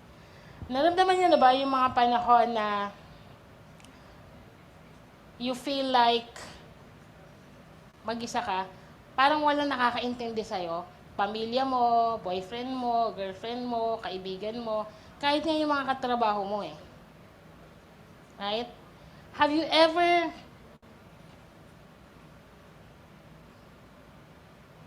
try to open yourself to someone and become vulnerable?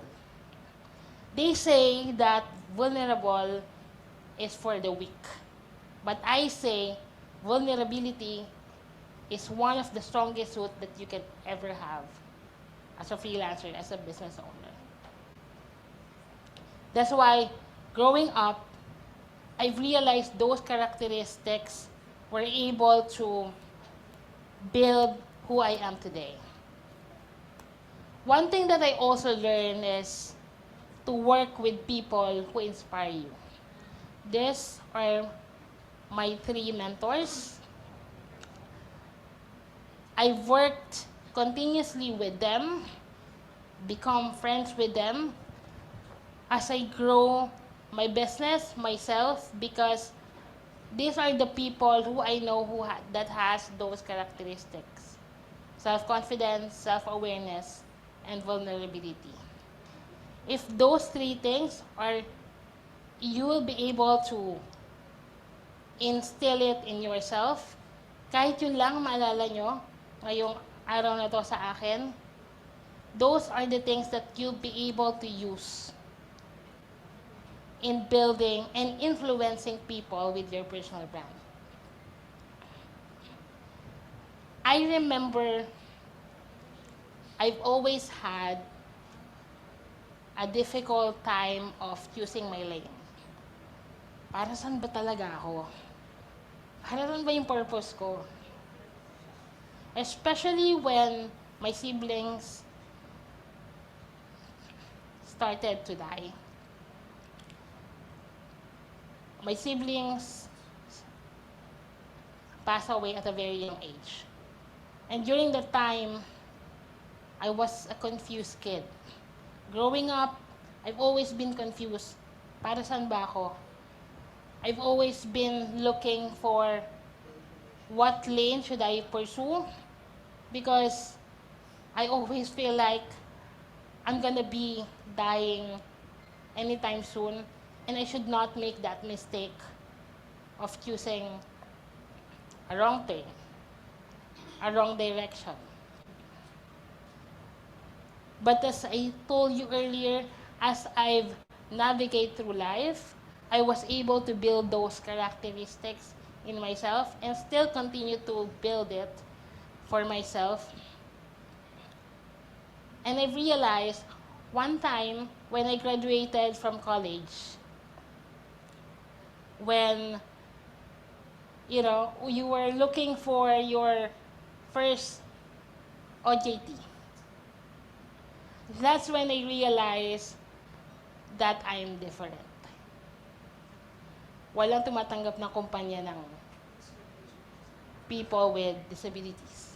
I hear someone there talking about discrimination. Yes, I'm a victim of discrimination. There was not much company looking or even trying to hire me. If there's one, wala silang elevator. And yung office, 22nd floor. So you see, there were no doors in front of me. Lahat sarado. And so that's when I start to think I should build my own door.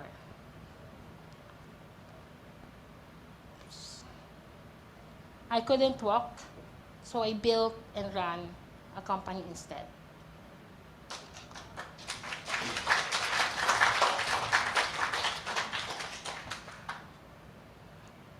And with this company, the Rolling Media, I had this intention of giving more opportunities to people like me. This is my small way of giving opportunities to differently abled people like me.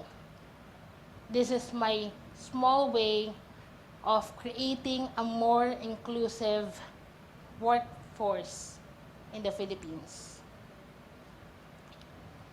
And with that intention, I was able to build a team.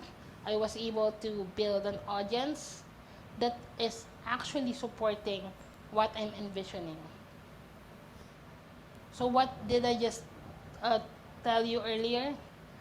Again, I focus with two things: genuine relationships and accepting and embracing who I am. And because of that, now, we actually just celebrated our 4th year anniversary for the business. And as you can see on those photos, I get to speak and inspire more people on a wider range. I get to travel the world, which I love to do. I get to help other freelancers, mentor them, and give light for them to be able to see their own pathway to success. But ano yung biggest flex ko sa lahat? Noong bata ako, laging naiisip ng nanay ko, paano ba mabubuhay yung anak ko? Kailangan lagi akong ready. Kailangan lagi kong maayos yung pagtanda niya, yung future niya. Dahil hindi naman habang buhay, di ba? Nandito ako. lagi yun yung worry ng mom ko. Upon growing up, I would always hear that from her. Kaya ngayon, ang pinaka-biggest flex ko, more than anything, more than any material things, is today, I am confidently able to provide livelihood to myself. But more than anything, I'm able to provide livelihood to other people.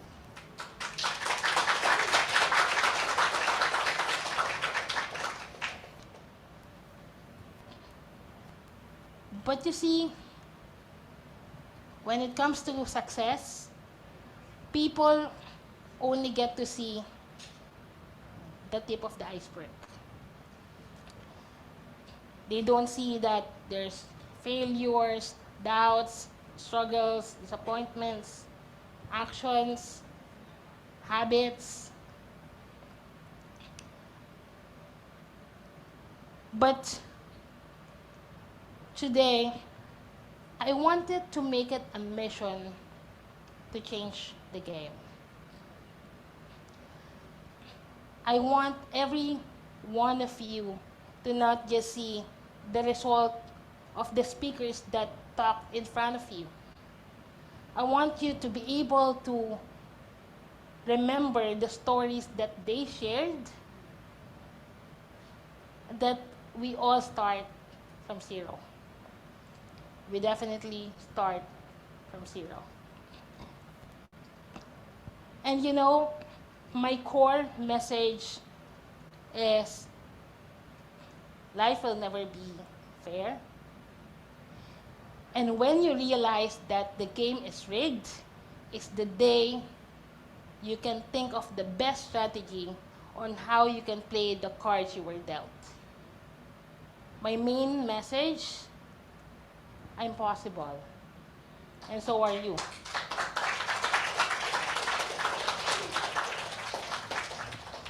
So, sabi ni Honey, 10 minutes na lang, let's jump. This is to jumpstart your freelancing career.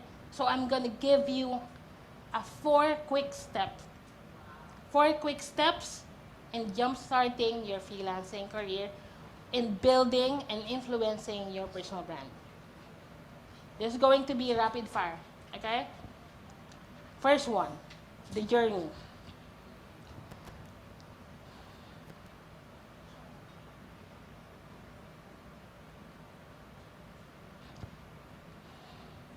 To be found, you have to find yourself first. Ano yung isa sa karakteristik kanina, guys? Self-awareness. Because according to Chris Do, personal branding is not an act of creation. It is an act of discovery. Personal branding, for me, is discovering oneself. How can you share something to the world if you don't even know who you are? You would be asking me, how to build a personal brand, Giselle? I tell you, the main ingredient is you. The single most important ingredient in building your personal brand is you. And the more you are, the more magnetic you will be. So, here's how you can write your own hero's journey. You can take a photo of this. You can start from where you were as a kid and ask yourself, just like how I shared my story with you, what have you overcome? What were the challenges na mga nalagpasan mo na? The problems that you have solved, problems that you've solved for other people. What are the things that lights you up? What is those things that you could share to other people that could be meaningful to them? You will probably say, boring naman yung buhay ko. Wala naman akong masishare. That's also what I thought. But it all started with one single video on YouTube. And that video is just all about my insecurities. Because I was thinking, I need to let go of all these toxicity, negativity in my head. And that's how I started my personal branding. With that one single video. Again, everyone starts as zero. Wala namang influencer, personal brand na may 1 million subscribers na, di ba? Si Mami Sheena, nag-umpisa rin siya sa 0 subscribers, naging 10, naging 100, naging 1,000, 10,000, and so on and so forth. Just remember that building a personal brand takes time and effort. So if you want to build it, you have to start now. Because you will be starting from 0. You. Oops, it's not working.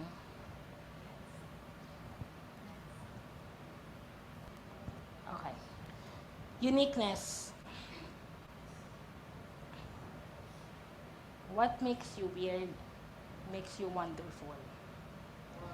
You know, akala ko dati, being different is such a bad thing. Kasi lagi ako napapansin eh. Makita lang ako sa classroom, ako agad tinatawag ng teacher. Kasi kitang-kita yung wheelchair ko, di ba?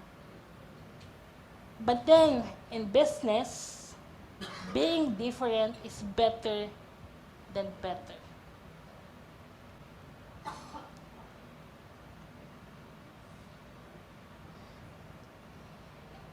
I've realized that me being different, me having these wheels, this is my unfair advantage. Why? Because even me going on stage, you'll be able to see that I'm standing out without doing anything. Right? So I tell you, you have to embrace every weirdness in your life. It's not working. Be weird. The weirder you are, the better. Yes, Larry? Yes. Because again, the more you are, the more magnetic you will be.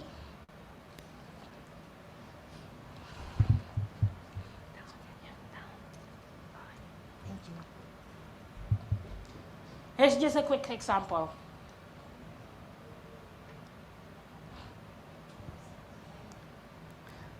Mamagicking ko na lang, gaganon na lang ako.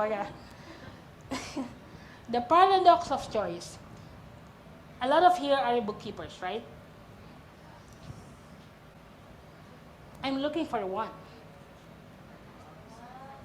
But the thing is,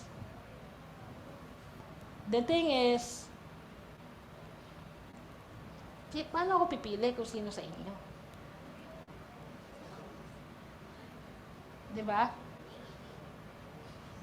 This is like, look at this. This is the problem of sameness. The sea of sameness. Can you easily find where love is?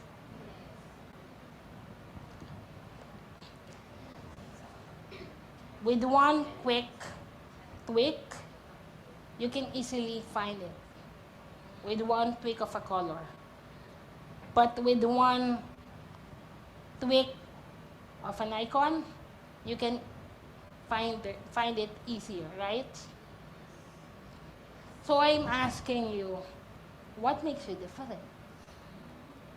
To every freelancers, to every bookkeepers, what makes you stand out? Why would someone pick you? Why would I pick you? Totoo yan ah. I'm really looking for a bookkeeper. So sabi ko, sakto.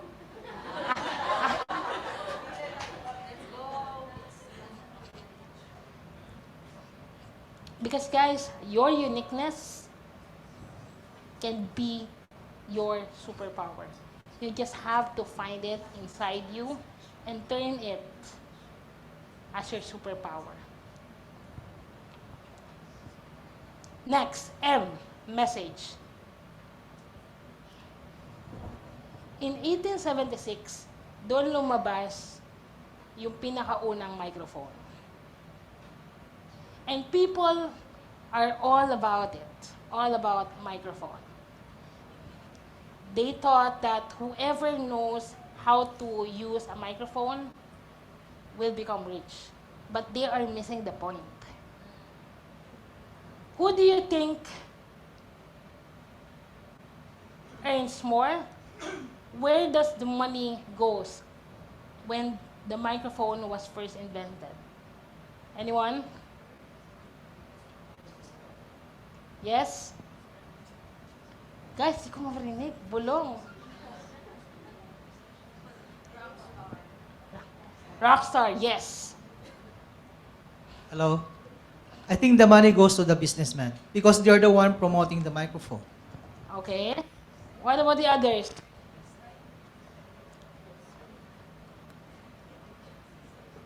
Sabi niya ate, hindi ako.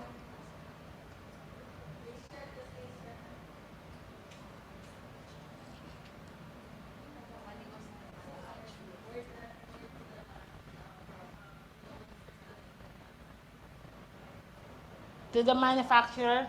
Artists, like singers. Exactly. What's your name, ma'am? Jonah. Jonah. Money goes to people who know how to sing. Because the thing is,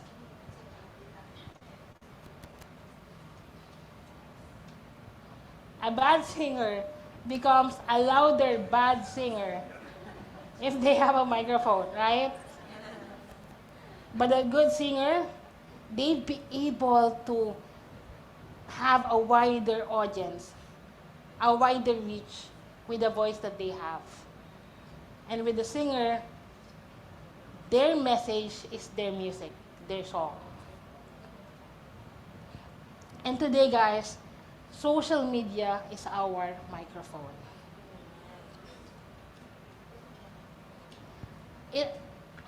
I know that you would argue that technology changes everything, but I say to you, if you have a powerful message,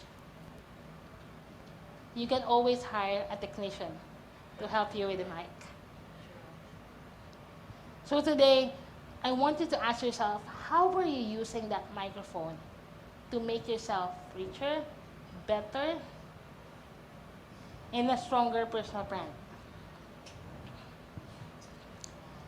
Don't amplify the noise. Sobrang ingay na sa mundo. Stand out. Elevate your message. A message that resonates is a legacy that lasts. Remember earlier what was my main message? I'm possible, and so are you. And lastly, P, position. What is brand positioning? It is just winning the hearts, occupying the minds, and dominating the market. The key in dominating your industry, your bookkeeping industry, is being in front of the right people at the right place and at the right time. If you have a good offer and you'll be able to put it in front of the right market during the time that they need it the most, you don't need to sell. Because the offer would be good enough for them. For as long as, again, you'd be able to communicate it in a way that they would understand that you are their best option.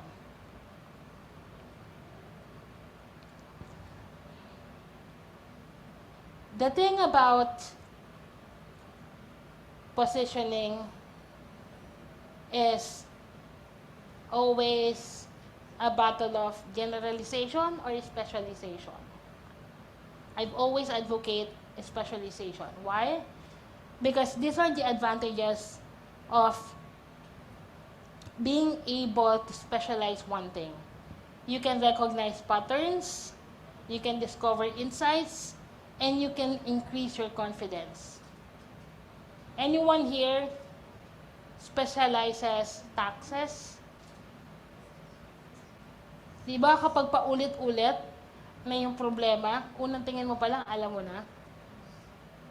Mas confident ka kasi alam mo na, solve mo na eh. Right? Unlike kapag iba-iba, malilito ko kung ano yung unang magiging solution na ibibigay mo. You know, I have this very quick story. In 2016, I had to be operated. Hindi ko alam kung bakit nabigay sa akin lahat, but during that time, I had cancer naman. I had thyroid cancer. And we were at a moment where we needed to choose a doctor to operate me. And of course, my family and I chooses a doctor who specializes operating such thing. Because at the end of the day, syempre gusto kong gumising, di ba? So, if you are someone who specializes on something, do you think you'd be able to become an expert in that field or become someone just like anyone else?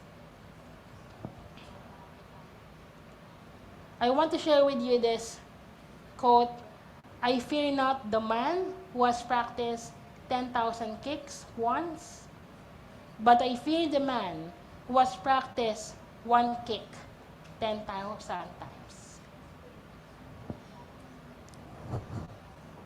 And for all freelancers, business owners here, I want you to remember that specialization eliminates the price factor. Why? Because when you are the only one who can solve a problem like you do, anyone would be willing to pay the price. It would eliminate any price factor. So position, strike, triumph.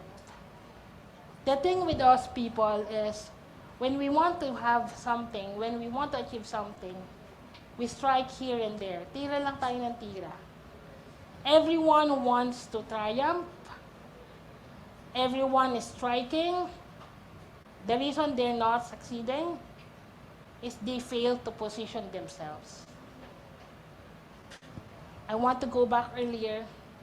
Where is your lane? What path are you wanting to take?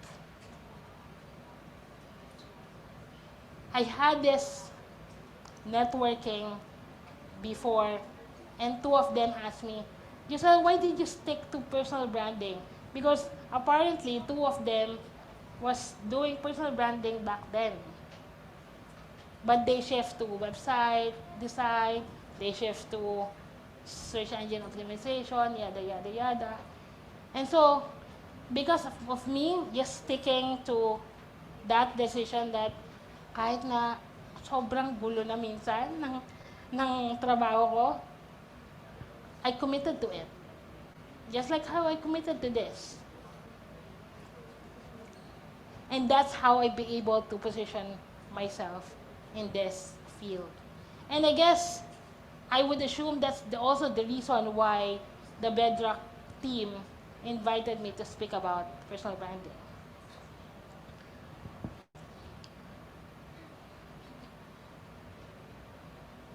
So let's jump.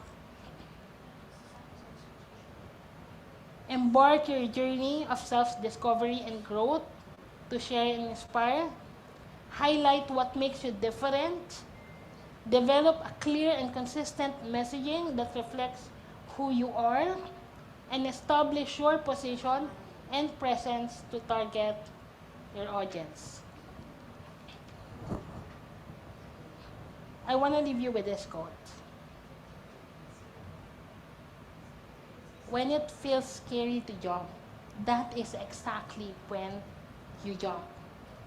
Because otherwise, you'll be stuck in the same place all over again. At ayaw natin yon. That is the worst thing that we would do to ourselves.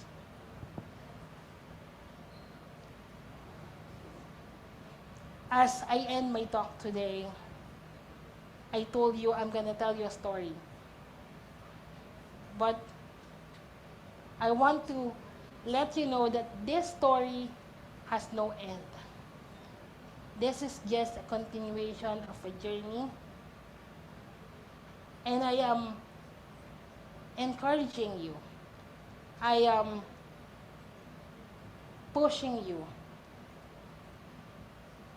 to be able to share what you have in yourself, to share your own story, because I believe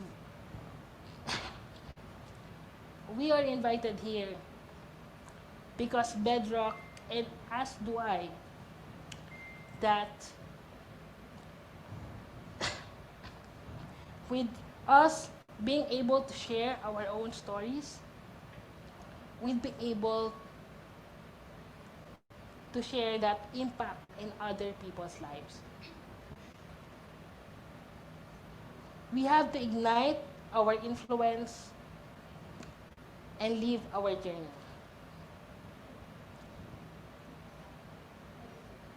One thing I realized in my 33 years of existence, when you build for others, their satisfaction will build your influence. So let's create those marks and start writing our own journey. Thank you for being part of my own journey.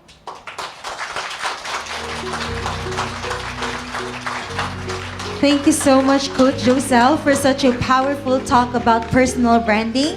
I believe that lahat sa atin dito has their takeaways about what Coach Josel just shared. All right, so I'm gonna roam around again, and I'm gonna ask some of our guests, no, some of our attendees to share their thoughts. Ayan. So who's the? Okay, I'm gonna go right all the way to the back. Ayan. Okay, so what's your... Sino nakuha mo dyan? Paano? Ikaw mag-question. Hello, I'm Sherlita Gadi. My takeaway is meron palang meaning ang jump. It means that J is journey, U is uniqueness, M is message, and thank you. P is position. Wow. Okay, Sherlita, one of the things that Coach Josel talked about is uniqueness. So if I may ask, what makes you unique as a person? I am unique because I'm one of a kind. Okay. So yes, and as she said, thank you so much. Okay, so Thank you. let's have another one. Here, meron ako nakita. Yes, ma'am. Coach. Coach, thank you for that wonderful question. I have here a page full of my takeaways, but I'll just choose one. Yung pinaka-importante, tapos para sa akin lang. At saka yung from the beginning din, yung remember the story of the people who succeed. Diba? Hindi yung success lang eh. Diba? Yung tip of the iceberg, madaling makita yon, pero yung ilalim yun yung tandaan natin. Yun kasi yung journey. Thank you. Thank you. Mukhang may nanalo na. All right, and for our last person to give his takeaway, let's have Vin. Hello. Same siguro yung kanina, yung jump. Kasi yun naman talaga yung dapat natin ginagawa. So, you just have to start talaga. And yun, kahit yung journey mahirap, maraming challenges, di ba, kay Ma'am Joseph. So, dapat start talaga. Jump na tayo. Yun lang. Thank you. All right, thank you so much, so Vince. Grabe. And of course, I also wouldn't want to miss this opportunity to share my takeaway. So my takeaway is, if it feels scary to jump, then that's the perfect time to jump. Ayan. Kasi if you don't take that risk to jump, then you'll be stuck in the same position, which is, the last thing that you want to happen in your life, right? Like as they said that the scariest place to be is where you are last year. So you need to grow. Okay? So, sino dito gustong mag-grow? Okay? Wow, ang dami. Who wants to transform? And I want to tell you that just the fact that you're here, you invested in yourself, that's one way already of growing.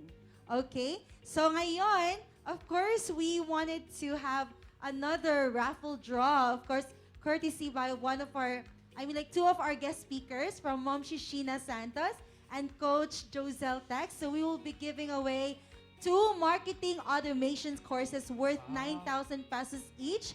And we'll also be giving away the, the Brand Clarity Work Map by Coach Josel. So we'll be having 3 winners. So for this raffle draw, we'll have 5 winners all in all. So let's start with the first winner for marketing automation worth 9,000 pesos. So if you wanted to learn about marketing automation, then this would be the best course for you. So let's spin the wheel. Let's spin the wheel. Na.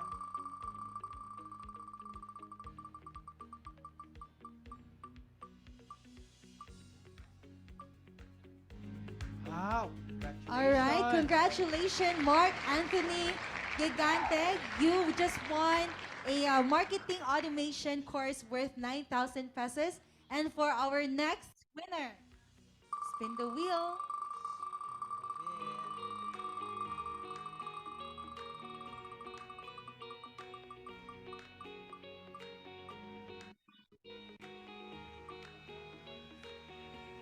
All right, congratulations, Teresa Cervania.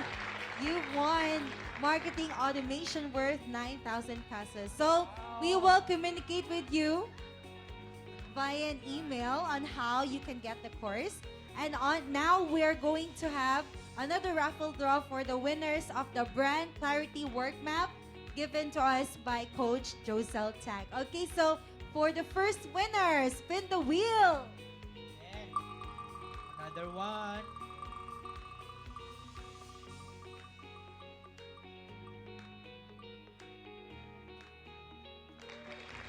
Congratulations, Congratulations, Lilibeth Lilibeth Reyna. Reyna. Okay, and another one.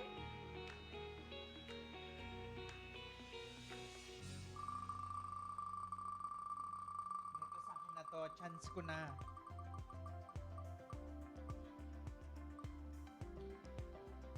Congratulations. Lizette De De Castro. Castro. Okay, and for the last winner of the Brand Clarity Work Map, we have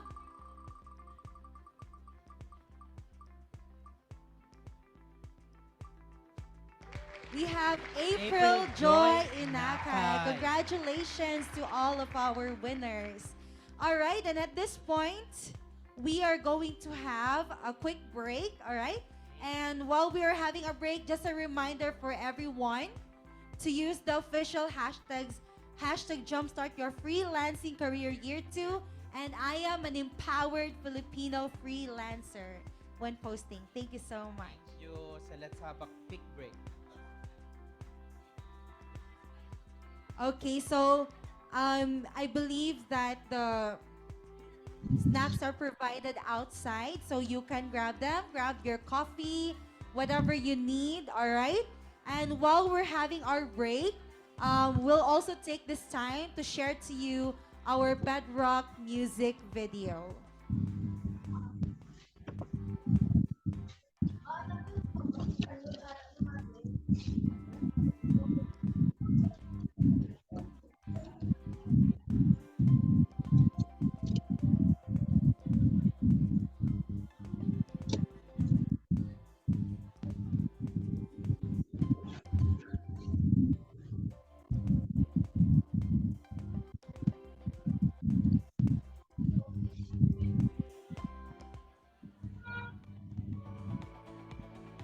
So we would like to thank one of our sponsors, SMDC. Thank you so much for helping us make this event happen. And right now we're gonna show a video featuring one of our sponsors. Every detail you see is certified green and sustainable. A commercial retail environment is built on every development, making shopping malls and supermarkets accessible to families. Transport hubs are also situated near, so that moving around is made easier and safer. Living in one of our communities means you get to relish all these features. You also get to experience year-round family-friendly activities and events. For the business-minded future owner, we are offering a good deal. With our property management service, we can take care of hassle-free leasing for your units. Investing at SMDC means you have the chance to own the good life. You're not just investing for the future, you're also securing a place to settle down for good, making sure you and your family enjoy the good days ahead.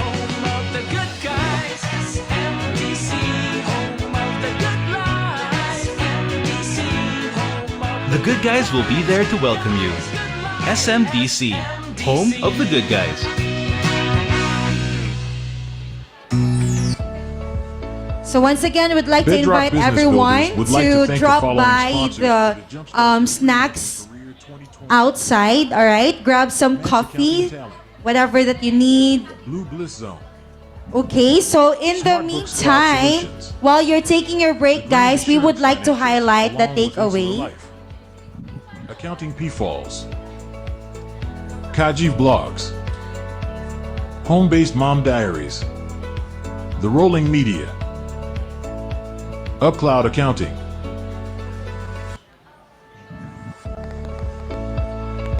Bedrock Business Builders would like to thank the following sponsors to the Jumpstart Your Freelancing Career 2023.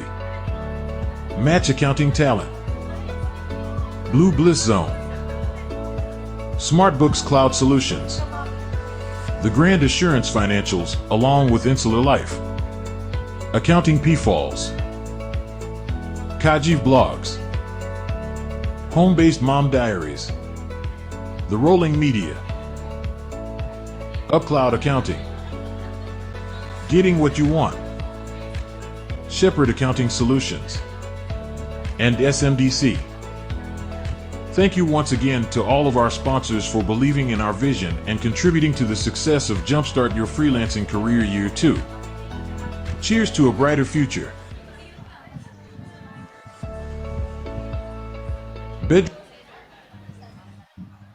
Okay, so at this juncture, we wanted to highlight the takeaways from our digital attendees. So can we show the group chat here or the chat room sa Zoom?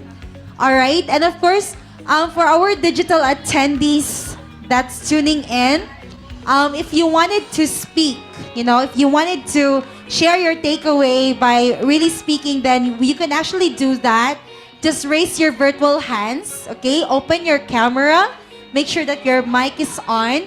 Let us know if you want to speak kasi ipa-flash namin kayo sa screen. Ayan. So in the meantime, ito yung some of the takeaways from the latest talk that we have. We have from Glenn Bakyan, specialization eliminates the price factor. Ayan. From Rona Perez, we have, for you to be in the right place and time, you have to be in front of the right people. Ayan. So I totally agree. Magmamatter talaga yung community that you belong to, right? And do you believe that you're in the right community today by joining this event? Ayan. So from Jennifer Segara, we have, one thing I remember to what Coach Joselle said a while ago is, if it's not something you can control, why worry? As well as work with people who inspires you. Ayan. So you ask yourself, who are those people that inspire you?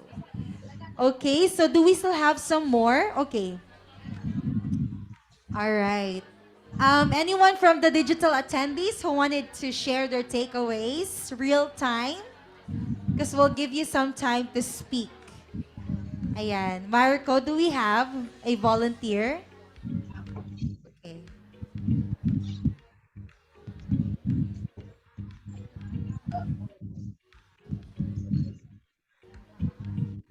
Okay, so 5 minutes left, guys, before our break ends. So make sure to utilize this by going to comfort room, to have your retouch or whatnot, because in 5 minutes, we will be resuming our afternoon session. Ayan.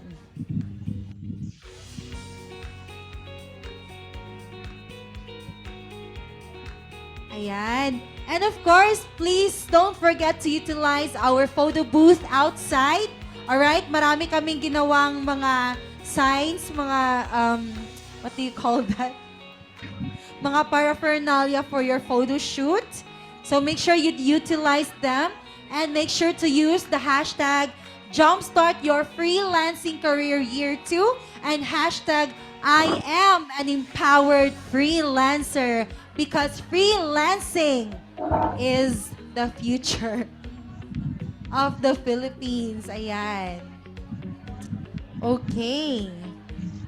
Wala naman sa.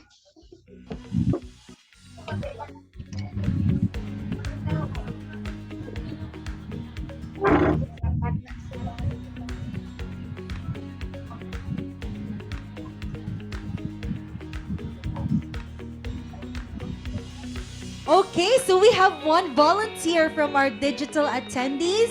So I believe Verona Perez. So, team, can you give us a heads up if she's ready to speak already? Okay, so let's give it up to one of our digital attendees. She will be sharing. Ayan, okay. All right, 3 minutes left. Okay. So we are waiting for Rona to be ready to share her takeaways. Ayan. And by the way, later guys, we'll have our Q&A portion.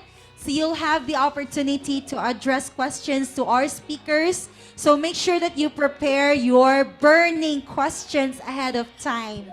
All right? Since we only have limited time for the Q&A, we won't have time to wait for the questions. So it's better that as early as now, meron na kayo na prepare na questions for our speakers. Okay, so is Rona ready? Okay, parang her mic is not working.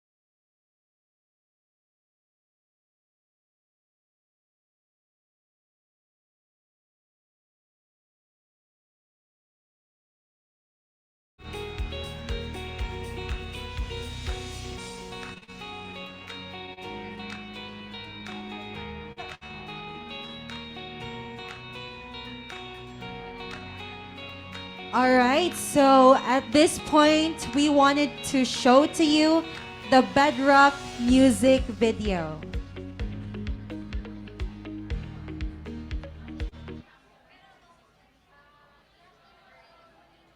Okay, let's all watch this.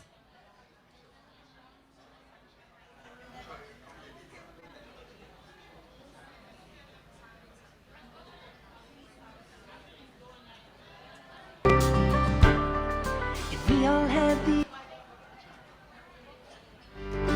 Okay, so once again, the Bedrock music video. Let's all watch this.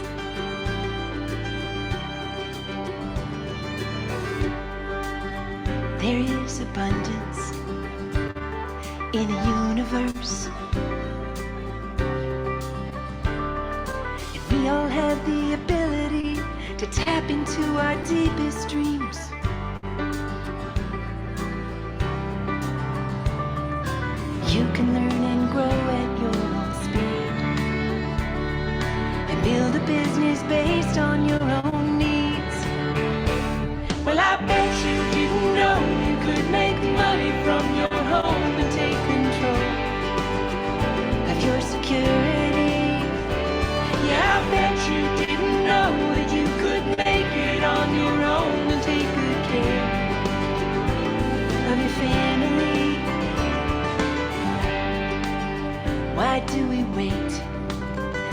until tomorrow, when we could do it today. Step out of your comfort zone and take a leap of faith. You can learn and grow at your own speed and build a business based on your own needs. Well, I bet you didn't know you could make money from your home and take control of your security. Yeah, I bet you didn't know that you could make it on your own and take good care of your family. Bedrock bookkeepers rock it from their home. Bedrock bookkeepers make it on their own.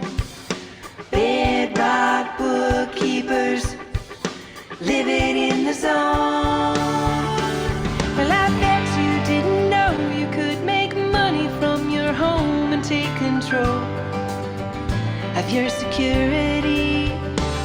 Yeah, I bet you didn't know that you could make it on your own and take good care of your family.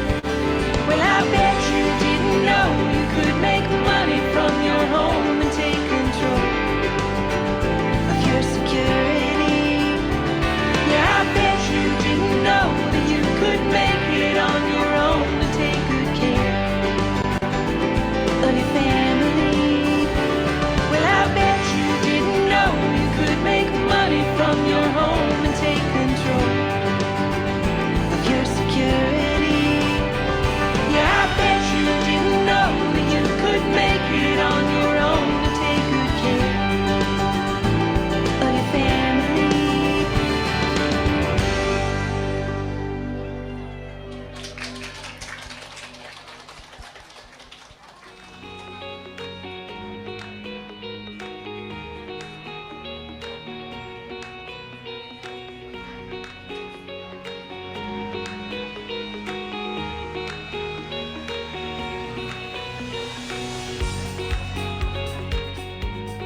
All right, so I'm requesting everyone to go to their respective seats as we're going to continue this afternoon session. Ayan. Okay. So right now, we would like to give this time to one of our esteemed sponsors, Blue Bliss Company. The Blue Bliss Zone aims to be a trusted wellness and beauty haven, initiating customers to a healthier, happier, and more radiant life. Their mission revolves around empowering the community through high-quality products that promote health, beauty, and sustainability.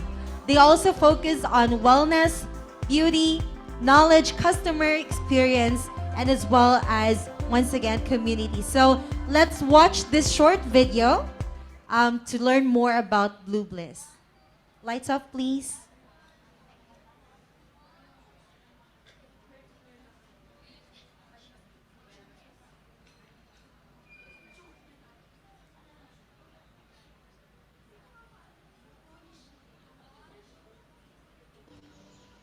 In a vast forest, a single leaf, one in a trillion. It may seem unremarkable, but look closer, closer, and you'll begin to discover the power of nature. In a single leaf, a microscopic universe is at play. Unique botanicals, valuable properties, intricate and useful solutions. What can the leaf, plants, and nature herself teach us? Within that microscopic universe, we find a blueprint for health, vitality, beauty, safety, potency, harmony. A gift from nature waiting for you to experience. So, how do you find nature's goodness?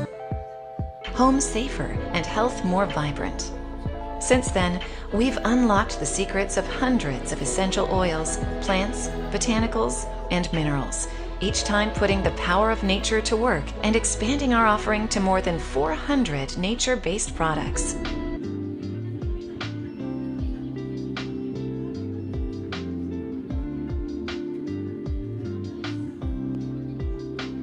says you care about nature and using better products that protect you and your home. It says you care about important things, like using less plastic, relying on plant-based products, and forgoing toxic chemicals, making a huge impact on preserving the planet on which we live.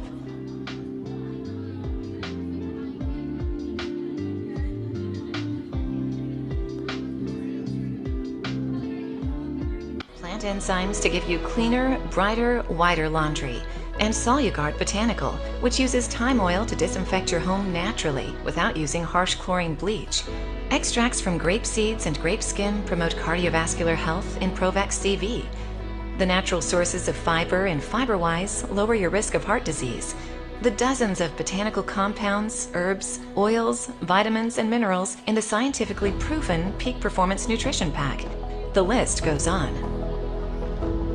Because nature is in everything we do, our products are safer, healthier, and more effective without side effects or harsh chemicals.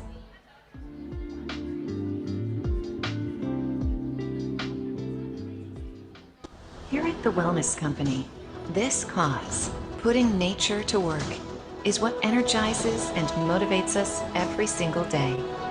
When you choose products with this logo, you can rest assured that you're choosing the best that nature has to offer. After all, the power in a single leaf and the know-how to bring forth a drop of nature is something quite remarkable.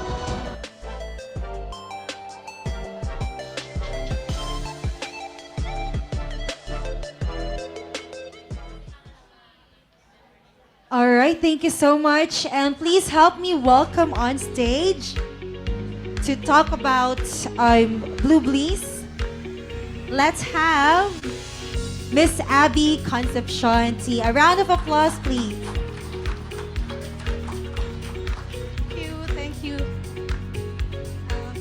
Thank you, everyone. And we'd like to thank Miss Yanyan. Where is Miss Yanyan? And of course, Bedrock for inviting us to be here. Maybe you're wondering why the name is Blue Bliss Zone Wellness. So I'll just give you a brief information why it is named under Blue Bliss Zone. Have you noticed something here? There are in circle, no? So, okay. So those countries, they called it blue zones, no? But not all countries are all living in a healthy life or live in a longevity. But only part of each country here live the people with like 100 years of age or a longer life. So across all our planet, there are 5 populations that are especially long-lived, happy, and healthy, with more people living to over 100. Only 20% of our lifespan is determined by our genes. Pero kanina, mukhang you're not, didn't notice the benefits or the importance of living a healthy lifestyle. So this is an opportunity. That's why we would like to thank Bedrock, because I think they are so sincere that they are also concerned with our wellness. That's why we are thankful that we are invited here. So the other 80% is lifestyle. And I think we heard that like you, busy people, busy freelancers, they said sometimes we neglected our health, and we don't give much attention to our lifestyle, to our health, to our family's health, and even the environment. So yeah, as I said earlier, there are 5 countries. um, part of Japan is Okinawa. Female 70 plus are world's longest lived population. Then Greece, Icaria, one of the world's lowest rate of dementia. Italy, Sardinia, world's highest concentration of male centenarians. Imagine if we will live longer and we will enjoy also living a healthy life. And then in Costa Rica, Nicoya, world's lowest rates of middle-age mortality. And California, I'm Mr. Larry. Maybe you're familiar with Loma Linda. Community lives 10 years longer than North America, the counterparts.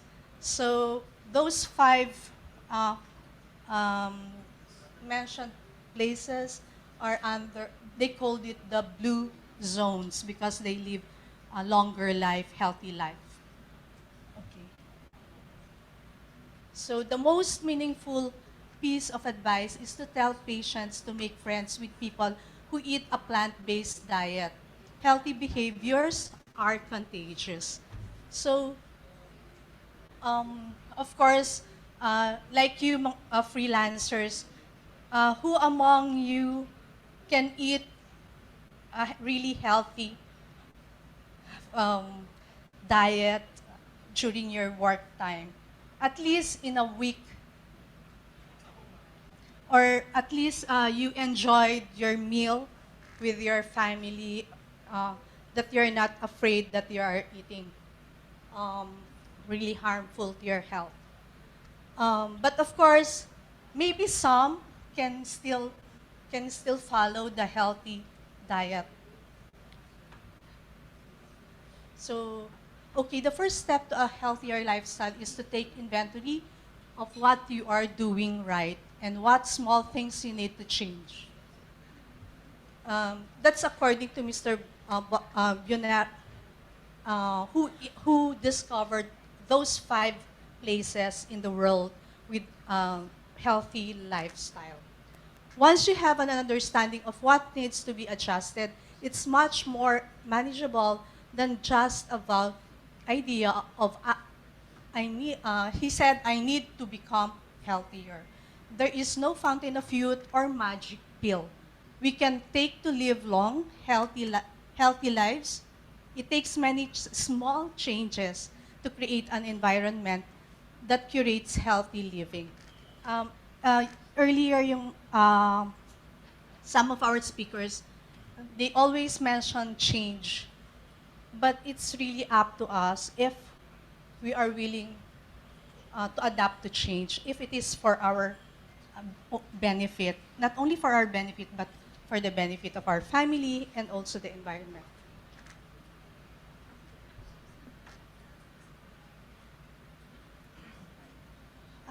Okay. Before, I'm not sure if you were able to catch up yung video earlier, but this is a short video again. Please listen kasi there's a... She is the source that sustains us. All here in her great big home. In my house, I am the provider. My children look to me to keep them fed, to keep them clean, to keep them safe.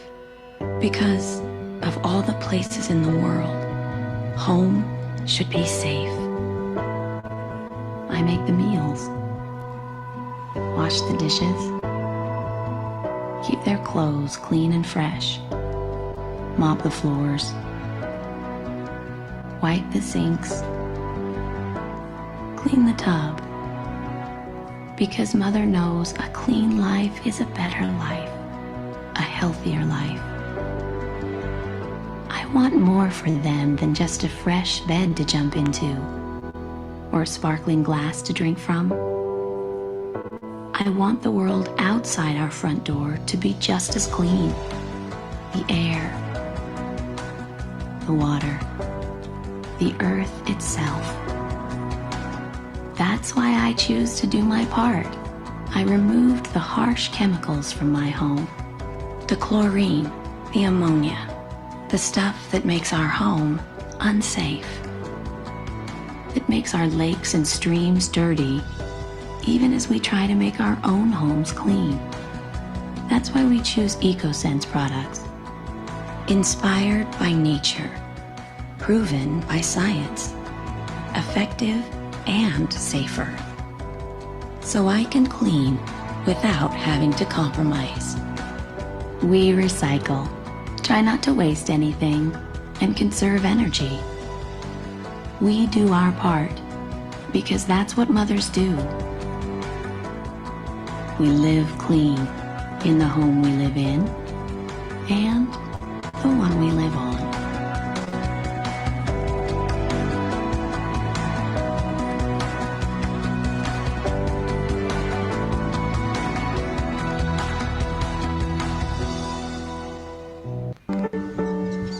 I think I know why we call. Okay, before I proceed, I'll call Mizumi. She has 3 questions for you if there's something na retains in your memory. Ayan, nakinig ba kayo? Did you listen? We have an exam. Joke. Okay, so we will be giving away freebies so you can try our products for those who will be able to answer these 3 questions. Okay, so paano ba? So who can help me check who will be ano na lang, tayo na lang yung sasagot. Kasi baka pag raise ng hand, hindi ko masyadong makita. So if you know the answer, you stand up. Okay? So someone, si Tita Miles, she will she will check kung sino yung unang tatayo. So okay. So first question is, ayan, tingnan natin kung nakinig kayo. Give at least one specific province or region plus the country that's found to be a blue zone. Okinawa, Japan. Sardinia, Italy. Nicoria. Oh my gosh! Sorry, joke. Okay. So, Miss Abby, maybe we can give him na yan. Ay, yun. di ba? Sabi sa'yo, ngayon ako nanalo, ha? Huwag na kayo sa kontra. Ayan. Alin ang pwede? So, all our products are plant-based. We don't have any toxic chemicals. So, Dito ako, safe hindi na ako safe nag-toothbrush sila. May toothbrush na. Okay. Ayan. So, nasagot mo, sir, 2, no? Okay, so, sige, give chance to the others na nahuli. Okay, si ma'am. Sige po, what's the answer?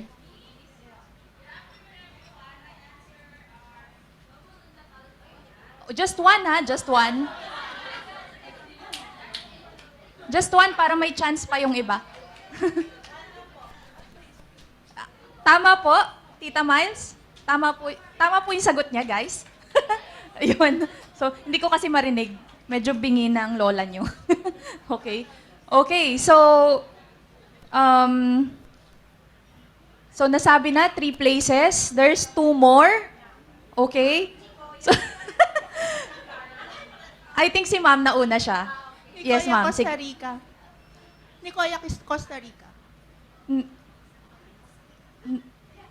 No, yeah. Costa Rica, Nicoya? Nicoya ba yun? Ayan. Right. So, 3 na. Sige, isa na lang. Ito na lang. Last question. Hindi na yung places. Okay. So, why are they called blue zones? Yan. So, kung may makakasagot niyan. Si ma'am ulit. Ay, si the vloggers. Ma'am, she. Hello, ma'am. Because in these places, people live longer and they have a better life. Yes, tama po. Thank you, ma'am. Yan. So, the nearest the nearest blue zone to us, being in Asia, is in Okinawa, Japan. So it's after Ilocos or after Batanes. Super lapit. Okinawa, Japan is very close to us. So maybe someday, if we really take care of our environment, baka malay natin may magkaroon din ng blue zone in Philippines. Why not, di ba? So, yun. Thank you for participating. Uy, nakikinig pala sila. Kala ko hindi sila nakikinig. Okay. So, ano po yung next natin?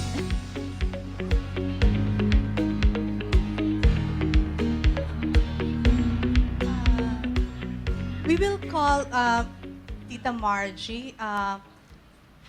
One of our products, actually we have several products. So, as we said earlier, so ito yung nangyayari. They lowered yung mga toxic,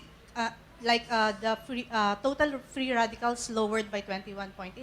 So, inflammation resistance, mas mataas. Then, total cholesterol na pababa niya and triglycerides. So, as we said kanina, meron yung mga chemical products, mga consumer products na nabibili natin sa labas, it can damage our lungs. Like for example, yung mga chlorine and other chemicals. So it can damage our lungs, and especially yung mga kids ninyo. One of our nieces, nawala yung asthma niya when we started removing yung mga Clorox, Sunrox, yung mga ganun. So, it can damage talaga lungs, especially yung mga bata.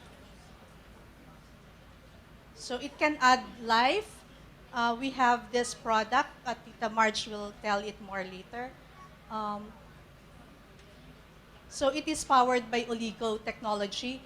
Oligo, yun yung, it will help your body, yung mga products namin, like mga vitamins and minerals. It will be absorbed completely ng mga cells ng cells natin in our body.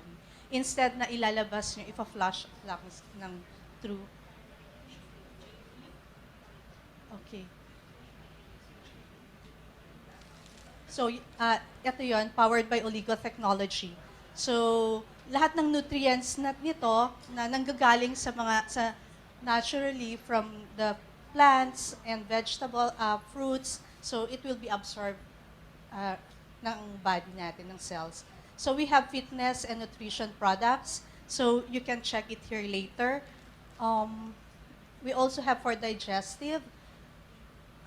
Of course, yung mga ladies dito na mahilig ng mga beauty products, meron din dyan. So we have also essential oils. Yun yung kanina dito na it can help yung mga pag humihinga kayo, di ba, nahirapan. So we can use also yung mga essential oils. These essential oils are all from the plant. There's no chemical included there. I mean, yung harmful chemicals, I mean. So, yun yung kanina, did you know within just 26 seconds of exposure to chemicals, they can be found in every organ of your body. So, na-absorb natin lahat ng mga harmful chemicals. So, as we said, it is safe for your home and also for the environment. So ito yung mga categories na meron ang company namin. We have vitamins and supplements, food weight and specific needs, beauty, cleaning products, bath and body, hair care, dental, and essential oils. So if you think the pursuit natin for good health is expensive, paano kaya kung magkasakit tayo?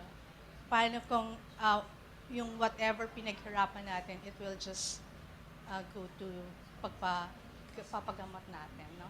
So, yun yung gusto lang namin pa-emphasize, na slowly, not necessarily alisin nyo lahat, but slowly you can try and then observe it from your own family, from your home. Yung kanina, we also promote, we are advocate kasi of this product because we have also yung our help to the environment instead of buying yung mga products na with water na and then maraming bottles na dinadala tayo at home. At least napipreserve natin yung environment by not buying so many products with those containers. Kasi we have water in our home. You can just mix your own product and then use your own water at home.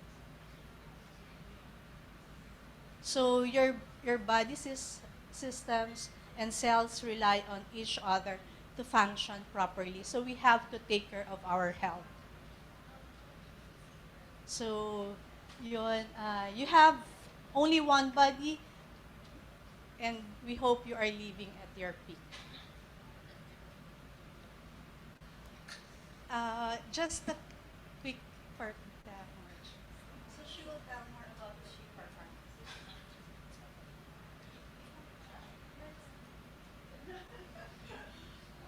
Okay.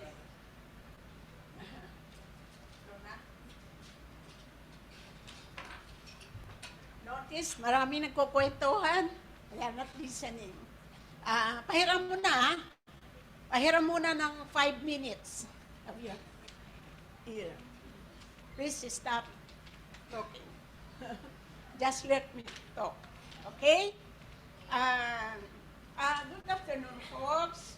My friends, fondly call me Tita Mars.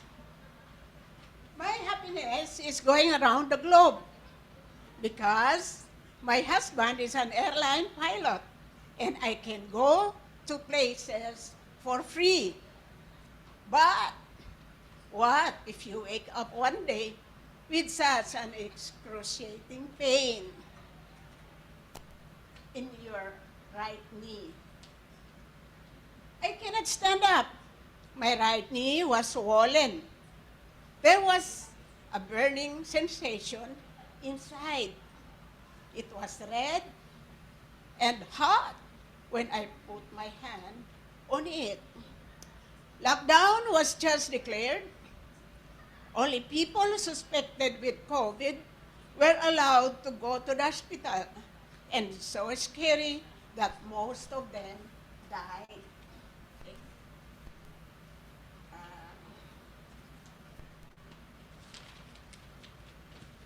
So, all I can do is consult online, and the doctor prescribed me a pain reliever.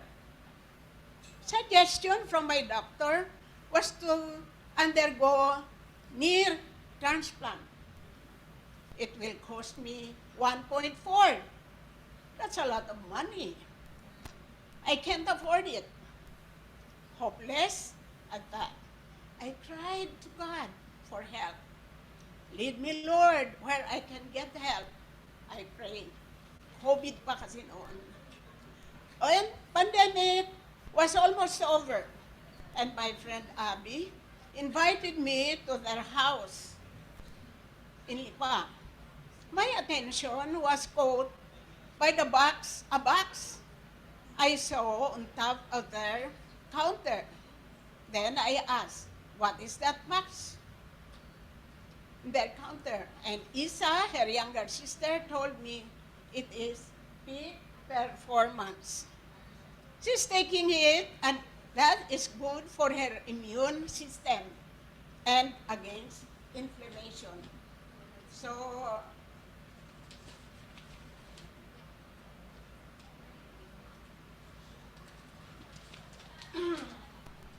yes, I was limping. And it was reminding me that I am in pain in my every steps. I have a swollen knees. So, with a grateful heart, I accepted Isa's generosity. She gave me 3 sachets to try.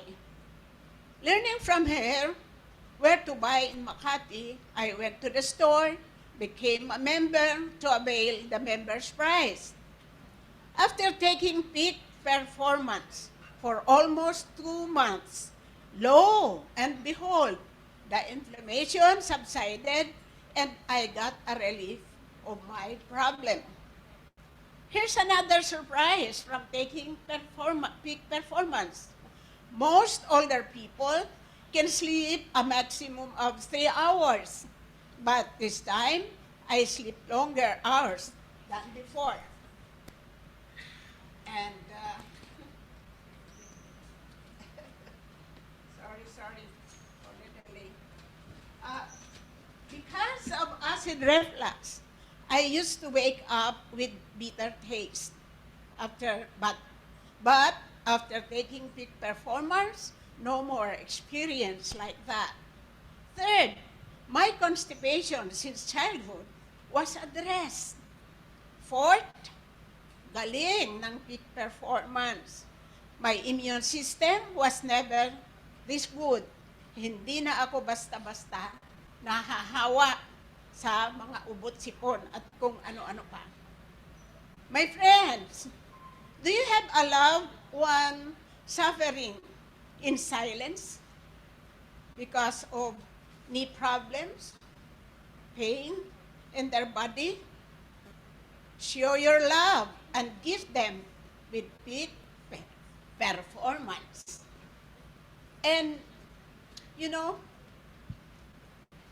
being able to walk like this again, like this, being able to walk like this again, to God be the glory. Look. Do you realize how important, how nice, how good news is my story? Baka mayroon kayong mga mahal sa buhay na impit ang pananakit. Hindi sila nagrereklamo. Why? Ayaw nilang mahirapan kayo na sila ay nasasaktan. Ngayon, instead of 1.4 knee replacement, just come and see us. Peak performance, my friends. Thank you. And God bless. All right, thank you so much, Tita Marge, for that wonderful testimony. And of course, if you wanted to know more about the wellness product that they're promoting, you can visit their booth right here. And you can also check them out on Facebook. And right now, without further ado, let us all welcome the man of Bedrock Business Builders, Joe DeChara. Round of applause, please. Thank you again. So I know we went over because we ate a lot for lunch. So I'm going to be brief and I'm going to do something different. I don't have a slideshow. Because to me, it's just going to distract me. But before I do that, I just want to say thank you to everyone. Larry, he traveled halfway around the country. Around the world, right, thank you. My team, Marianne, all the people that are working on the sidelines, and especially all of you that spent your day with us. I hope you enjoyed it as much as I did. I'm going to tell you a short story. 20 years ago, I was a miserable accountant. I was stuck in an office, commuting. I wasn't a freelancer. Okay, I had to travel to clients, and I hated it. I wanted nothing but to get out of accounting. And then I came across this technology, remote desktop protocol.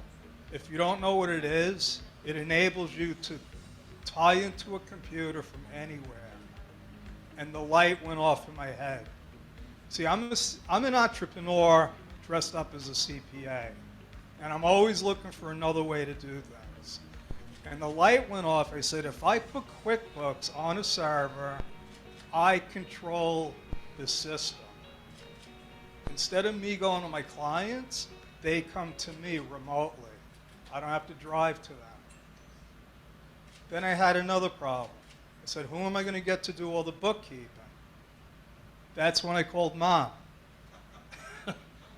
Mom had no bookkeeping experience. I love her. She's an intelligent woman. I mean, she raised me. What more proof do you need? But her experience on the computer was playing games and shopping. And I called her up. Now, she lived 2,000 miles away from me. And she was living with her parents. They were getting older, driving to the doctor, prescriptions. And it was a burden because she also had to work. She had to go to a brick and mortar job. So I called up Mom. I said, listen, I have an idea. If you want to try this, I'll teach you how to do bookkeeping, and you could work for me, and you could quit your day job. You know what she said to me? Are you crazy? And I said, of course, I'm an entrepreneur. Yeah, but how about we give it a shot? Long story short, she helped me run my business for over 15 years. Okay? It changed her life. And again, the light bulb went off. I said, who else can I free up from this kind of life? So I put together a bookkeeping course. And I taught a lot of people bookkeeping. The only problem was they were Americans. And I taught them with the intentions of them coming to work for me, but it was so easy for them to get clients that they all went away. They got their own, they didn't have time to work for me. So again, I thought I had a solution. I could scale my business. And again, I was stuck. Okay? Then I met a whole group of people. Larry was one of them. And he said, live a life of significance. And again, I said, how am I going to do that? I'm an accountant. I'm not happy. I'm working with, I never had a problem getting clients. I looked at my client roster and I said, oh my God, I don't even like any of my clients. I had some big clients that had no problem asking me to commit felonies for them. That's the kind of business I had. So I wasn't happy. I was making money, but I wanted a solution. And then, you know, I'm saying, who could I help? And about 6 years ago, I came across a market. 26 million sole proprietors. It's the worst way you can do business. Sole proprietors don't have money to hire an accountant. A lot of times they do it themselves. They get audited. They pay more in taxes. Okay, and I said, this is who I could help. But how am I going to help them? I have to come up with a system that's inexpensive, that makes it a no-brainer for them to hire me. And that was Bedrock. Bedrock Business Builders. But then I had another problem. Who am I going to get to run the, you know, help me run the business? Who am I going to teach? I hire Larry. He's got this hire my VA thing. And I already told you that story. One thing led to another. I was introduced to the Philippine freelancing community. And it just worked. It worked. I could tell you right now, the only one on my accounting team that didn't take my course is Luz. And she's basically helping me run my business. 7 of the other full-time, is it 7 or 8, Luz? I lost track. Were all former students of mine. Okay? They all, and so what I did was, again, I met Marianne. I hired her. She had the audacity to quit on me, right? But she had this Facebook group. And I said, maybe I could pull out that old course and make it into an accounting and tax course. And it worked. It worked. And I saw there was a big demand. Now go back to my original plan, which was to help all those sole proprietors. And again, that light went off. And I said, oh my God, we got a huge problem in the United States. It's like a silent war that's going on. The IRS is destroying small businesses. Okay?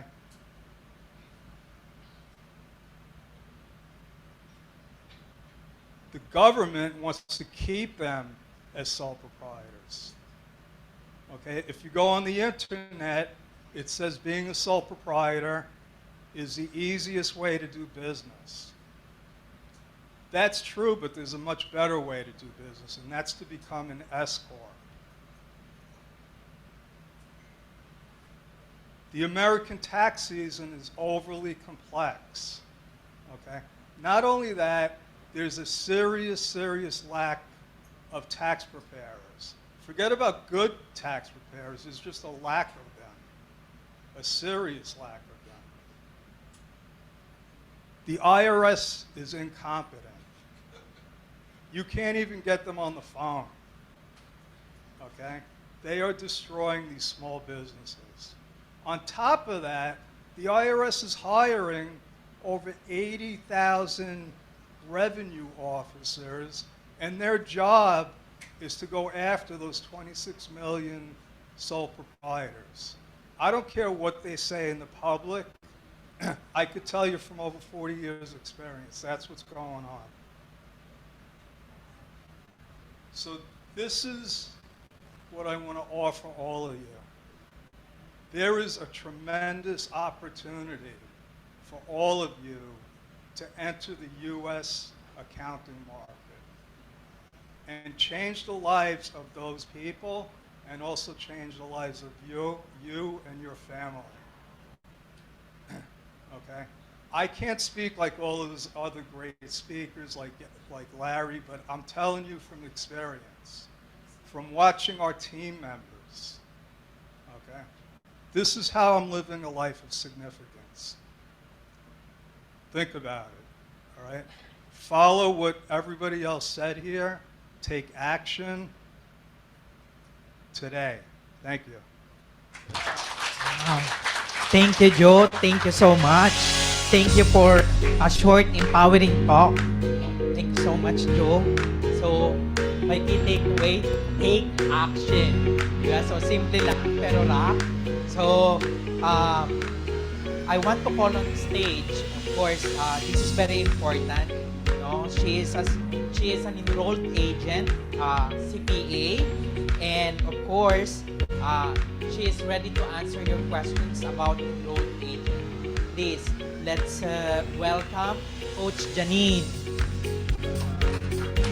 All right, so at this point, we have our CPA and enrolled agent, Janine Escala. So this is an opportunity for us to ask her questions about her journey to becoming an enrolled agent. So can I see the hands of those who aspire to become an enrolled agent one day? All right, you have to believe it by raising your hands, okay? Sino dito yung nag-sign up for the Bedrock Enrolled Agent Program? Can I see the hands? Okay, so without further ado, we'd like to call on Ma'am Janine Escala. Ayan. So can we give her a wonderful round of applause? Ayan. So magiging parang Boy Abunda to, something like that. Hello, everybody. Sir Joe, ikaw si Boy Abunda. Oo.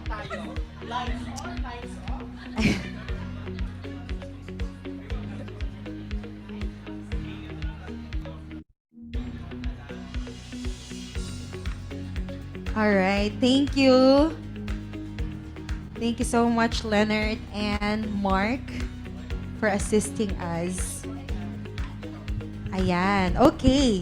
So while we're having talk, I would like to encourage everyone to prepare your questions. I believe na meron kayong mga notepads on your table. So make sure that you don't miss this opportunity to ask questions to our enrolled agent right here. Ayan. Okay, so Miss Janine, how are you doing today? I am fine. Thank you, everyone. Charot lang. So, chill lang tayo, guys. So, walang mahihiyang magtanong. So, I'll be here as an enrolled agent just recently lang, October 2022. So, if you're someone who is aspiring to be an EA, so, let me be your friend na your EA buddy. So, don't be shy. So, kung ano man yung question nyo, as much as I can, I will answer it. And if there's a question right now, today na hindi ko masagot, then I'll reach out after. Okay, so to get the question started, I'd like to ask you this question, Miss Janine Escala. For those who are not familiar with enrolled agent, can you explain or can you expound more what actually an enrolled agent is? Okay, so to be for easy understanding. So IRS, so we have BIR in the Philippines. Equivalent nun in US is IRS. So in IRS, to represent clients, you can be a CPA or an attorney, but you can also be an EA. So you have the same rights of representing clients like an attorney or a CPA if you are an EA. And becoming an EA doesn't need or require you to be a US citizen or US resident. So, me, I never been in US, but I am an enrolled agent. Wow, nice. So, ito yung isang question natin. Imagine, meron kang imaginative mirror dito. Okay, dito boy, no? Oh. So, last year, nung hindi ka pa enrolled agent, what changed nung naging enrolled agent ka na? What changed? So, when I officially, so I have opportunities naman. Because before becoming an enrolled agent, I'm already a CPA with a background, CPA in the Philippines. So that's mean it's not acknowledged as a license in US, unfortunately. But I have a background for Canadian tax preparation for that time for 3 years, and then I transitioned for US taxation 1.5 years. So I have opportunities that time, but not as much because since I'm looking for a senior role at that time, at that point, they're requiring 3 years. So, and I cannot control time, right? So I only have 1.5 years of tax preparation. And I can't debate on that. So, limited lang yung opportunities. And then, what changed? So, after officially receiving the certificate, because I passed October 2022, but I only knew that I'm officially an EA December. So, officially, I declare in LinkedIn, I am an EA. So, doon na sunod-sunod yung mga messages ng mga recruiters. So, yun.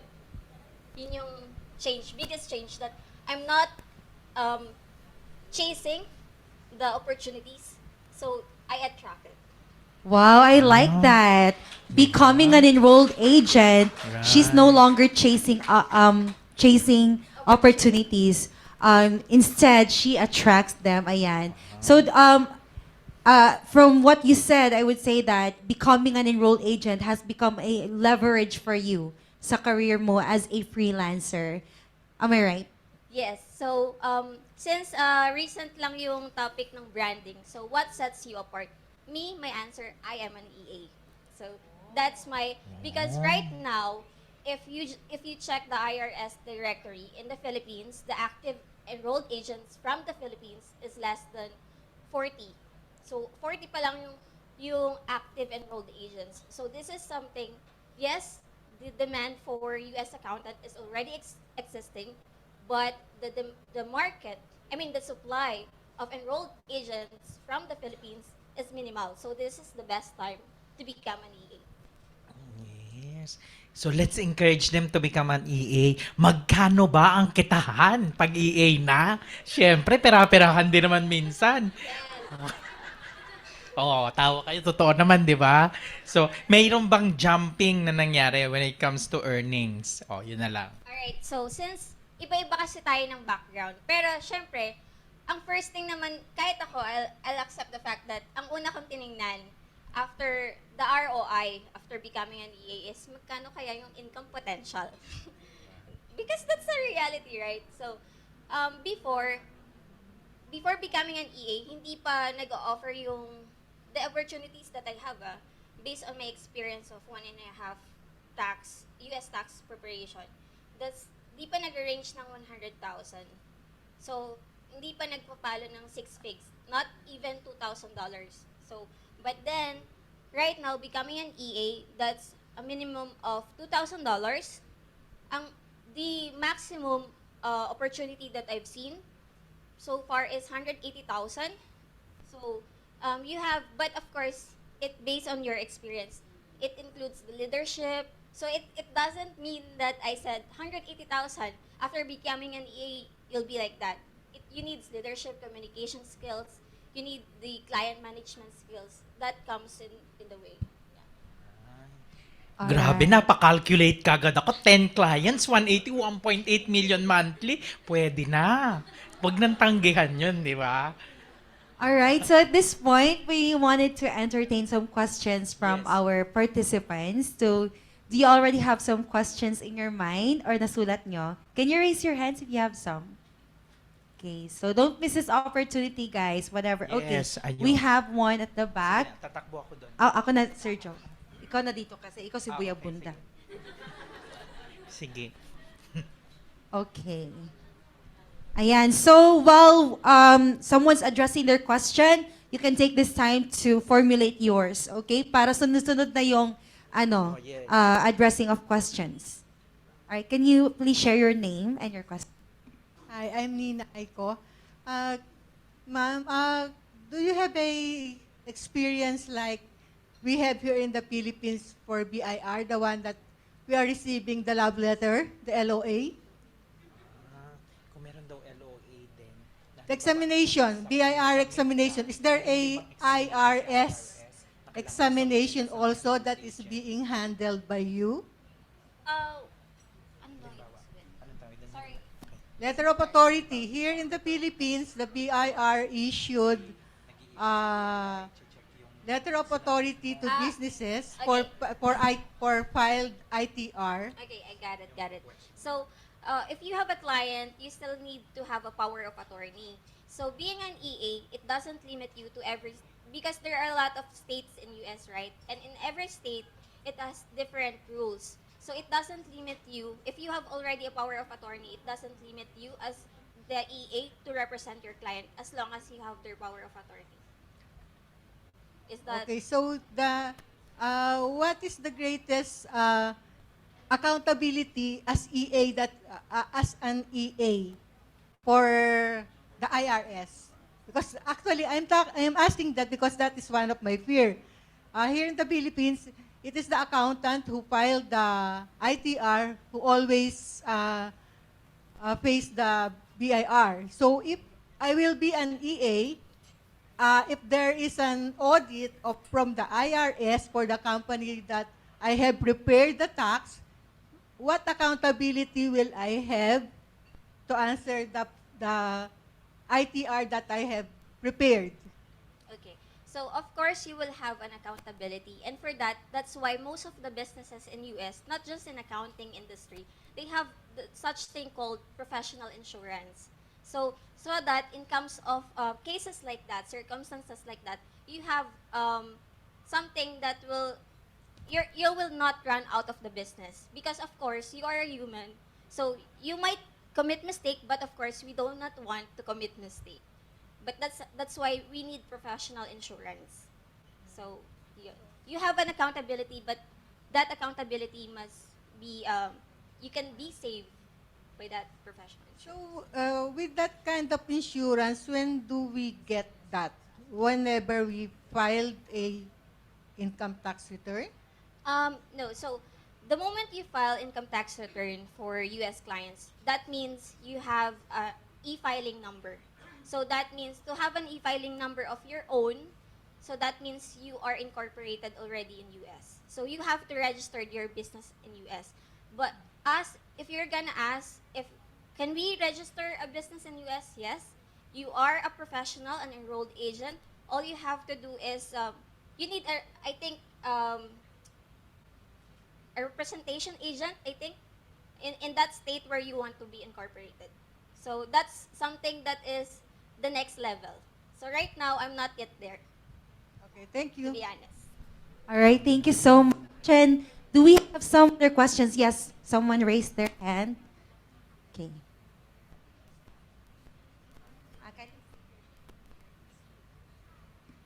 Hi, good afternoon. My name is Abby, and I'm currently working from a US firm, and I'm interested also in taking up the enrolled agent course. Can you take me the steps towards from getting the requirements or getting the education that you need in terms of the process in which you have to get the license from an EA? Can you? Sure, no worries. So first thing is to clarify. So there are some designations like being a CPA. You need some like accounting related degree, something like that, or like for being a CMA, CFA, you have a relevant working experience that you would need to pass those designations or to be to qualify to take the exams. But being an EA, it doesn't even require you to become a degree holder. It's not. all they require you is to pass the the SEE, which is the enrolled agent exam. So that is under prometric. So that one, that involves the circular 230. That's the rules and regulations relevant to US.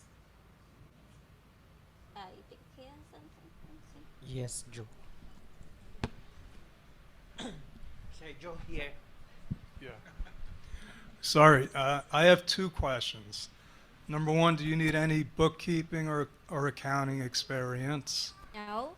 So you don't need any working related experience to bookkeeping, accounting, and even taxation. Yeah, in fact, a lot of enrolled agents don't do any accounting or bookkeeping. The other question, more importantly, is what were the obstacles that you faced? Okay. So that would be related to your question. So obstacle is that the fact that taking the exam, there is a test center here, but they are not offering the exact exam for enrolled agent. Why? Probably years before it is offering. They are offering it in Makati, but then because the candidates, the examinees from Philippines are, I think, degrading, that test center is not offering anymore that kind of exam. So right now, if you have a US visa, then that's all good. You can take the exam all year around. But if you don't have a visa in US, then you have the option to take the exam in Canada, Korea, Japan, England, and India. So on my case, I took it in Korea. So that was August 2022 and October 2022.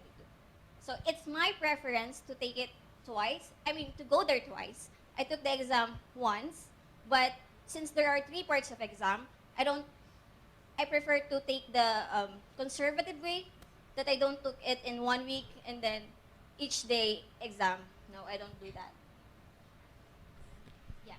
And the steps. So first thing is you need to have a PTIN. So that PTIN that requires cost. In 15 minutes, you already have a PTIN if you have a passport. So because that passport, that's your identification in US, since that's the only, the other IDs we have here in the Philippines is not valid to them, the passport, you need that. That PTIN is around $30.75. Yeah. And then after that, you you assess when you want to schedule your exam, where you want to schedule your exam with that locations that I've mentioned. So the exam itself, it's $206. There are 3 exams that you need to pass. And then after that, of course, you need to take review materials. There are a lot of review materials online.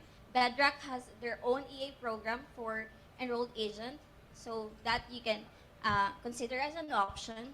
And then once you take you pass the EA exam, the 3 parts, you apply. You're not automatically called official enrolled agent. You need to apply a certain Form 23, which is it has a cost. 140 right now. In my case, that was $67 before. So yes, it's kind of expensive right now. So that's why you have to decide if you really want to become an EA. Decide the sooner the better. That's it. All right, thank you, Abby. Do we have any more questions from the crowd? Ayan. Any more? Wow. Yes? Hi, I'm Cheryl. Just a question, because you mentioned earlier, it's not a requirement to be an accountant, to be a bookkeeper, or you don't. It's not even a requirement that you have a knowledge in accounting. So does it mean that you only have to be familiar with the IRS regulations, and you know how to prepare the tax, the individual or the business tax? So that is what is needed. Requirement-wise, it doesn't require you. But if it will help you, yes, it will help you.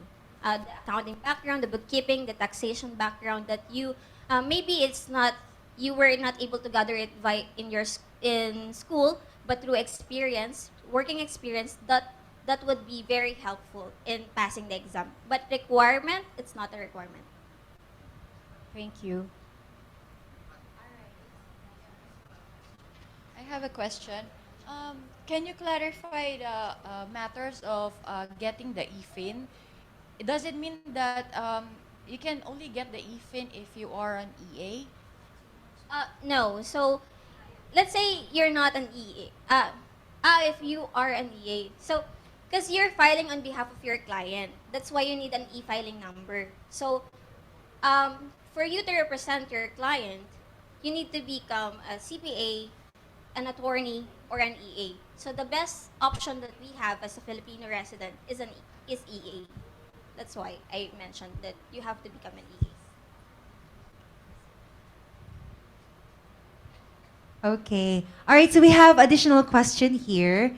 Can you walk them through the process of how to get PTIN? Okay. So PTIN, first is a must. If you don't have a passport, please get one. That will be a powerful identification in US. So in 15 minutes, you will have a PTIN, but you have to notarize the photocopy of your passport because you need to send the scanned copy to IRS. And the IRS will check your identity, and if they don't see anything that against violations in IRS, then you're all good. You will have a PITIN in your email. You have a notification that, yeah, your PITIN is created. Okay, thank you so much. I do have a question, Char. You said that there might be some possible violations with the IRS. Can you cite what could be those violations that aspiring enrolled agents must avoid? Okay, so I never experienced it because I'm not there yet. But let's say these are scenarios that was discussed when you're reviewing when you're reviewing or preparing for your EA exams, because ethics is part of becoming an EA. Those are the part of the lessons that you need to know. So let's say a client has a refund, and you know that they will have a refund, and instead of course, that client, they need to pay you professional fees. So to get that refund, the client must get the refund on their own account. But you're the one who collecting it, and then pay yourself, deducted already your professional fees. That's against being an EA. Because it's the client who needs to pay you, and you should not collect the refund on behalf of them. It's them. It should be going to their account. That's one.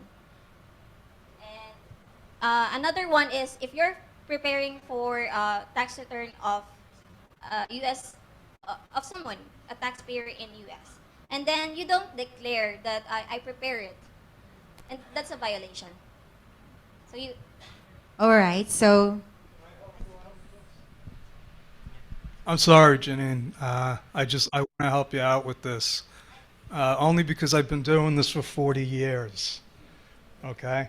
And also because I get a lot of these questions as far as what am I responsible for? What can I get sued? If my client gets audited, am I responsible? And I'm going to tell you what I just told Larry. First of all, if I don't break any laws, I can sleep at night. Like what Janine mentioned, that's breaking the law. That's breaking the law. Now, if my client, and there's bad people out there, believe me, criminals need to get their taxes done. And if you're in this business long enough, you're gonna come across them. I vet them, okay? We do, and part of the exam, you're going to learn in the first part of the individuals, you're going to learn about the stuff you got to do before you start doing the work.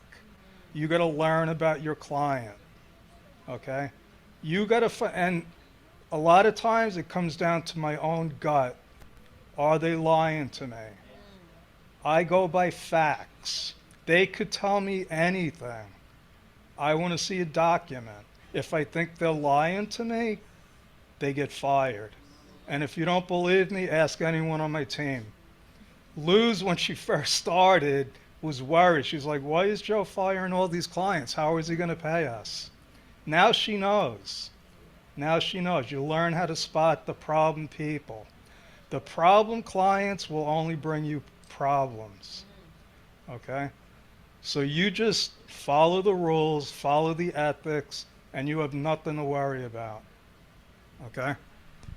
All right, thank you, Janine and Joe. Thank you, Joe. We only have less than 5 minutes left. So do we still have some questions from the crowd? Okay, so if you have more questions, then you can actually follow Bedrock Business Builders. We'd love to answer all of your questions. But maybe before we end, Janine, I would like to ask you this question.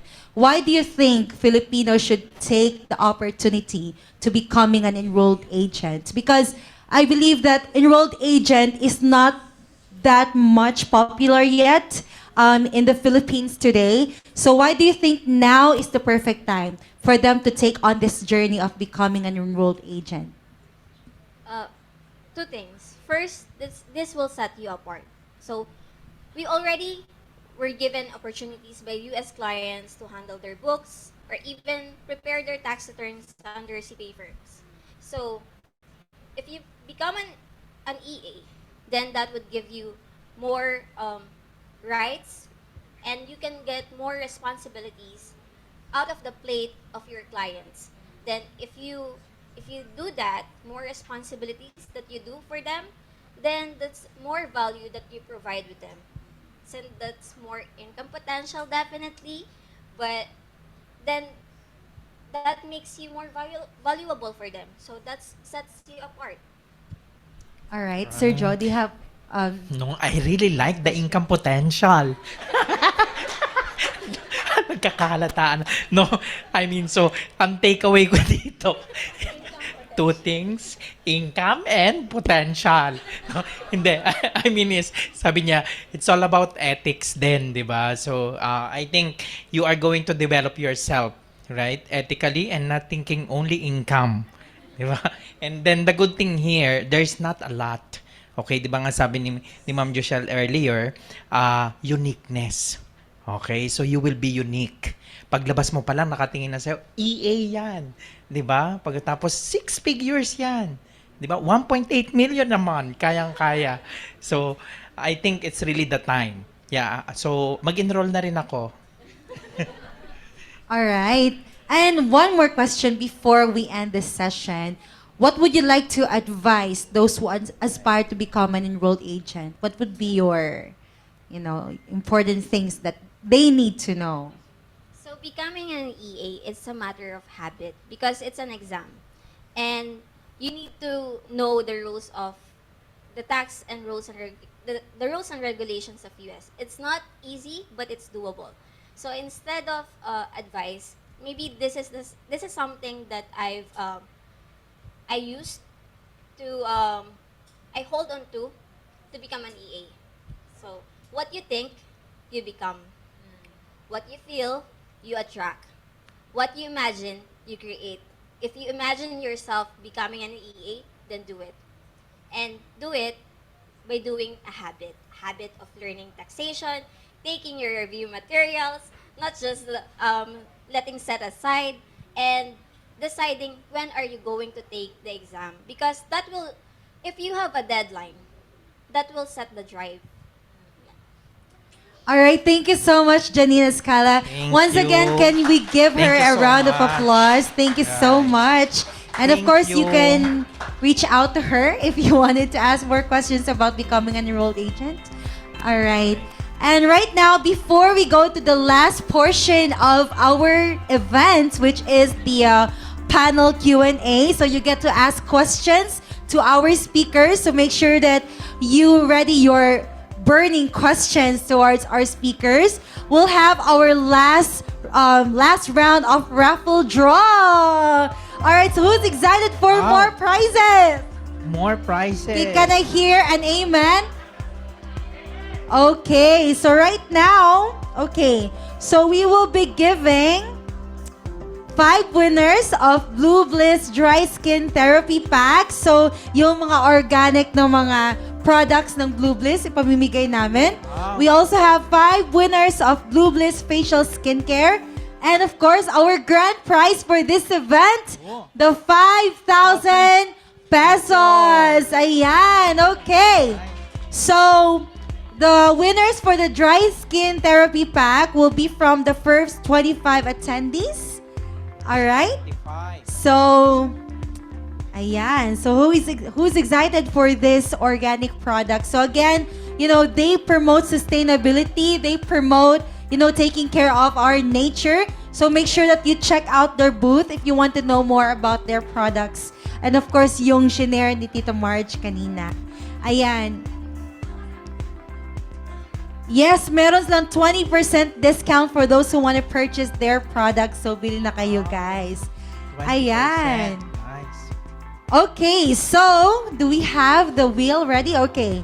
So we'll be selecting the 5 winners from the first 25 attendees to win the dry skin therapy pack by Blue Bliss. All right, so spin the wheel. Spin the wheel. 1, 2, 3. Stop. Wow. Okay, congratulations, Paul Vincent Bayawa. All right, and for the second winner. Okay, so please claim your prize in front.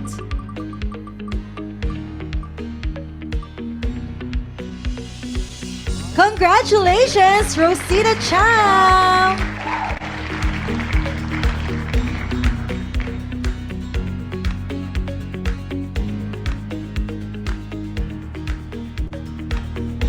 All right, and for the third winner of the dry skin therapy pack, we have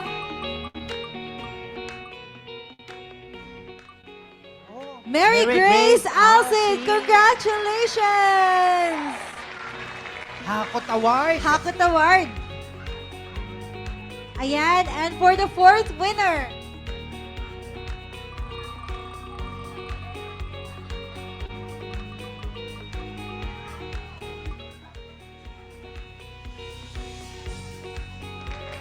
congratulations, Christina Pios. Okay, and for the last winner of our dry skin therapy pack, we have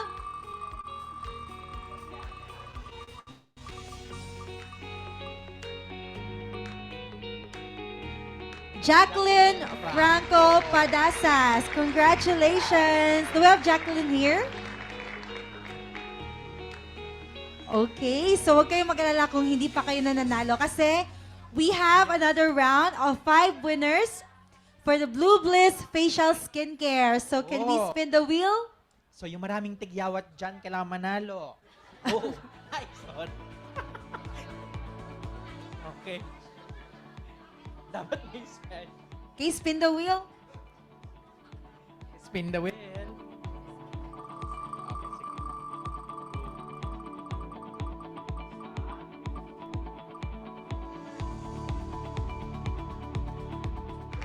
Yes, Congratulations, Nancy Baniquez. All right. Next.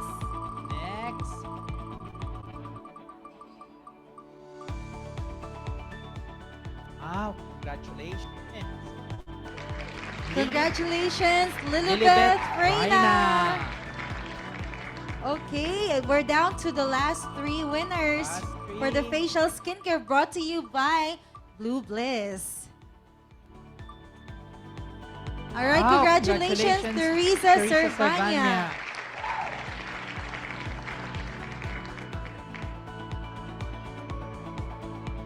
All right, 4th winner.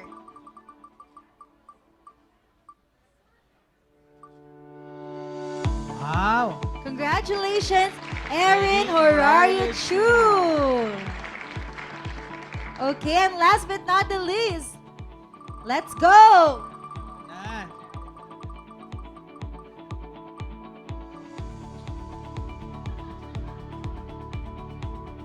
Wow. Okay, congratulations, Jeremy Nabua. Okay. So let's go for our grand prize. Okay, the 5,000 pesos. So you can enroll, di ba? To become an enroll agent. Or, okay, kung enrolled agent ka na, so yung 5,000, you can give it back. No, I mean, you can use that for your,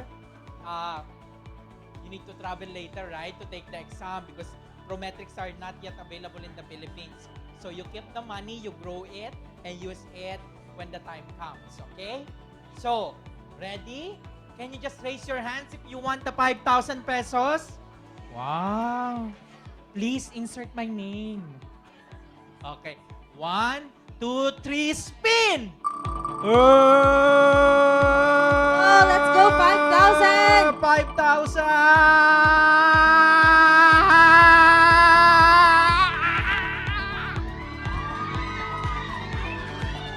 Congratulations, Arlene Pedro! Woo! Wow! Ayan. Speech! Saan mo gamitin ang 5 million pesos? To pay our booking fee here in Jornstar. Yes. Hindi ko naintindihan. Repeat. We book here tonight, so we'll pay it. The family. Wow! Congratulations. Please reserve me one room. Okay, so So congratulations. You deserve it. So she will rebook. Diba? For her family. all right. Just let me know which room.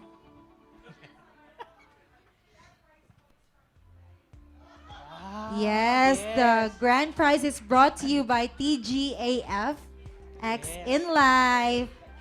Ayan. Ah, Picture muna. okay, picture. Yes. Kung kailangan niyo po ng isang evidence, pwede niyo po ako for another 5,000. Congratulations. Ayan. Congratulations. Okay, so are you excited for the last part of this event? Yes.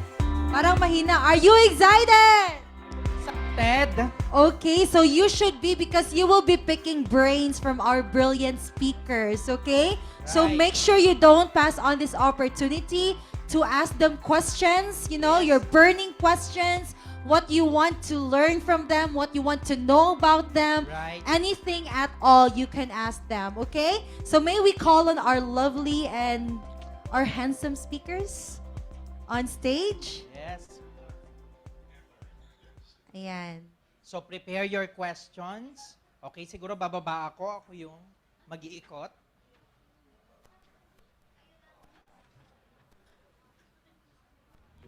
I'll go around dito sa... So prepare your questions, no?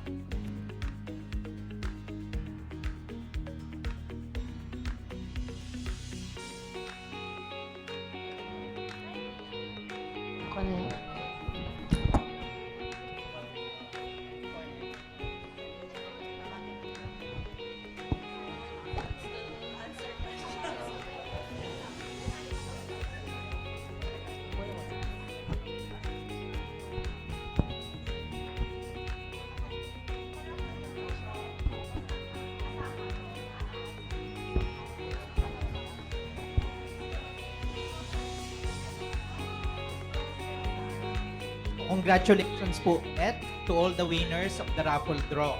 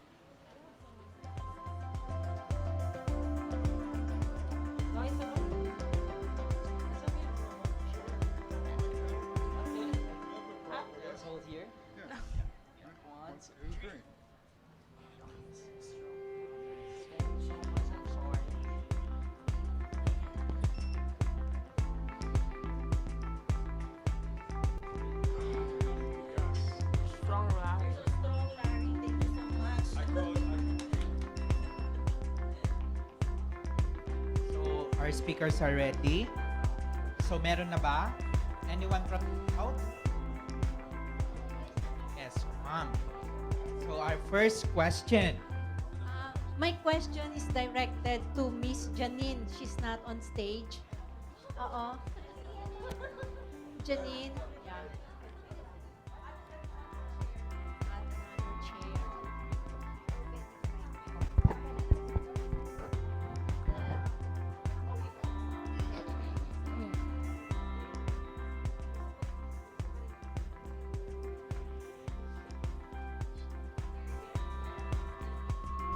Can we cut the music, please? Okay. Okay. Here's my question.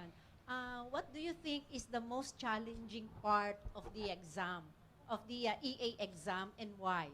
Okay. So, I'll give you a background.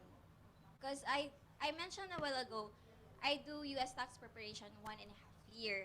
And most of the returns I do is for businesses. So we have, for the exam, we have the individuals, businesses, and then the representation. So with my experience, work experience, the businesses, that's my highest score actually. And the one that I've really worked hard for the review, I prepared for is individuals. That's my weakness. So definitely your question would be dependent on where are you coming from. So, but let's say I'm gonna start without any experience. Per per research, and even you can search it in Google. The most challenging part of the exam is individual.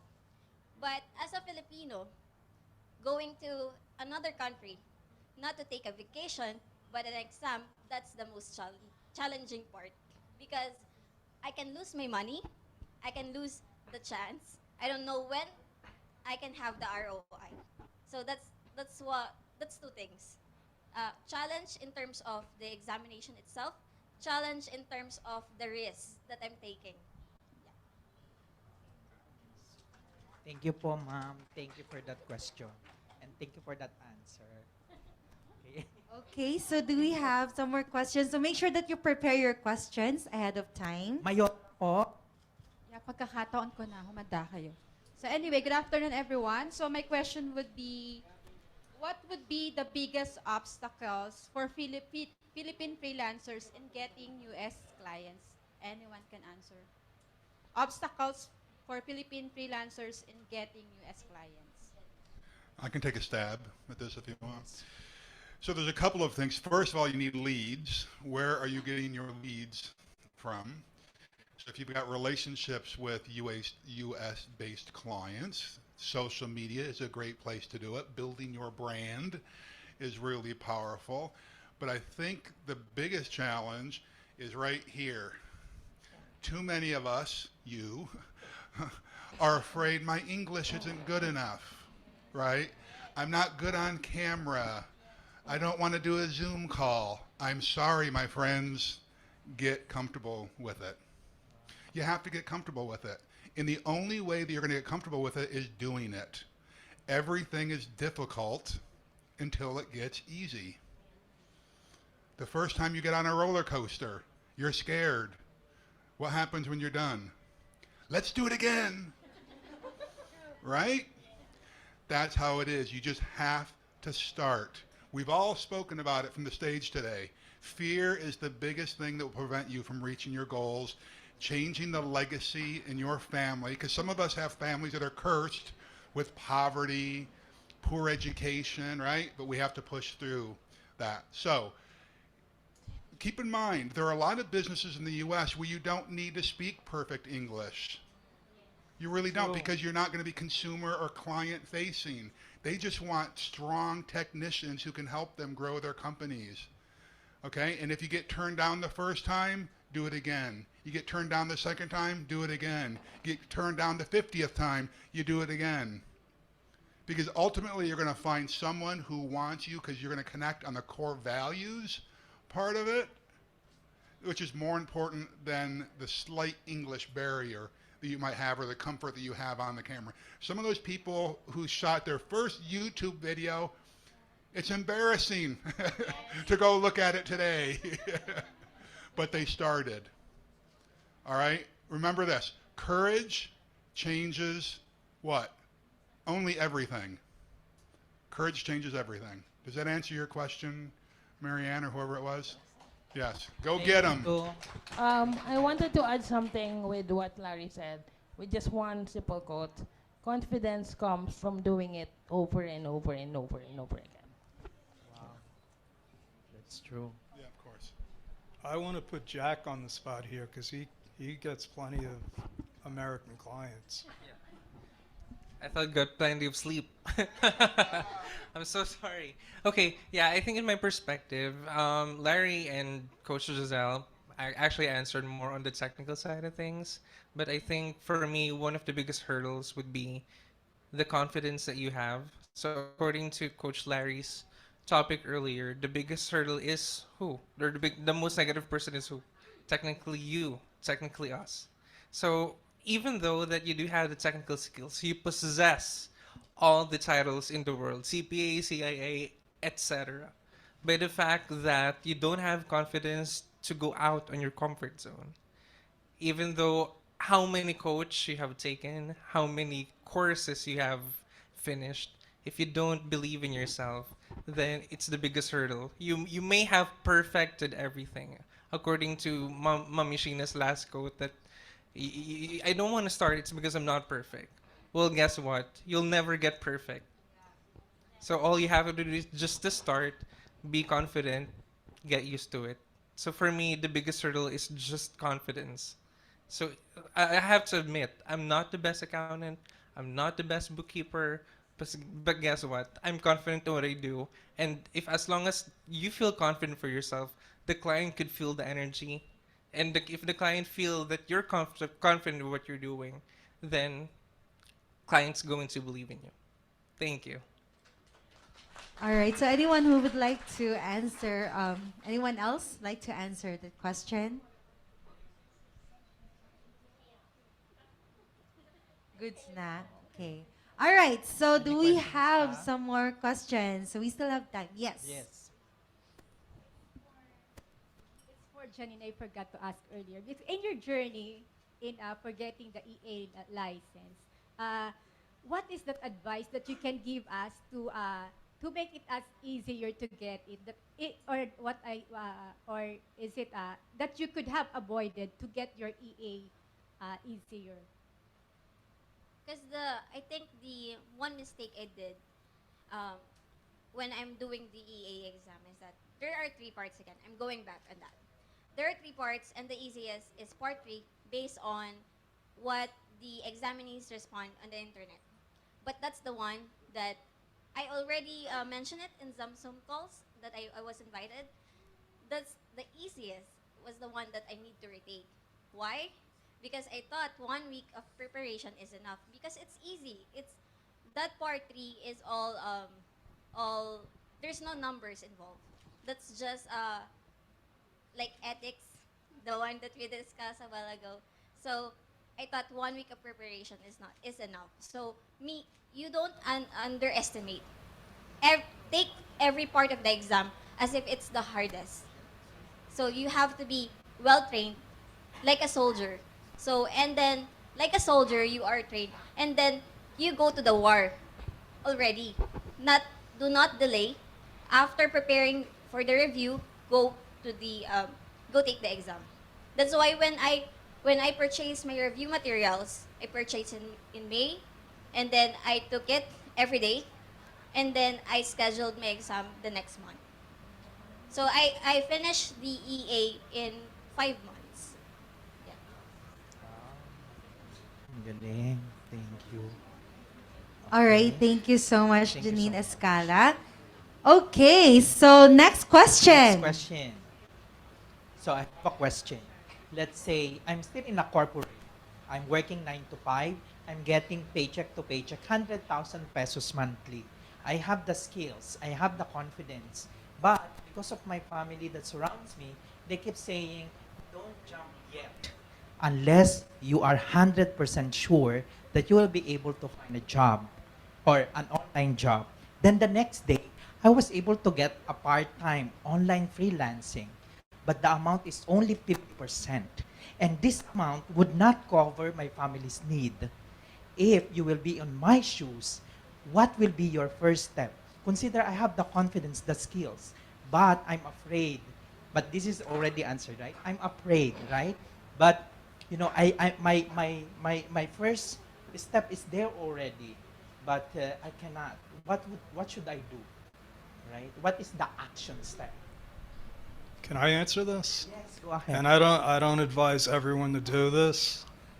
I would quit the job. Burn the bridge.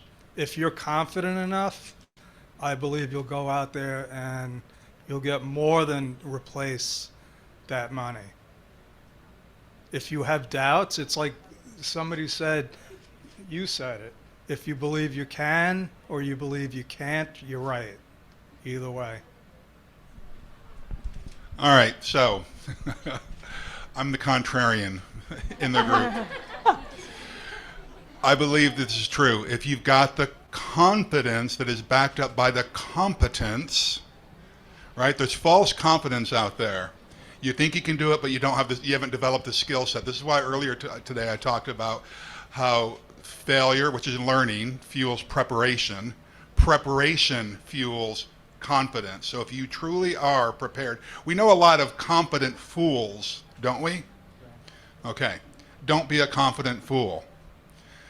Make sure you've got the preparedness. You've done the work. You've done the homework. You've got a good team. You've got a plan that you're going to develop. But here's the thing. You talked about your family. Right. If you're single, I say go for it. I've got a daughter who's 22 years old, and I keep telling her that until you're 30, I want you to get out there and try a bunch of different things, make mistakes, explore, push the limit. But once you're 30 and you've got a family, guess what? You've got other responsibilities. And particularly, I'm a traditional guy, particularly if you're a husband supporting a wife and children, you better make sure that you have their buy-in as well.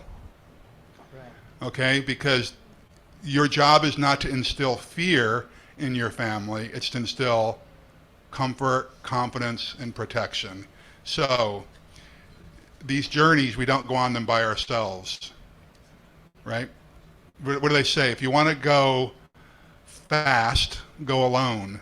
If you want to go far, go with a team, right? And your significant other, your loved ones, your spouses are part of your team as well. Does that make sense? Yes. Okay.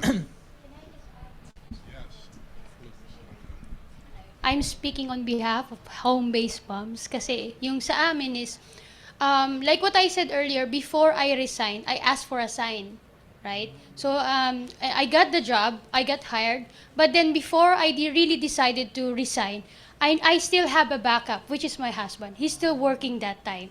So although I have the confidence, I still have to think about my children. I can't just leave easily, considering that I only have $1 per hour rate. And that's not gonna be enough, right? So after 1 year, when my husband decided to resign as well, that's the time that I'm really confident enough that we can all survive just by having a freelancing service. So always make a backup before you really jump into it. But while you are doing while you are having the backup, make sure you are also preparing yourself. All right? So there are a lot of resources online and YouTube. There should be no other reason for you not to learn anything. Okay. Start with my channel as well. Good. Very good. Okay. Good. Alright, so you mentioned earlier na you're afraid, right? So sometimes kasi yung takot is nasa head lang natin. So sometimes you have to try it. So when I started kasi dito sa freelancing, nag-resign talaga ako kasi I don't like my work sa corporate. I don't like the people around me. And then way back then, my husband is just earning 15,000 below kahit nag-OT siya. So yun yung backup namin. So kahit wala akong work that time, my husband still providing for us. So yes, number one, yung takot is nasa isip lang yan. So you have to let it go, okay? Then, of course, you have to be ready. Hindi ka lang dapat confident. Dapat, meron ka na nung skills, of course, you cannot deliver the result your client is looking for if, for example, you're looking for a bookkeeping job and you don't know how to do bookkeeping. So how can you, di ba, deliver the result? So you have to start with yourself. So kailangan ready ka talaga na hindi ka lang confident na I can speak well, I can talk to the client, I can, I can do Zoom call, but if you don't know how to do the job, then mawawalan ka ng client. So, yeah. Jonathan, can I add? So I'll be more on the practical steps. For me, the reason why people have anxieties or fears is because they know in themselves that they know what to do, but they're not doing it. And the practical steps for me, if like exactly in your situation, I would suggest you keep them both, the full-time job and the part-time job. Ask yourself first, do you have emergency funds? Because even entrepreneurs have fears. And most of the reason why is because they don't have cash flow, right? They don't have a backup cushion.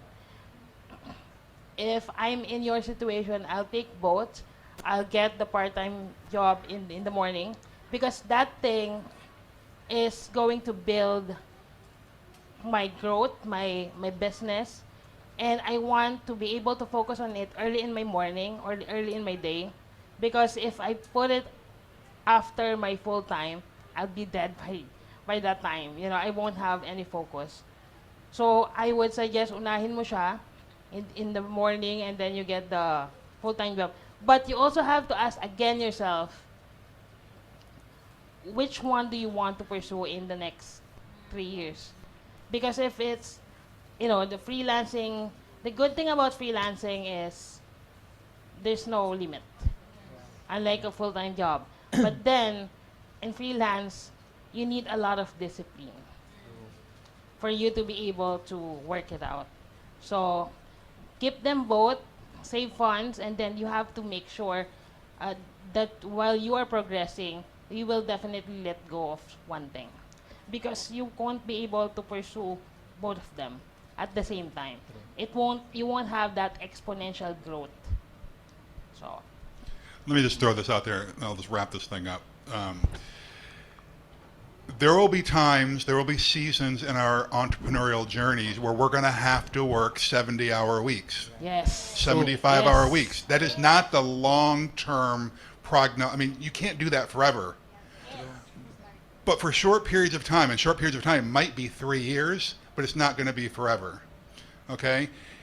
This is why most people don't become entrepreneurs, because it's hard. It's hard. They want to work 30-hour weeks or 40-hour weeks. But if you want to have the freedom, there's going to be times when you're going to have to work the 70 and 80-hour weeks. It's just the way it is. And if that's what it's going to take for you to ultimately find your freedom, it's a small price to pay to break those shackles of the corporate world. The corporate slave mind is what I call it, So I think it's a worthy investment to work for a couple of years, a part-time job, full-time job, part-time hustle, full-time job, whatever the ratio is, but it's worth the freedom that you'll get in the end. Thank you. All right, thank you so much, dear speakers. We only have 11 minutes left for this panel discussion, so make sure you address your questions now. Yes. Yan. Go na, guys. So I'd like to ask this for all of the speakers. In your business, what industry is your niche? How and why did you choose it? Choosing the right niche. Okay, I'll start first. So my niche is bookkeeping, specifically for e-commerce industry. So before, when I started doing bookkeeping, ako yung parang, pwede na tong client na to, sige, eto, kasi wala akong specialty. So, pero later on, realize ko na, kaya onti lang yung client na nakukuha ko because wala akong specialization. So that's why, because I work in an accounting firm in Hong Kong, and then I was able to handle different kinds of industry in bookkeeping. And then they give me like e-commerce, marketing, real estate, etc. So when they give me more e-commerce industry client, then na-realize ko I love doing this. I love doing bookkeeping for this industry kasi quite challenging because you're going to handle inventory, for example, and you're going to deal with different payment gateways, Stripe, PayPal, and you should know how each payment gateways work and how to account for each transaction, right? So you have to record them correctly. But as time goes by, na-realize ko na I really like this. So dun ako nag-focus. And kapag meron ka kasing specialize ka sa isang bagay, mas nabebenta mo yung sarili mo or yung service mo doon sa mga clients mo na hindi mo na kailangan na i-convince sila ng sobra-sobra. Kasi if sa website, okay, let's say I have my website which is also my resume when I'm sending proposal to my clients, nakalagay doon na specific yung service ko for e-commerce industry. And the time na makikita nila yung word na e-commerce and yung logo ng PayPal, ng Amazon, Shopify, Etsy, WooCommerce, dun pa lang, ini-schedule na nila ako for call or sometimes chat lang. So that's why kailangan meron tayong special na service na in-offer sa mga client natin. Alright, ako naman po, I started virtual assistant kasi hindi ko naman talaga alam before kung ano gusto ko. Wala, as in GVA ako, Jill of all trades, master of none. So, ang gusto ko naman, like what I said, gusto ko lang naman yung biggest why ko eh. So, kahit ano pa yan, and since before, ang pinakasikat lang noon is yung virtual assistant. So, I have no other options. And then, for 7 years, inaalam ko sa sarili ko, who am I? What's my specialty? And dumating na yung ika-13th year, hindi ko pa rin talaga alam ang specialty ko. But then, there's one thing na lagi siyang parang may pitik. Alam mo yung there's a spark in you. And you feel parang gusto ko tong gawin. Yun. So that's where I become marketing automation specialist. Pero hindi pa siya MA before. Hindi pa siya marketing automation. It's like email marketing, wherein you create emails, but I don't write. And that's clear to me that I don't write for clients. And then how I know who clients I'm gonna help with, parang you attract what you become. Hindi ko alam before. I was not aware that I'm already teaching and sharing what I know. And yung pala, pa-coach na ako. So, doon ko nararamdaman na since pa-coach na ako, ang na-attract ko is yung mga coach. Service-based. Doon. So, doon ako nagiging, okay, I'll switch to freelancing na. Kasi from having a full-time job, naging freelancer ako sa Fiverr. And now, nagpa-project-based ako. Ang tinutulungan ko is yung mga service-based clients who's coach and who needs help with marketing automation, with email marketing. And then I tell them, I don't write email contents, but if you know someone who can do, I can probably connect with that person so I can still help. So I don't leave them hanging. And then now, lahat ng natututunan ko, yun naman ang binabahagi ko sa mga students ko. I can share them my VA knowledge and skills, but I can also now share my marketing automation specialty. So now I can charge more because I decided to specialize my skills. And I think meron pa akong magagawa pa, yung professional growth, which is now yung content creation. Ayun. And probably speaking engagement. Wow. Oh, yes. Siyempre, claim mo na, di ba? Claim it. Right. Okay. So, coming from, nag-corporate din kasi ako. So, from corporate, most of my accounting experience talaga is from CPA firms. So, from Philippine tax firm to Canadian tax firm, yun yung last ko sa corporate experience ko. Tapos, nung nag-jump ako sa freelancing, naging course holder ako ng copywriting, ng SEO. So, parang gusto ko nang maging web designer. So, parang something na hindi related sa accounting. Gusto ko nang mag-change career, in short. But then, one coach in a community I am, na freelancing community, sabi niya, what if to start freelancing? Kasi parang 2 months na sa freelancing, hindi ako nakakahanap ng client. Because I want to change career. Sabi niya sa akin, what if you bounce back with your core? So leverage your skills. So I know how to do Canadian tax, So somehow I know US tax because we have transactions ng Canadian tax firm pero may mga US transactions sila. So I leverage that, then parang along the way I fall in love again dun sa accounting. And then since I'm in accounting firm, most of the time makaka-encounter ka talaga ng different industries. And dun sa industries na yon, may favorite ka dun for sure. So ang favorite ko talaga mga service-based because I don't want inventories. So mostly coaching, consulting, mga professionals, engineering, mga ganun. So that's my, pero ang target market base is US and in Canada only. Yun yung niche. Coach Lisette. While I work with business coaches, I'm a person who likes to hit two birds with one stone all the time. That's my strategy. I work with business coaches because I have my own business and I build a strong relationship with my clients. And since they are business coaches, I work with them, but I also learn from them.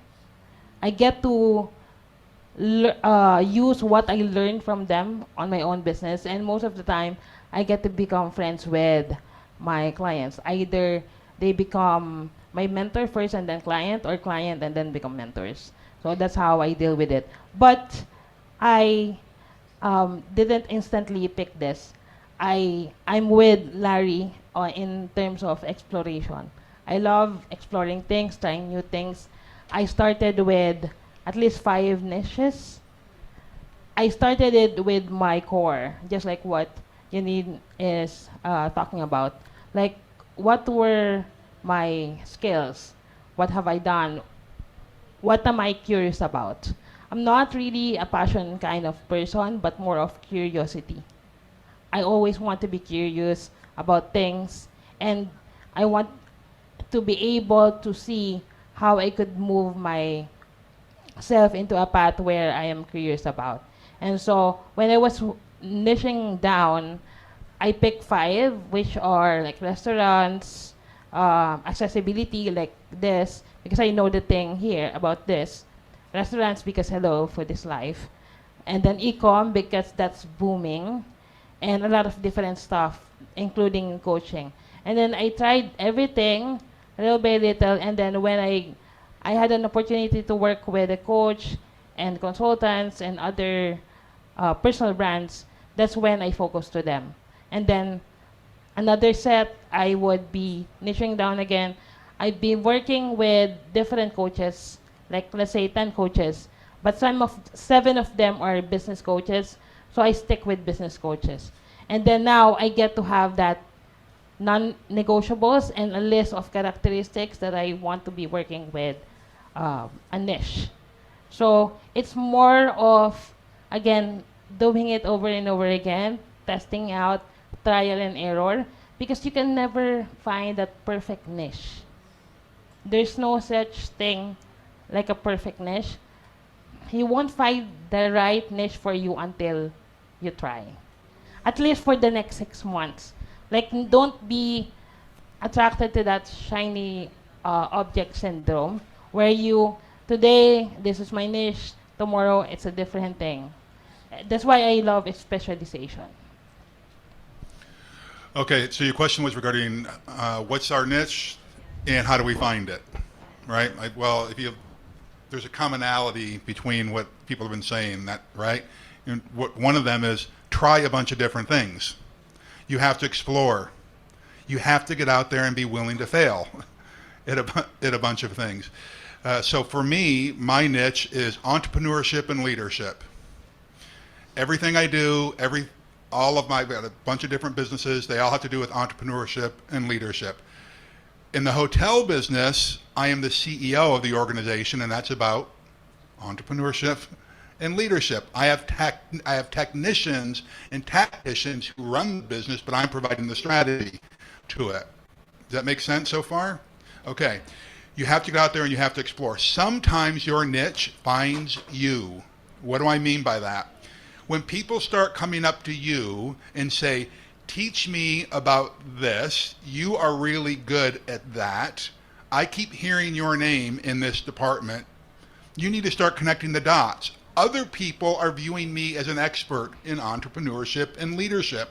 When people are willing to give you money to learn from you more than once, listen up. All right, that might be your niche. Thanks, Larry. So my friend John Limbacher taught me, he said, find a problem that you love fixing, and that's your business. And he's the one that helped me find those 26 million sole proprietors. It's a huge, huge problem. Okay? So I don't go after a certain industry. What I look for is character. I want clients that have integrity, that aren't going to lie to me, that ask me questions. Okay? I want clients that question me. I love when clients call me and say, where did you get this number to put on my tax return? Because then I know that they're interested. Too many times I got, for decades, I would say, why do these clients just sign their tax returns? They never ask me the right questions. That's what I want, because when it comes down to it, I want to teach. That's what I love doing. And that's why I love what I'm doing now. I feel like I'm a teacher for my clients. That's the kind of client I look for. In my perspective, it's going to be a different approach because I'm running an agency. So technically, as much as I would love to stick in one niche, I actually look for the niche for my team. Okay, so I would start first with my personal opinion on my personal niche that I was serving. So for me, when I was doing my practice, I would relate myself very much with Janine. I work with CPA firms who has different industry. And from there, you'll pick your favorite. And for me, it happens to be that I find it easier to understand for those businesses that belong in e-commerce and professional industry. And from there, you'll grow the practice until one day I got this bunch of clients on top of my plate right now, and I just need to scale. And in order for me to scale, I always, and I'm a firm believer that what's not repeatable barely makes it profitable. And that's the game in the agency. So as long as you can repeat things, that's how the business grow. So if it's something that, say for example, I want to niche with e-commerce industry, and that's quite hard to compete. It's because in accounting and bookkeeping, probably compared to marketing or other services, in accounting and bookkeeping, it's basically a standard. A debit and credit is not a different debit and credit in another company, right? So technically, as long as you understand the income statement, as long as you understand the balance sheet, that's how you deliver services. Now, probably niching in accounting comes in different ways. Say, for example, I knew this company in the US called, I think it was Catching Cloud, and they don't accept any other clients. It's because they know and they only accept e-commerce clients, I believe, and they charge a bunch of dollars. So probably the reason why they're expert in that field and they want to do it is because they know a lot of things that can contribute to the finance side that are not technically on the bookkeeping side of things. And for me, as an agency owner, it's quite hard to scale on that niche. So that's why I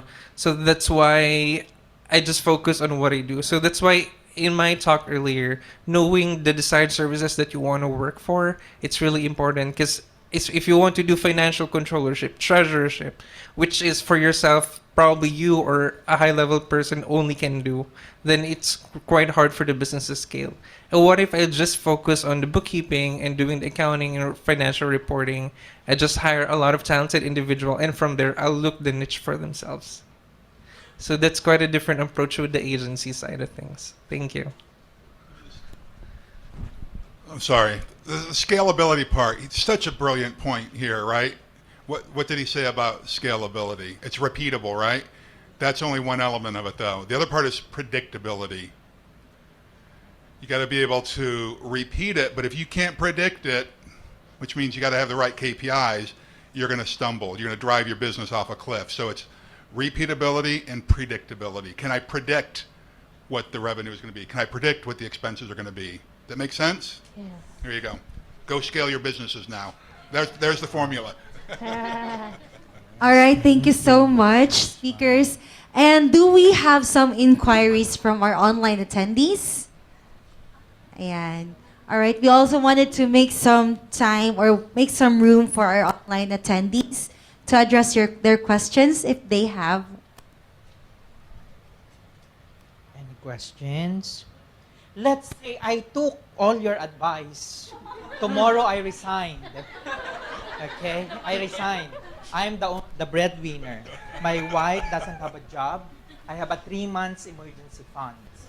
Now, my problem is I realize I worked only as a bookkeeper for the last 20 years. And then the next day, when I resigned, I realized, oh my God, this is not the job that I want to do because I have done this for the last 20 years. Now, I got cold feet and I don't know what to do. What will be your advice? Because you let me jump. What would be my step? So let me, when I gave my advice to you, I said, this isn't for everyone. And listening to everybody else's advice, a better way to go is to first save enough money so that you have a cushion. Larry taught me that about you got to have at least 6 months worth of expenses in the Fell bank. short of 3 months. Not enough. All right, that's just. All right, so I would say this. During that ramp up process where you're building your business and you have I hate saying this word, job, J-O-B. During that difficult period, what you really need to be focusing on are the SOPs, the standard operating procedures. That's where the value of your business comes in. All right, if you really feel like, oh my gosh, I made a mistake, well, listen, you can't flip-flop back and forth your entire life. You made the decision. You're a grown-up. Decisions have consequences, right? The good news is this. If you're building a business and you put the standard operating procedures in place, you're building value. The way you create wealth is through business ownership in most parts of the world. It's not through having a job for most people. It's not through inheritance. It's about either real estate or building a company, okay? So stick with it for another year or two and then sell the darn thing to someone else. Because the hardest part of starting and running a business is the first part of that, the starting that part. There's a lot of people who will come in and buy your business because they're smart enough to know that they don't want to do the hard part, which is setting it up, getting all the infrastructure in place, getting the clients, but there's real value. It's in some businesses it's 50 times revenue. I mean, that's in extreme situations, but let's say that's 6 times what your revenue is. That's probably more money than what you started with. All right. May time pa? Okay. So, for me, I think you have to set your mindset first before ka mag-jump sa, for example, you have your corporate job and you have your part-time job. So, you have to set your mindset first na, do I really want to do this or not? Kasi, kung later ka pa magde-decide, then hindi natin alam kung ano yung maging future. And the other thing that I want to say is, nakalimutan ko. Okay lang yan, mental block. Normal yan. Wait lang, isipin ko yung word. Ikaw muna. Nakalimutan ko yung word. Ikaw ba? Sige, nakalimutan Si Jack. ko. Siguro, Coach Jo, that's going to vary as per Larry earlier, according to what stage our life are into. Like if you're on the younger stage, go ahead and explore. And I'm a firm believer that everything that you do has always debits and credits. So say for example, you want it to be on the conservative side. No, you have to live and own up to the consequences. That hey, I'll be stuck in these boundaries, but at least I do have a credit that's coming in. I got a stable revenue. I got a peace of mind. Whereas if you want to jump into freelancing, you'll think that you have a credit of flexible time, unlimited income, but of course the downside to that is there's always that certain level of risk as well. I mean, everything has a risk, but I think if you're on the older age I think it has to be up to you on how you become more responsible to it and how you live up to the consequences. But hey, if it's something that you've decided and eventually it's something that you don't want to do and you want to get back to the corporate world, at least you still gain something. You gain that, hey, I already know right now na hindi pala para sa akin to. At least the what ifs at the back of your head has been cleared out.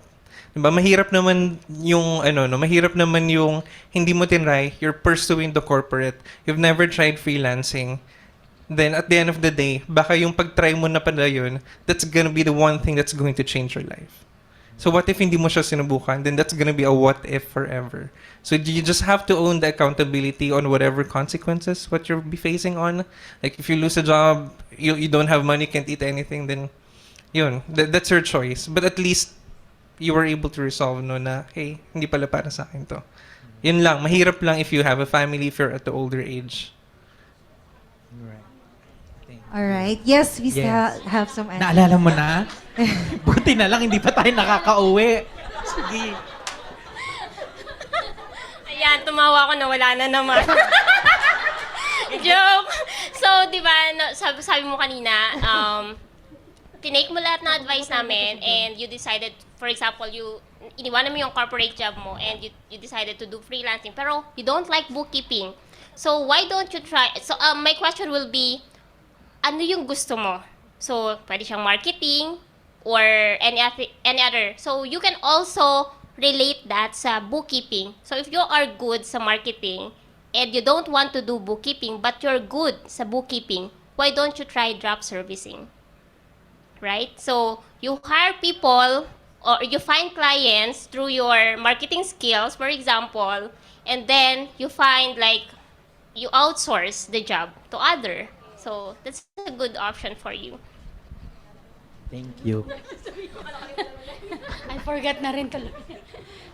Like what I said yung kanina, di ba? Before I decided to resign, yun. Nakalimutan ko tuloy. Yung... Nawala tuloy ako. Nauso Enjoy ko masyado yung conversation niya. Correct me if I'm wrong. So the situation is you already decided to jump to freelancing, right? And you don't want to go to bookkeeping already. So, but for me, so you want to go to another career. So, but then since finance-wise, you have your 3 months. You just have 3 months of cash flow. So, and you have a family that you're responsible of. So, I'll be practical. I'll go back to my core for now, just to finance the other type of career that I want to pursue while I'm doing the trial and error. Let's say I do email copywriting, learning email copywriting, doing it for what's BCS, like offering it for free, but in exchange of testimonial, of feedback, of in the future there's a possibility that you'll be hired. So for now, practical side, I'll stick with the core skills, whether you will outsource it, but you do bookkeeping so that you still have money. And then when you finally stable enough to go to that other career that you really like, then you forgo that bookkeeping career or client. I've been thinking about if I'm gonna say this because this is kind of harsh, but since everyone already said their piece, my advice would be just really suck it up, because you're a grown up and you already decided. You should have been able to think about it before you jump into it. Suck it up, stick with it, build your cash flow. It's really important. Whatever your business, whatever stage, build your cash flow at least 6 months to 12 months. Because you can never know what can happen. And then once you be able to build that cash flow, I'm pretty sure that you'd be able to really have that mental toughness in you and be able to see where you want to really lead your life. Because, you've been sucking up for 6 months. It will build your toughness in life and how you make decisions. The thing about decisions, guys, we can never know if it's the right thing. But we can always make it the right decision if we stand by it. So, Okay, so Alright. medyo naalala ko na. Yan. If not now, when? Naging mindset ko rin yan kasi. Yung, kumbaga yung iba, test the water first, di ba? Pero ako nanay ako eh. So, I've been, di ba, like what I said, I've been going back and forth, Bulacan to Ayala every day. So, I have no more time para mag-part-time. Parang konti na lang yung tulog ko and I only have really a few hours to spend with my family. So I have no chance para mag part-time pa. So it's like, it's now or never. So nung nagkaroon ako ng sign, I decided whatever it takes, I'll take it. And considering all the challenges, hinarap ko na lang siya. And then dahil nga may pressure na ako, there's no turning back. Laban kung laban, kahit $1 yan. But as you can see, kung hindi ko tinry, baka kagaya na iba, hindi masasagot yung what if ko. Diba? Until now, nandun pa rin ako, what if, what if. So, sayang yung chance eh. And maikli lang ang buhay, ba't hindi ko pa subukan? And I think worth it lahat na naging sacrifices namin mag-asawa. True. Nice. Thank you. Thank you so much. Okay, may last so we'll wrap it up, but we are going to address the questions from online attendees. Yes, okay. So I think this is addressed to Joe or Janine. So for both of them. So when will be the next EA exam? And is there a possibility that Makati will be the next venue? Is there a qualification to become an enrolled agent? Okay. May recording ba? Wala. Meron, pero... Alright, so for the question, if there's a requirement, so the only requirement to become an enrolled agent is the PTIN, and you pass the 3 parts of the exam. So that's the one of the question. The second question, is there a possibility to have a examination here in the Philippines? Not sure. So it depends on how many examinees will have the coming months, and in terms of the next EA, when it's gonna be.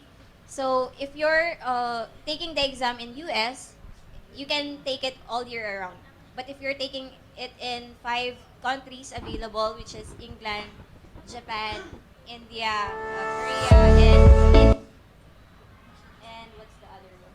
Canada, then you have a specific dates which you can see in Prometric website. I can't specifically say it right now. I'm not familiar with the exact dates, but there's just like 1 week for each country wherein they offer the exam. So I'm just going to answer the part about, is it possible to get the test back here? And absolutely it is. We actually went and visited the Prometrics office. I've also contacted the IRS. So my team and I are actually working on it. It's a big project. We actually have a petition. I don't know where it is, but if you email, I think Eileen at Bedrock Business Builder, she'll connect you with the petition. We have about 350 on it right now. I also have a contact at a high level at the IRS. So I am working on it, and it's going to take some time. But the reason why they stopped it is because there's just no demand. There's no demand. So once we show them that there's demand, they'll have no choice but to open it. You mean demand from people who want to be EAs? Right, demand from all of you people. If they got, and I actually have the phone number and the email address directly to the office that decides, that draws up the contract with Prometrics.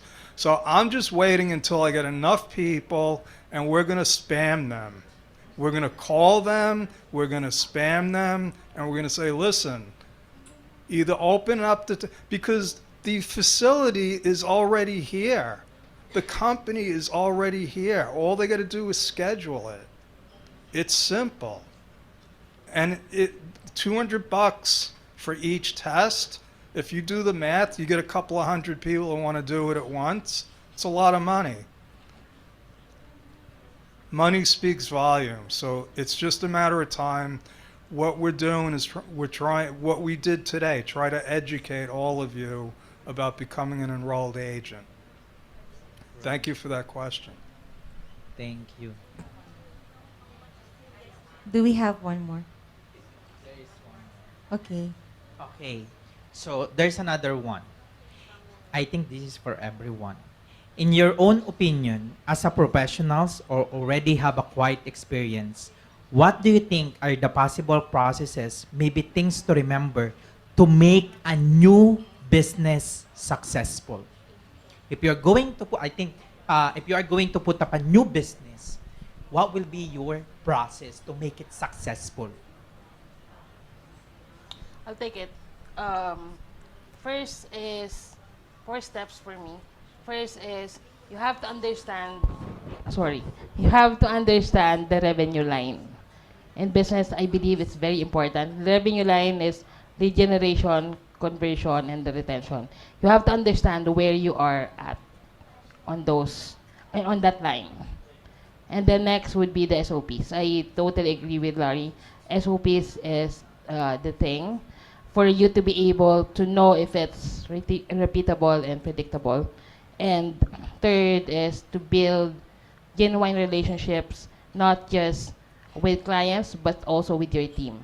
If it's a business and it's not solopreneurship, you would really want to have the best people, trusty people in your team to be able to build a successful business. And of course, number one, the mindset. That it won't be as easy as you think, as what people say it is. Mental toughness is definitely one thing. Okay, so the reason I wrote this book, Victory, 7 Revolutionary Strategies for Entrepreneurs, was for this exact question. I hear it all the time. People are like, what do I do to become successful in business? We've talked about it today. You've got to have a vision. What does my company look like? Who am I serving? Who's my ideal client avatar? You have to do intel. What does that mean? Survey the competition, survey the landscape, look at where's the industry heading. You've got to have coaches and mentors in your life. You've got to have the right team helping you outsource it if you have to, right? You have to have the right standard operating procedures and operations in place. Here's a really important one. Then you got to take rapid action. Because you could sit here all day long and just wish upon a star that it's going to happen. But at some point, you need to be decisive and you need to jump in with both feet. And then what we were talking about earlier, it's the you part. How are you becoming a better leader, a better entrepreneur, a better contributor to society? If you do those things, those 7 things, your business is much more likely to be successful than the 70% of the other businesses that fail in the first couple of years. Okay? So go do it. Okay, so before we wrap up, we have one last question. Just one last question. I think this is addressed to Mr. Jody Chara. May we know how much is the investment of the EA program from the review and up to the time that you take the exam? I mean, there's an exam fee, I guess. I think Janine covered that. It's first of all, the real investment is your time. Okay. The cost. How much? So it's $206 per exam. You need a P10 that's like $30. There's a couple of other fees. Janine knows better Let's than say, me. let's have it an estimate. This is exclusive of the airfare and accommodation because it totally depends on you. So let's stick with roughly 1,300 or 75,000 in.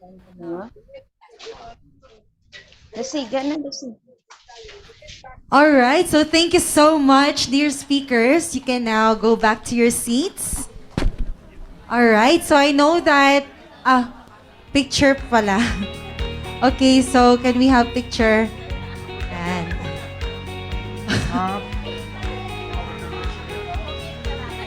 very timely yung seating arrangement.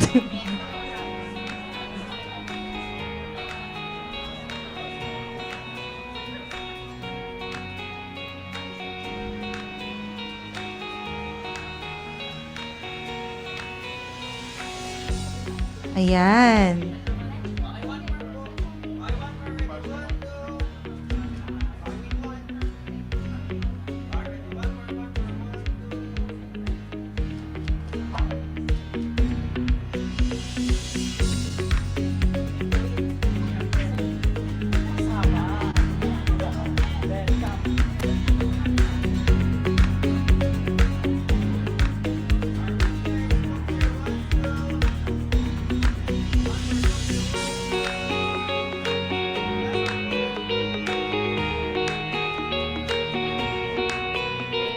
All right, so once again, give it up to our dear speakers. Thank you so much. And I know na marami pa kayong questions, so make sure that you get in touch with them by following them on their social media. Okay? All right, and before we end this, all right, so let's settle down muna, okay? All right, so let's go back to our respective seats.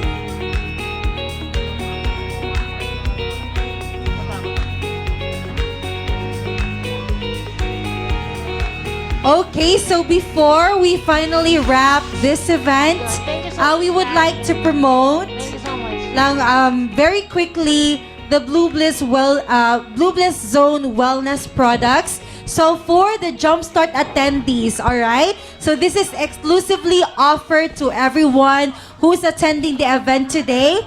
You can avail as much as 20% off on bundle packs, only available for today. So they have a package 1 promo, purchase bundle products worth 3,700, and you can avail the members price only for today. And we have the package 2 entitled Good Deal. So the bundle is worth 6,550 to get not only members price but more freebies. So may limited offers left for this month. Ayan. And of course, they have, you can pre-order some gifts that you can actually customize. This is also 20% off for today, all right? So this is actually example for this one.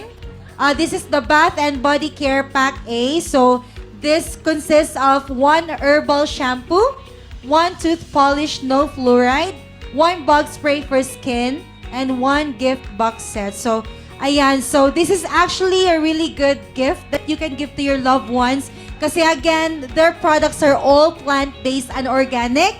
So walang halong chemical. So this is really a gesture that you can, you can show to your loved ones that you care for them. Ayan, thank you so much. And again, you can visit their booth here. Okay, and you can also follow them on Facebook. That's Blue Bliss Zone Wellness. All right, thank you so much.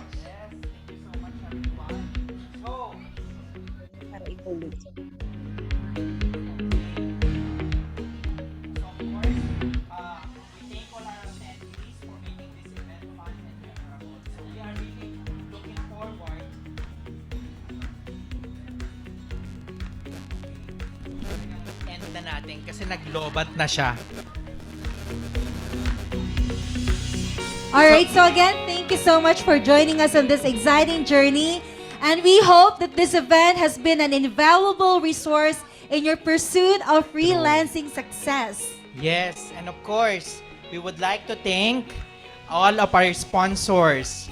Marian Labonete, Shari Pineda, Match Accounting Talent, Getting What You Want, Susan Shepard, The Grant Assurance Financials in Life, Blue Bliss Zone, Dry Skin Therapy Pack, Facial Care, Jack Cantos, Coach Kajea, Sheena Santos, Giselle Tech, The Rolling Media, Smart Books Cloud Solutions, Fast Track Solutions, SM Development Corporation. Thank you for making this event possible with all of your help. All right, and once again, we wanted to thank our beloved speakers, Jack Cantos, Coach Kaji, Coach Giselle, Mommy Sheena Santos, our special guest Janine Escala, and of course our international speakers Larry Broughton, Jody Char, thank you so much for your invaluable contribution to us, and it is always something that we will treasure. And lastly, we would like to acknowledge the team behind this event. Thank you so much, Joy Nostalg Hotel, the DRP team headed by Sir Dominic Taglerico. Thank you so much for Bedrock PH team, and of course, Jody Chara for his unwavering heart for the Filipinos. And lastly, we wanted to thank our Almighty Heavenly Father through whom all things are possible. Yes, so once again, I'm signing off. You can follow me, OPAB, okay? So we can be connected. Sergio, Jonathan Ruiz, ang accountant mo. And this is Belle Humaya. And this is Jumpstart Jumpstart Your Freelancing Career Year 2, your road to six-figure income. See you around. Thank you so much, guys. Thank you. Okay, Thank you so much. so pwede na kayo magpa-picture taking. Make sure to approach our beloved speakers. Alright, so don't miss out taking pictures with them. And visit the booths of our sponsors. Andyan pa rin sila. We also have the photo booth outside. Ayan. Okay, so picture taking. Make sure that you don't forget the official hashtags. Hashtag Jumpstart Your Freelancing Career Year 2 and hashtag I am an empowered freelancer. Thank you so much once again, guys. And we hope to see you once again in the future. Malay natin, merong Year 3 of Jumpstart. Ayan. Yes.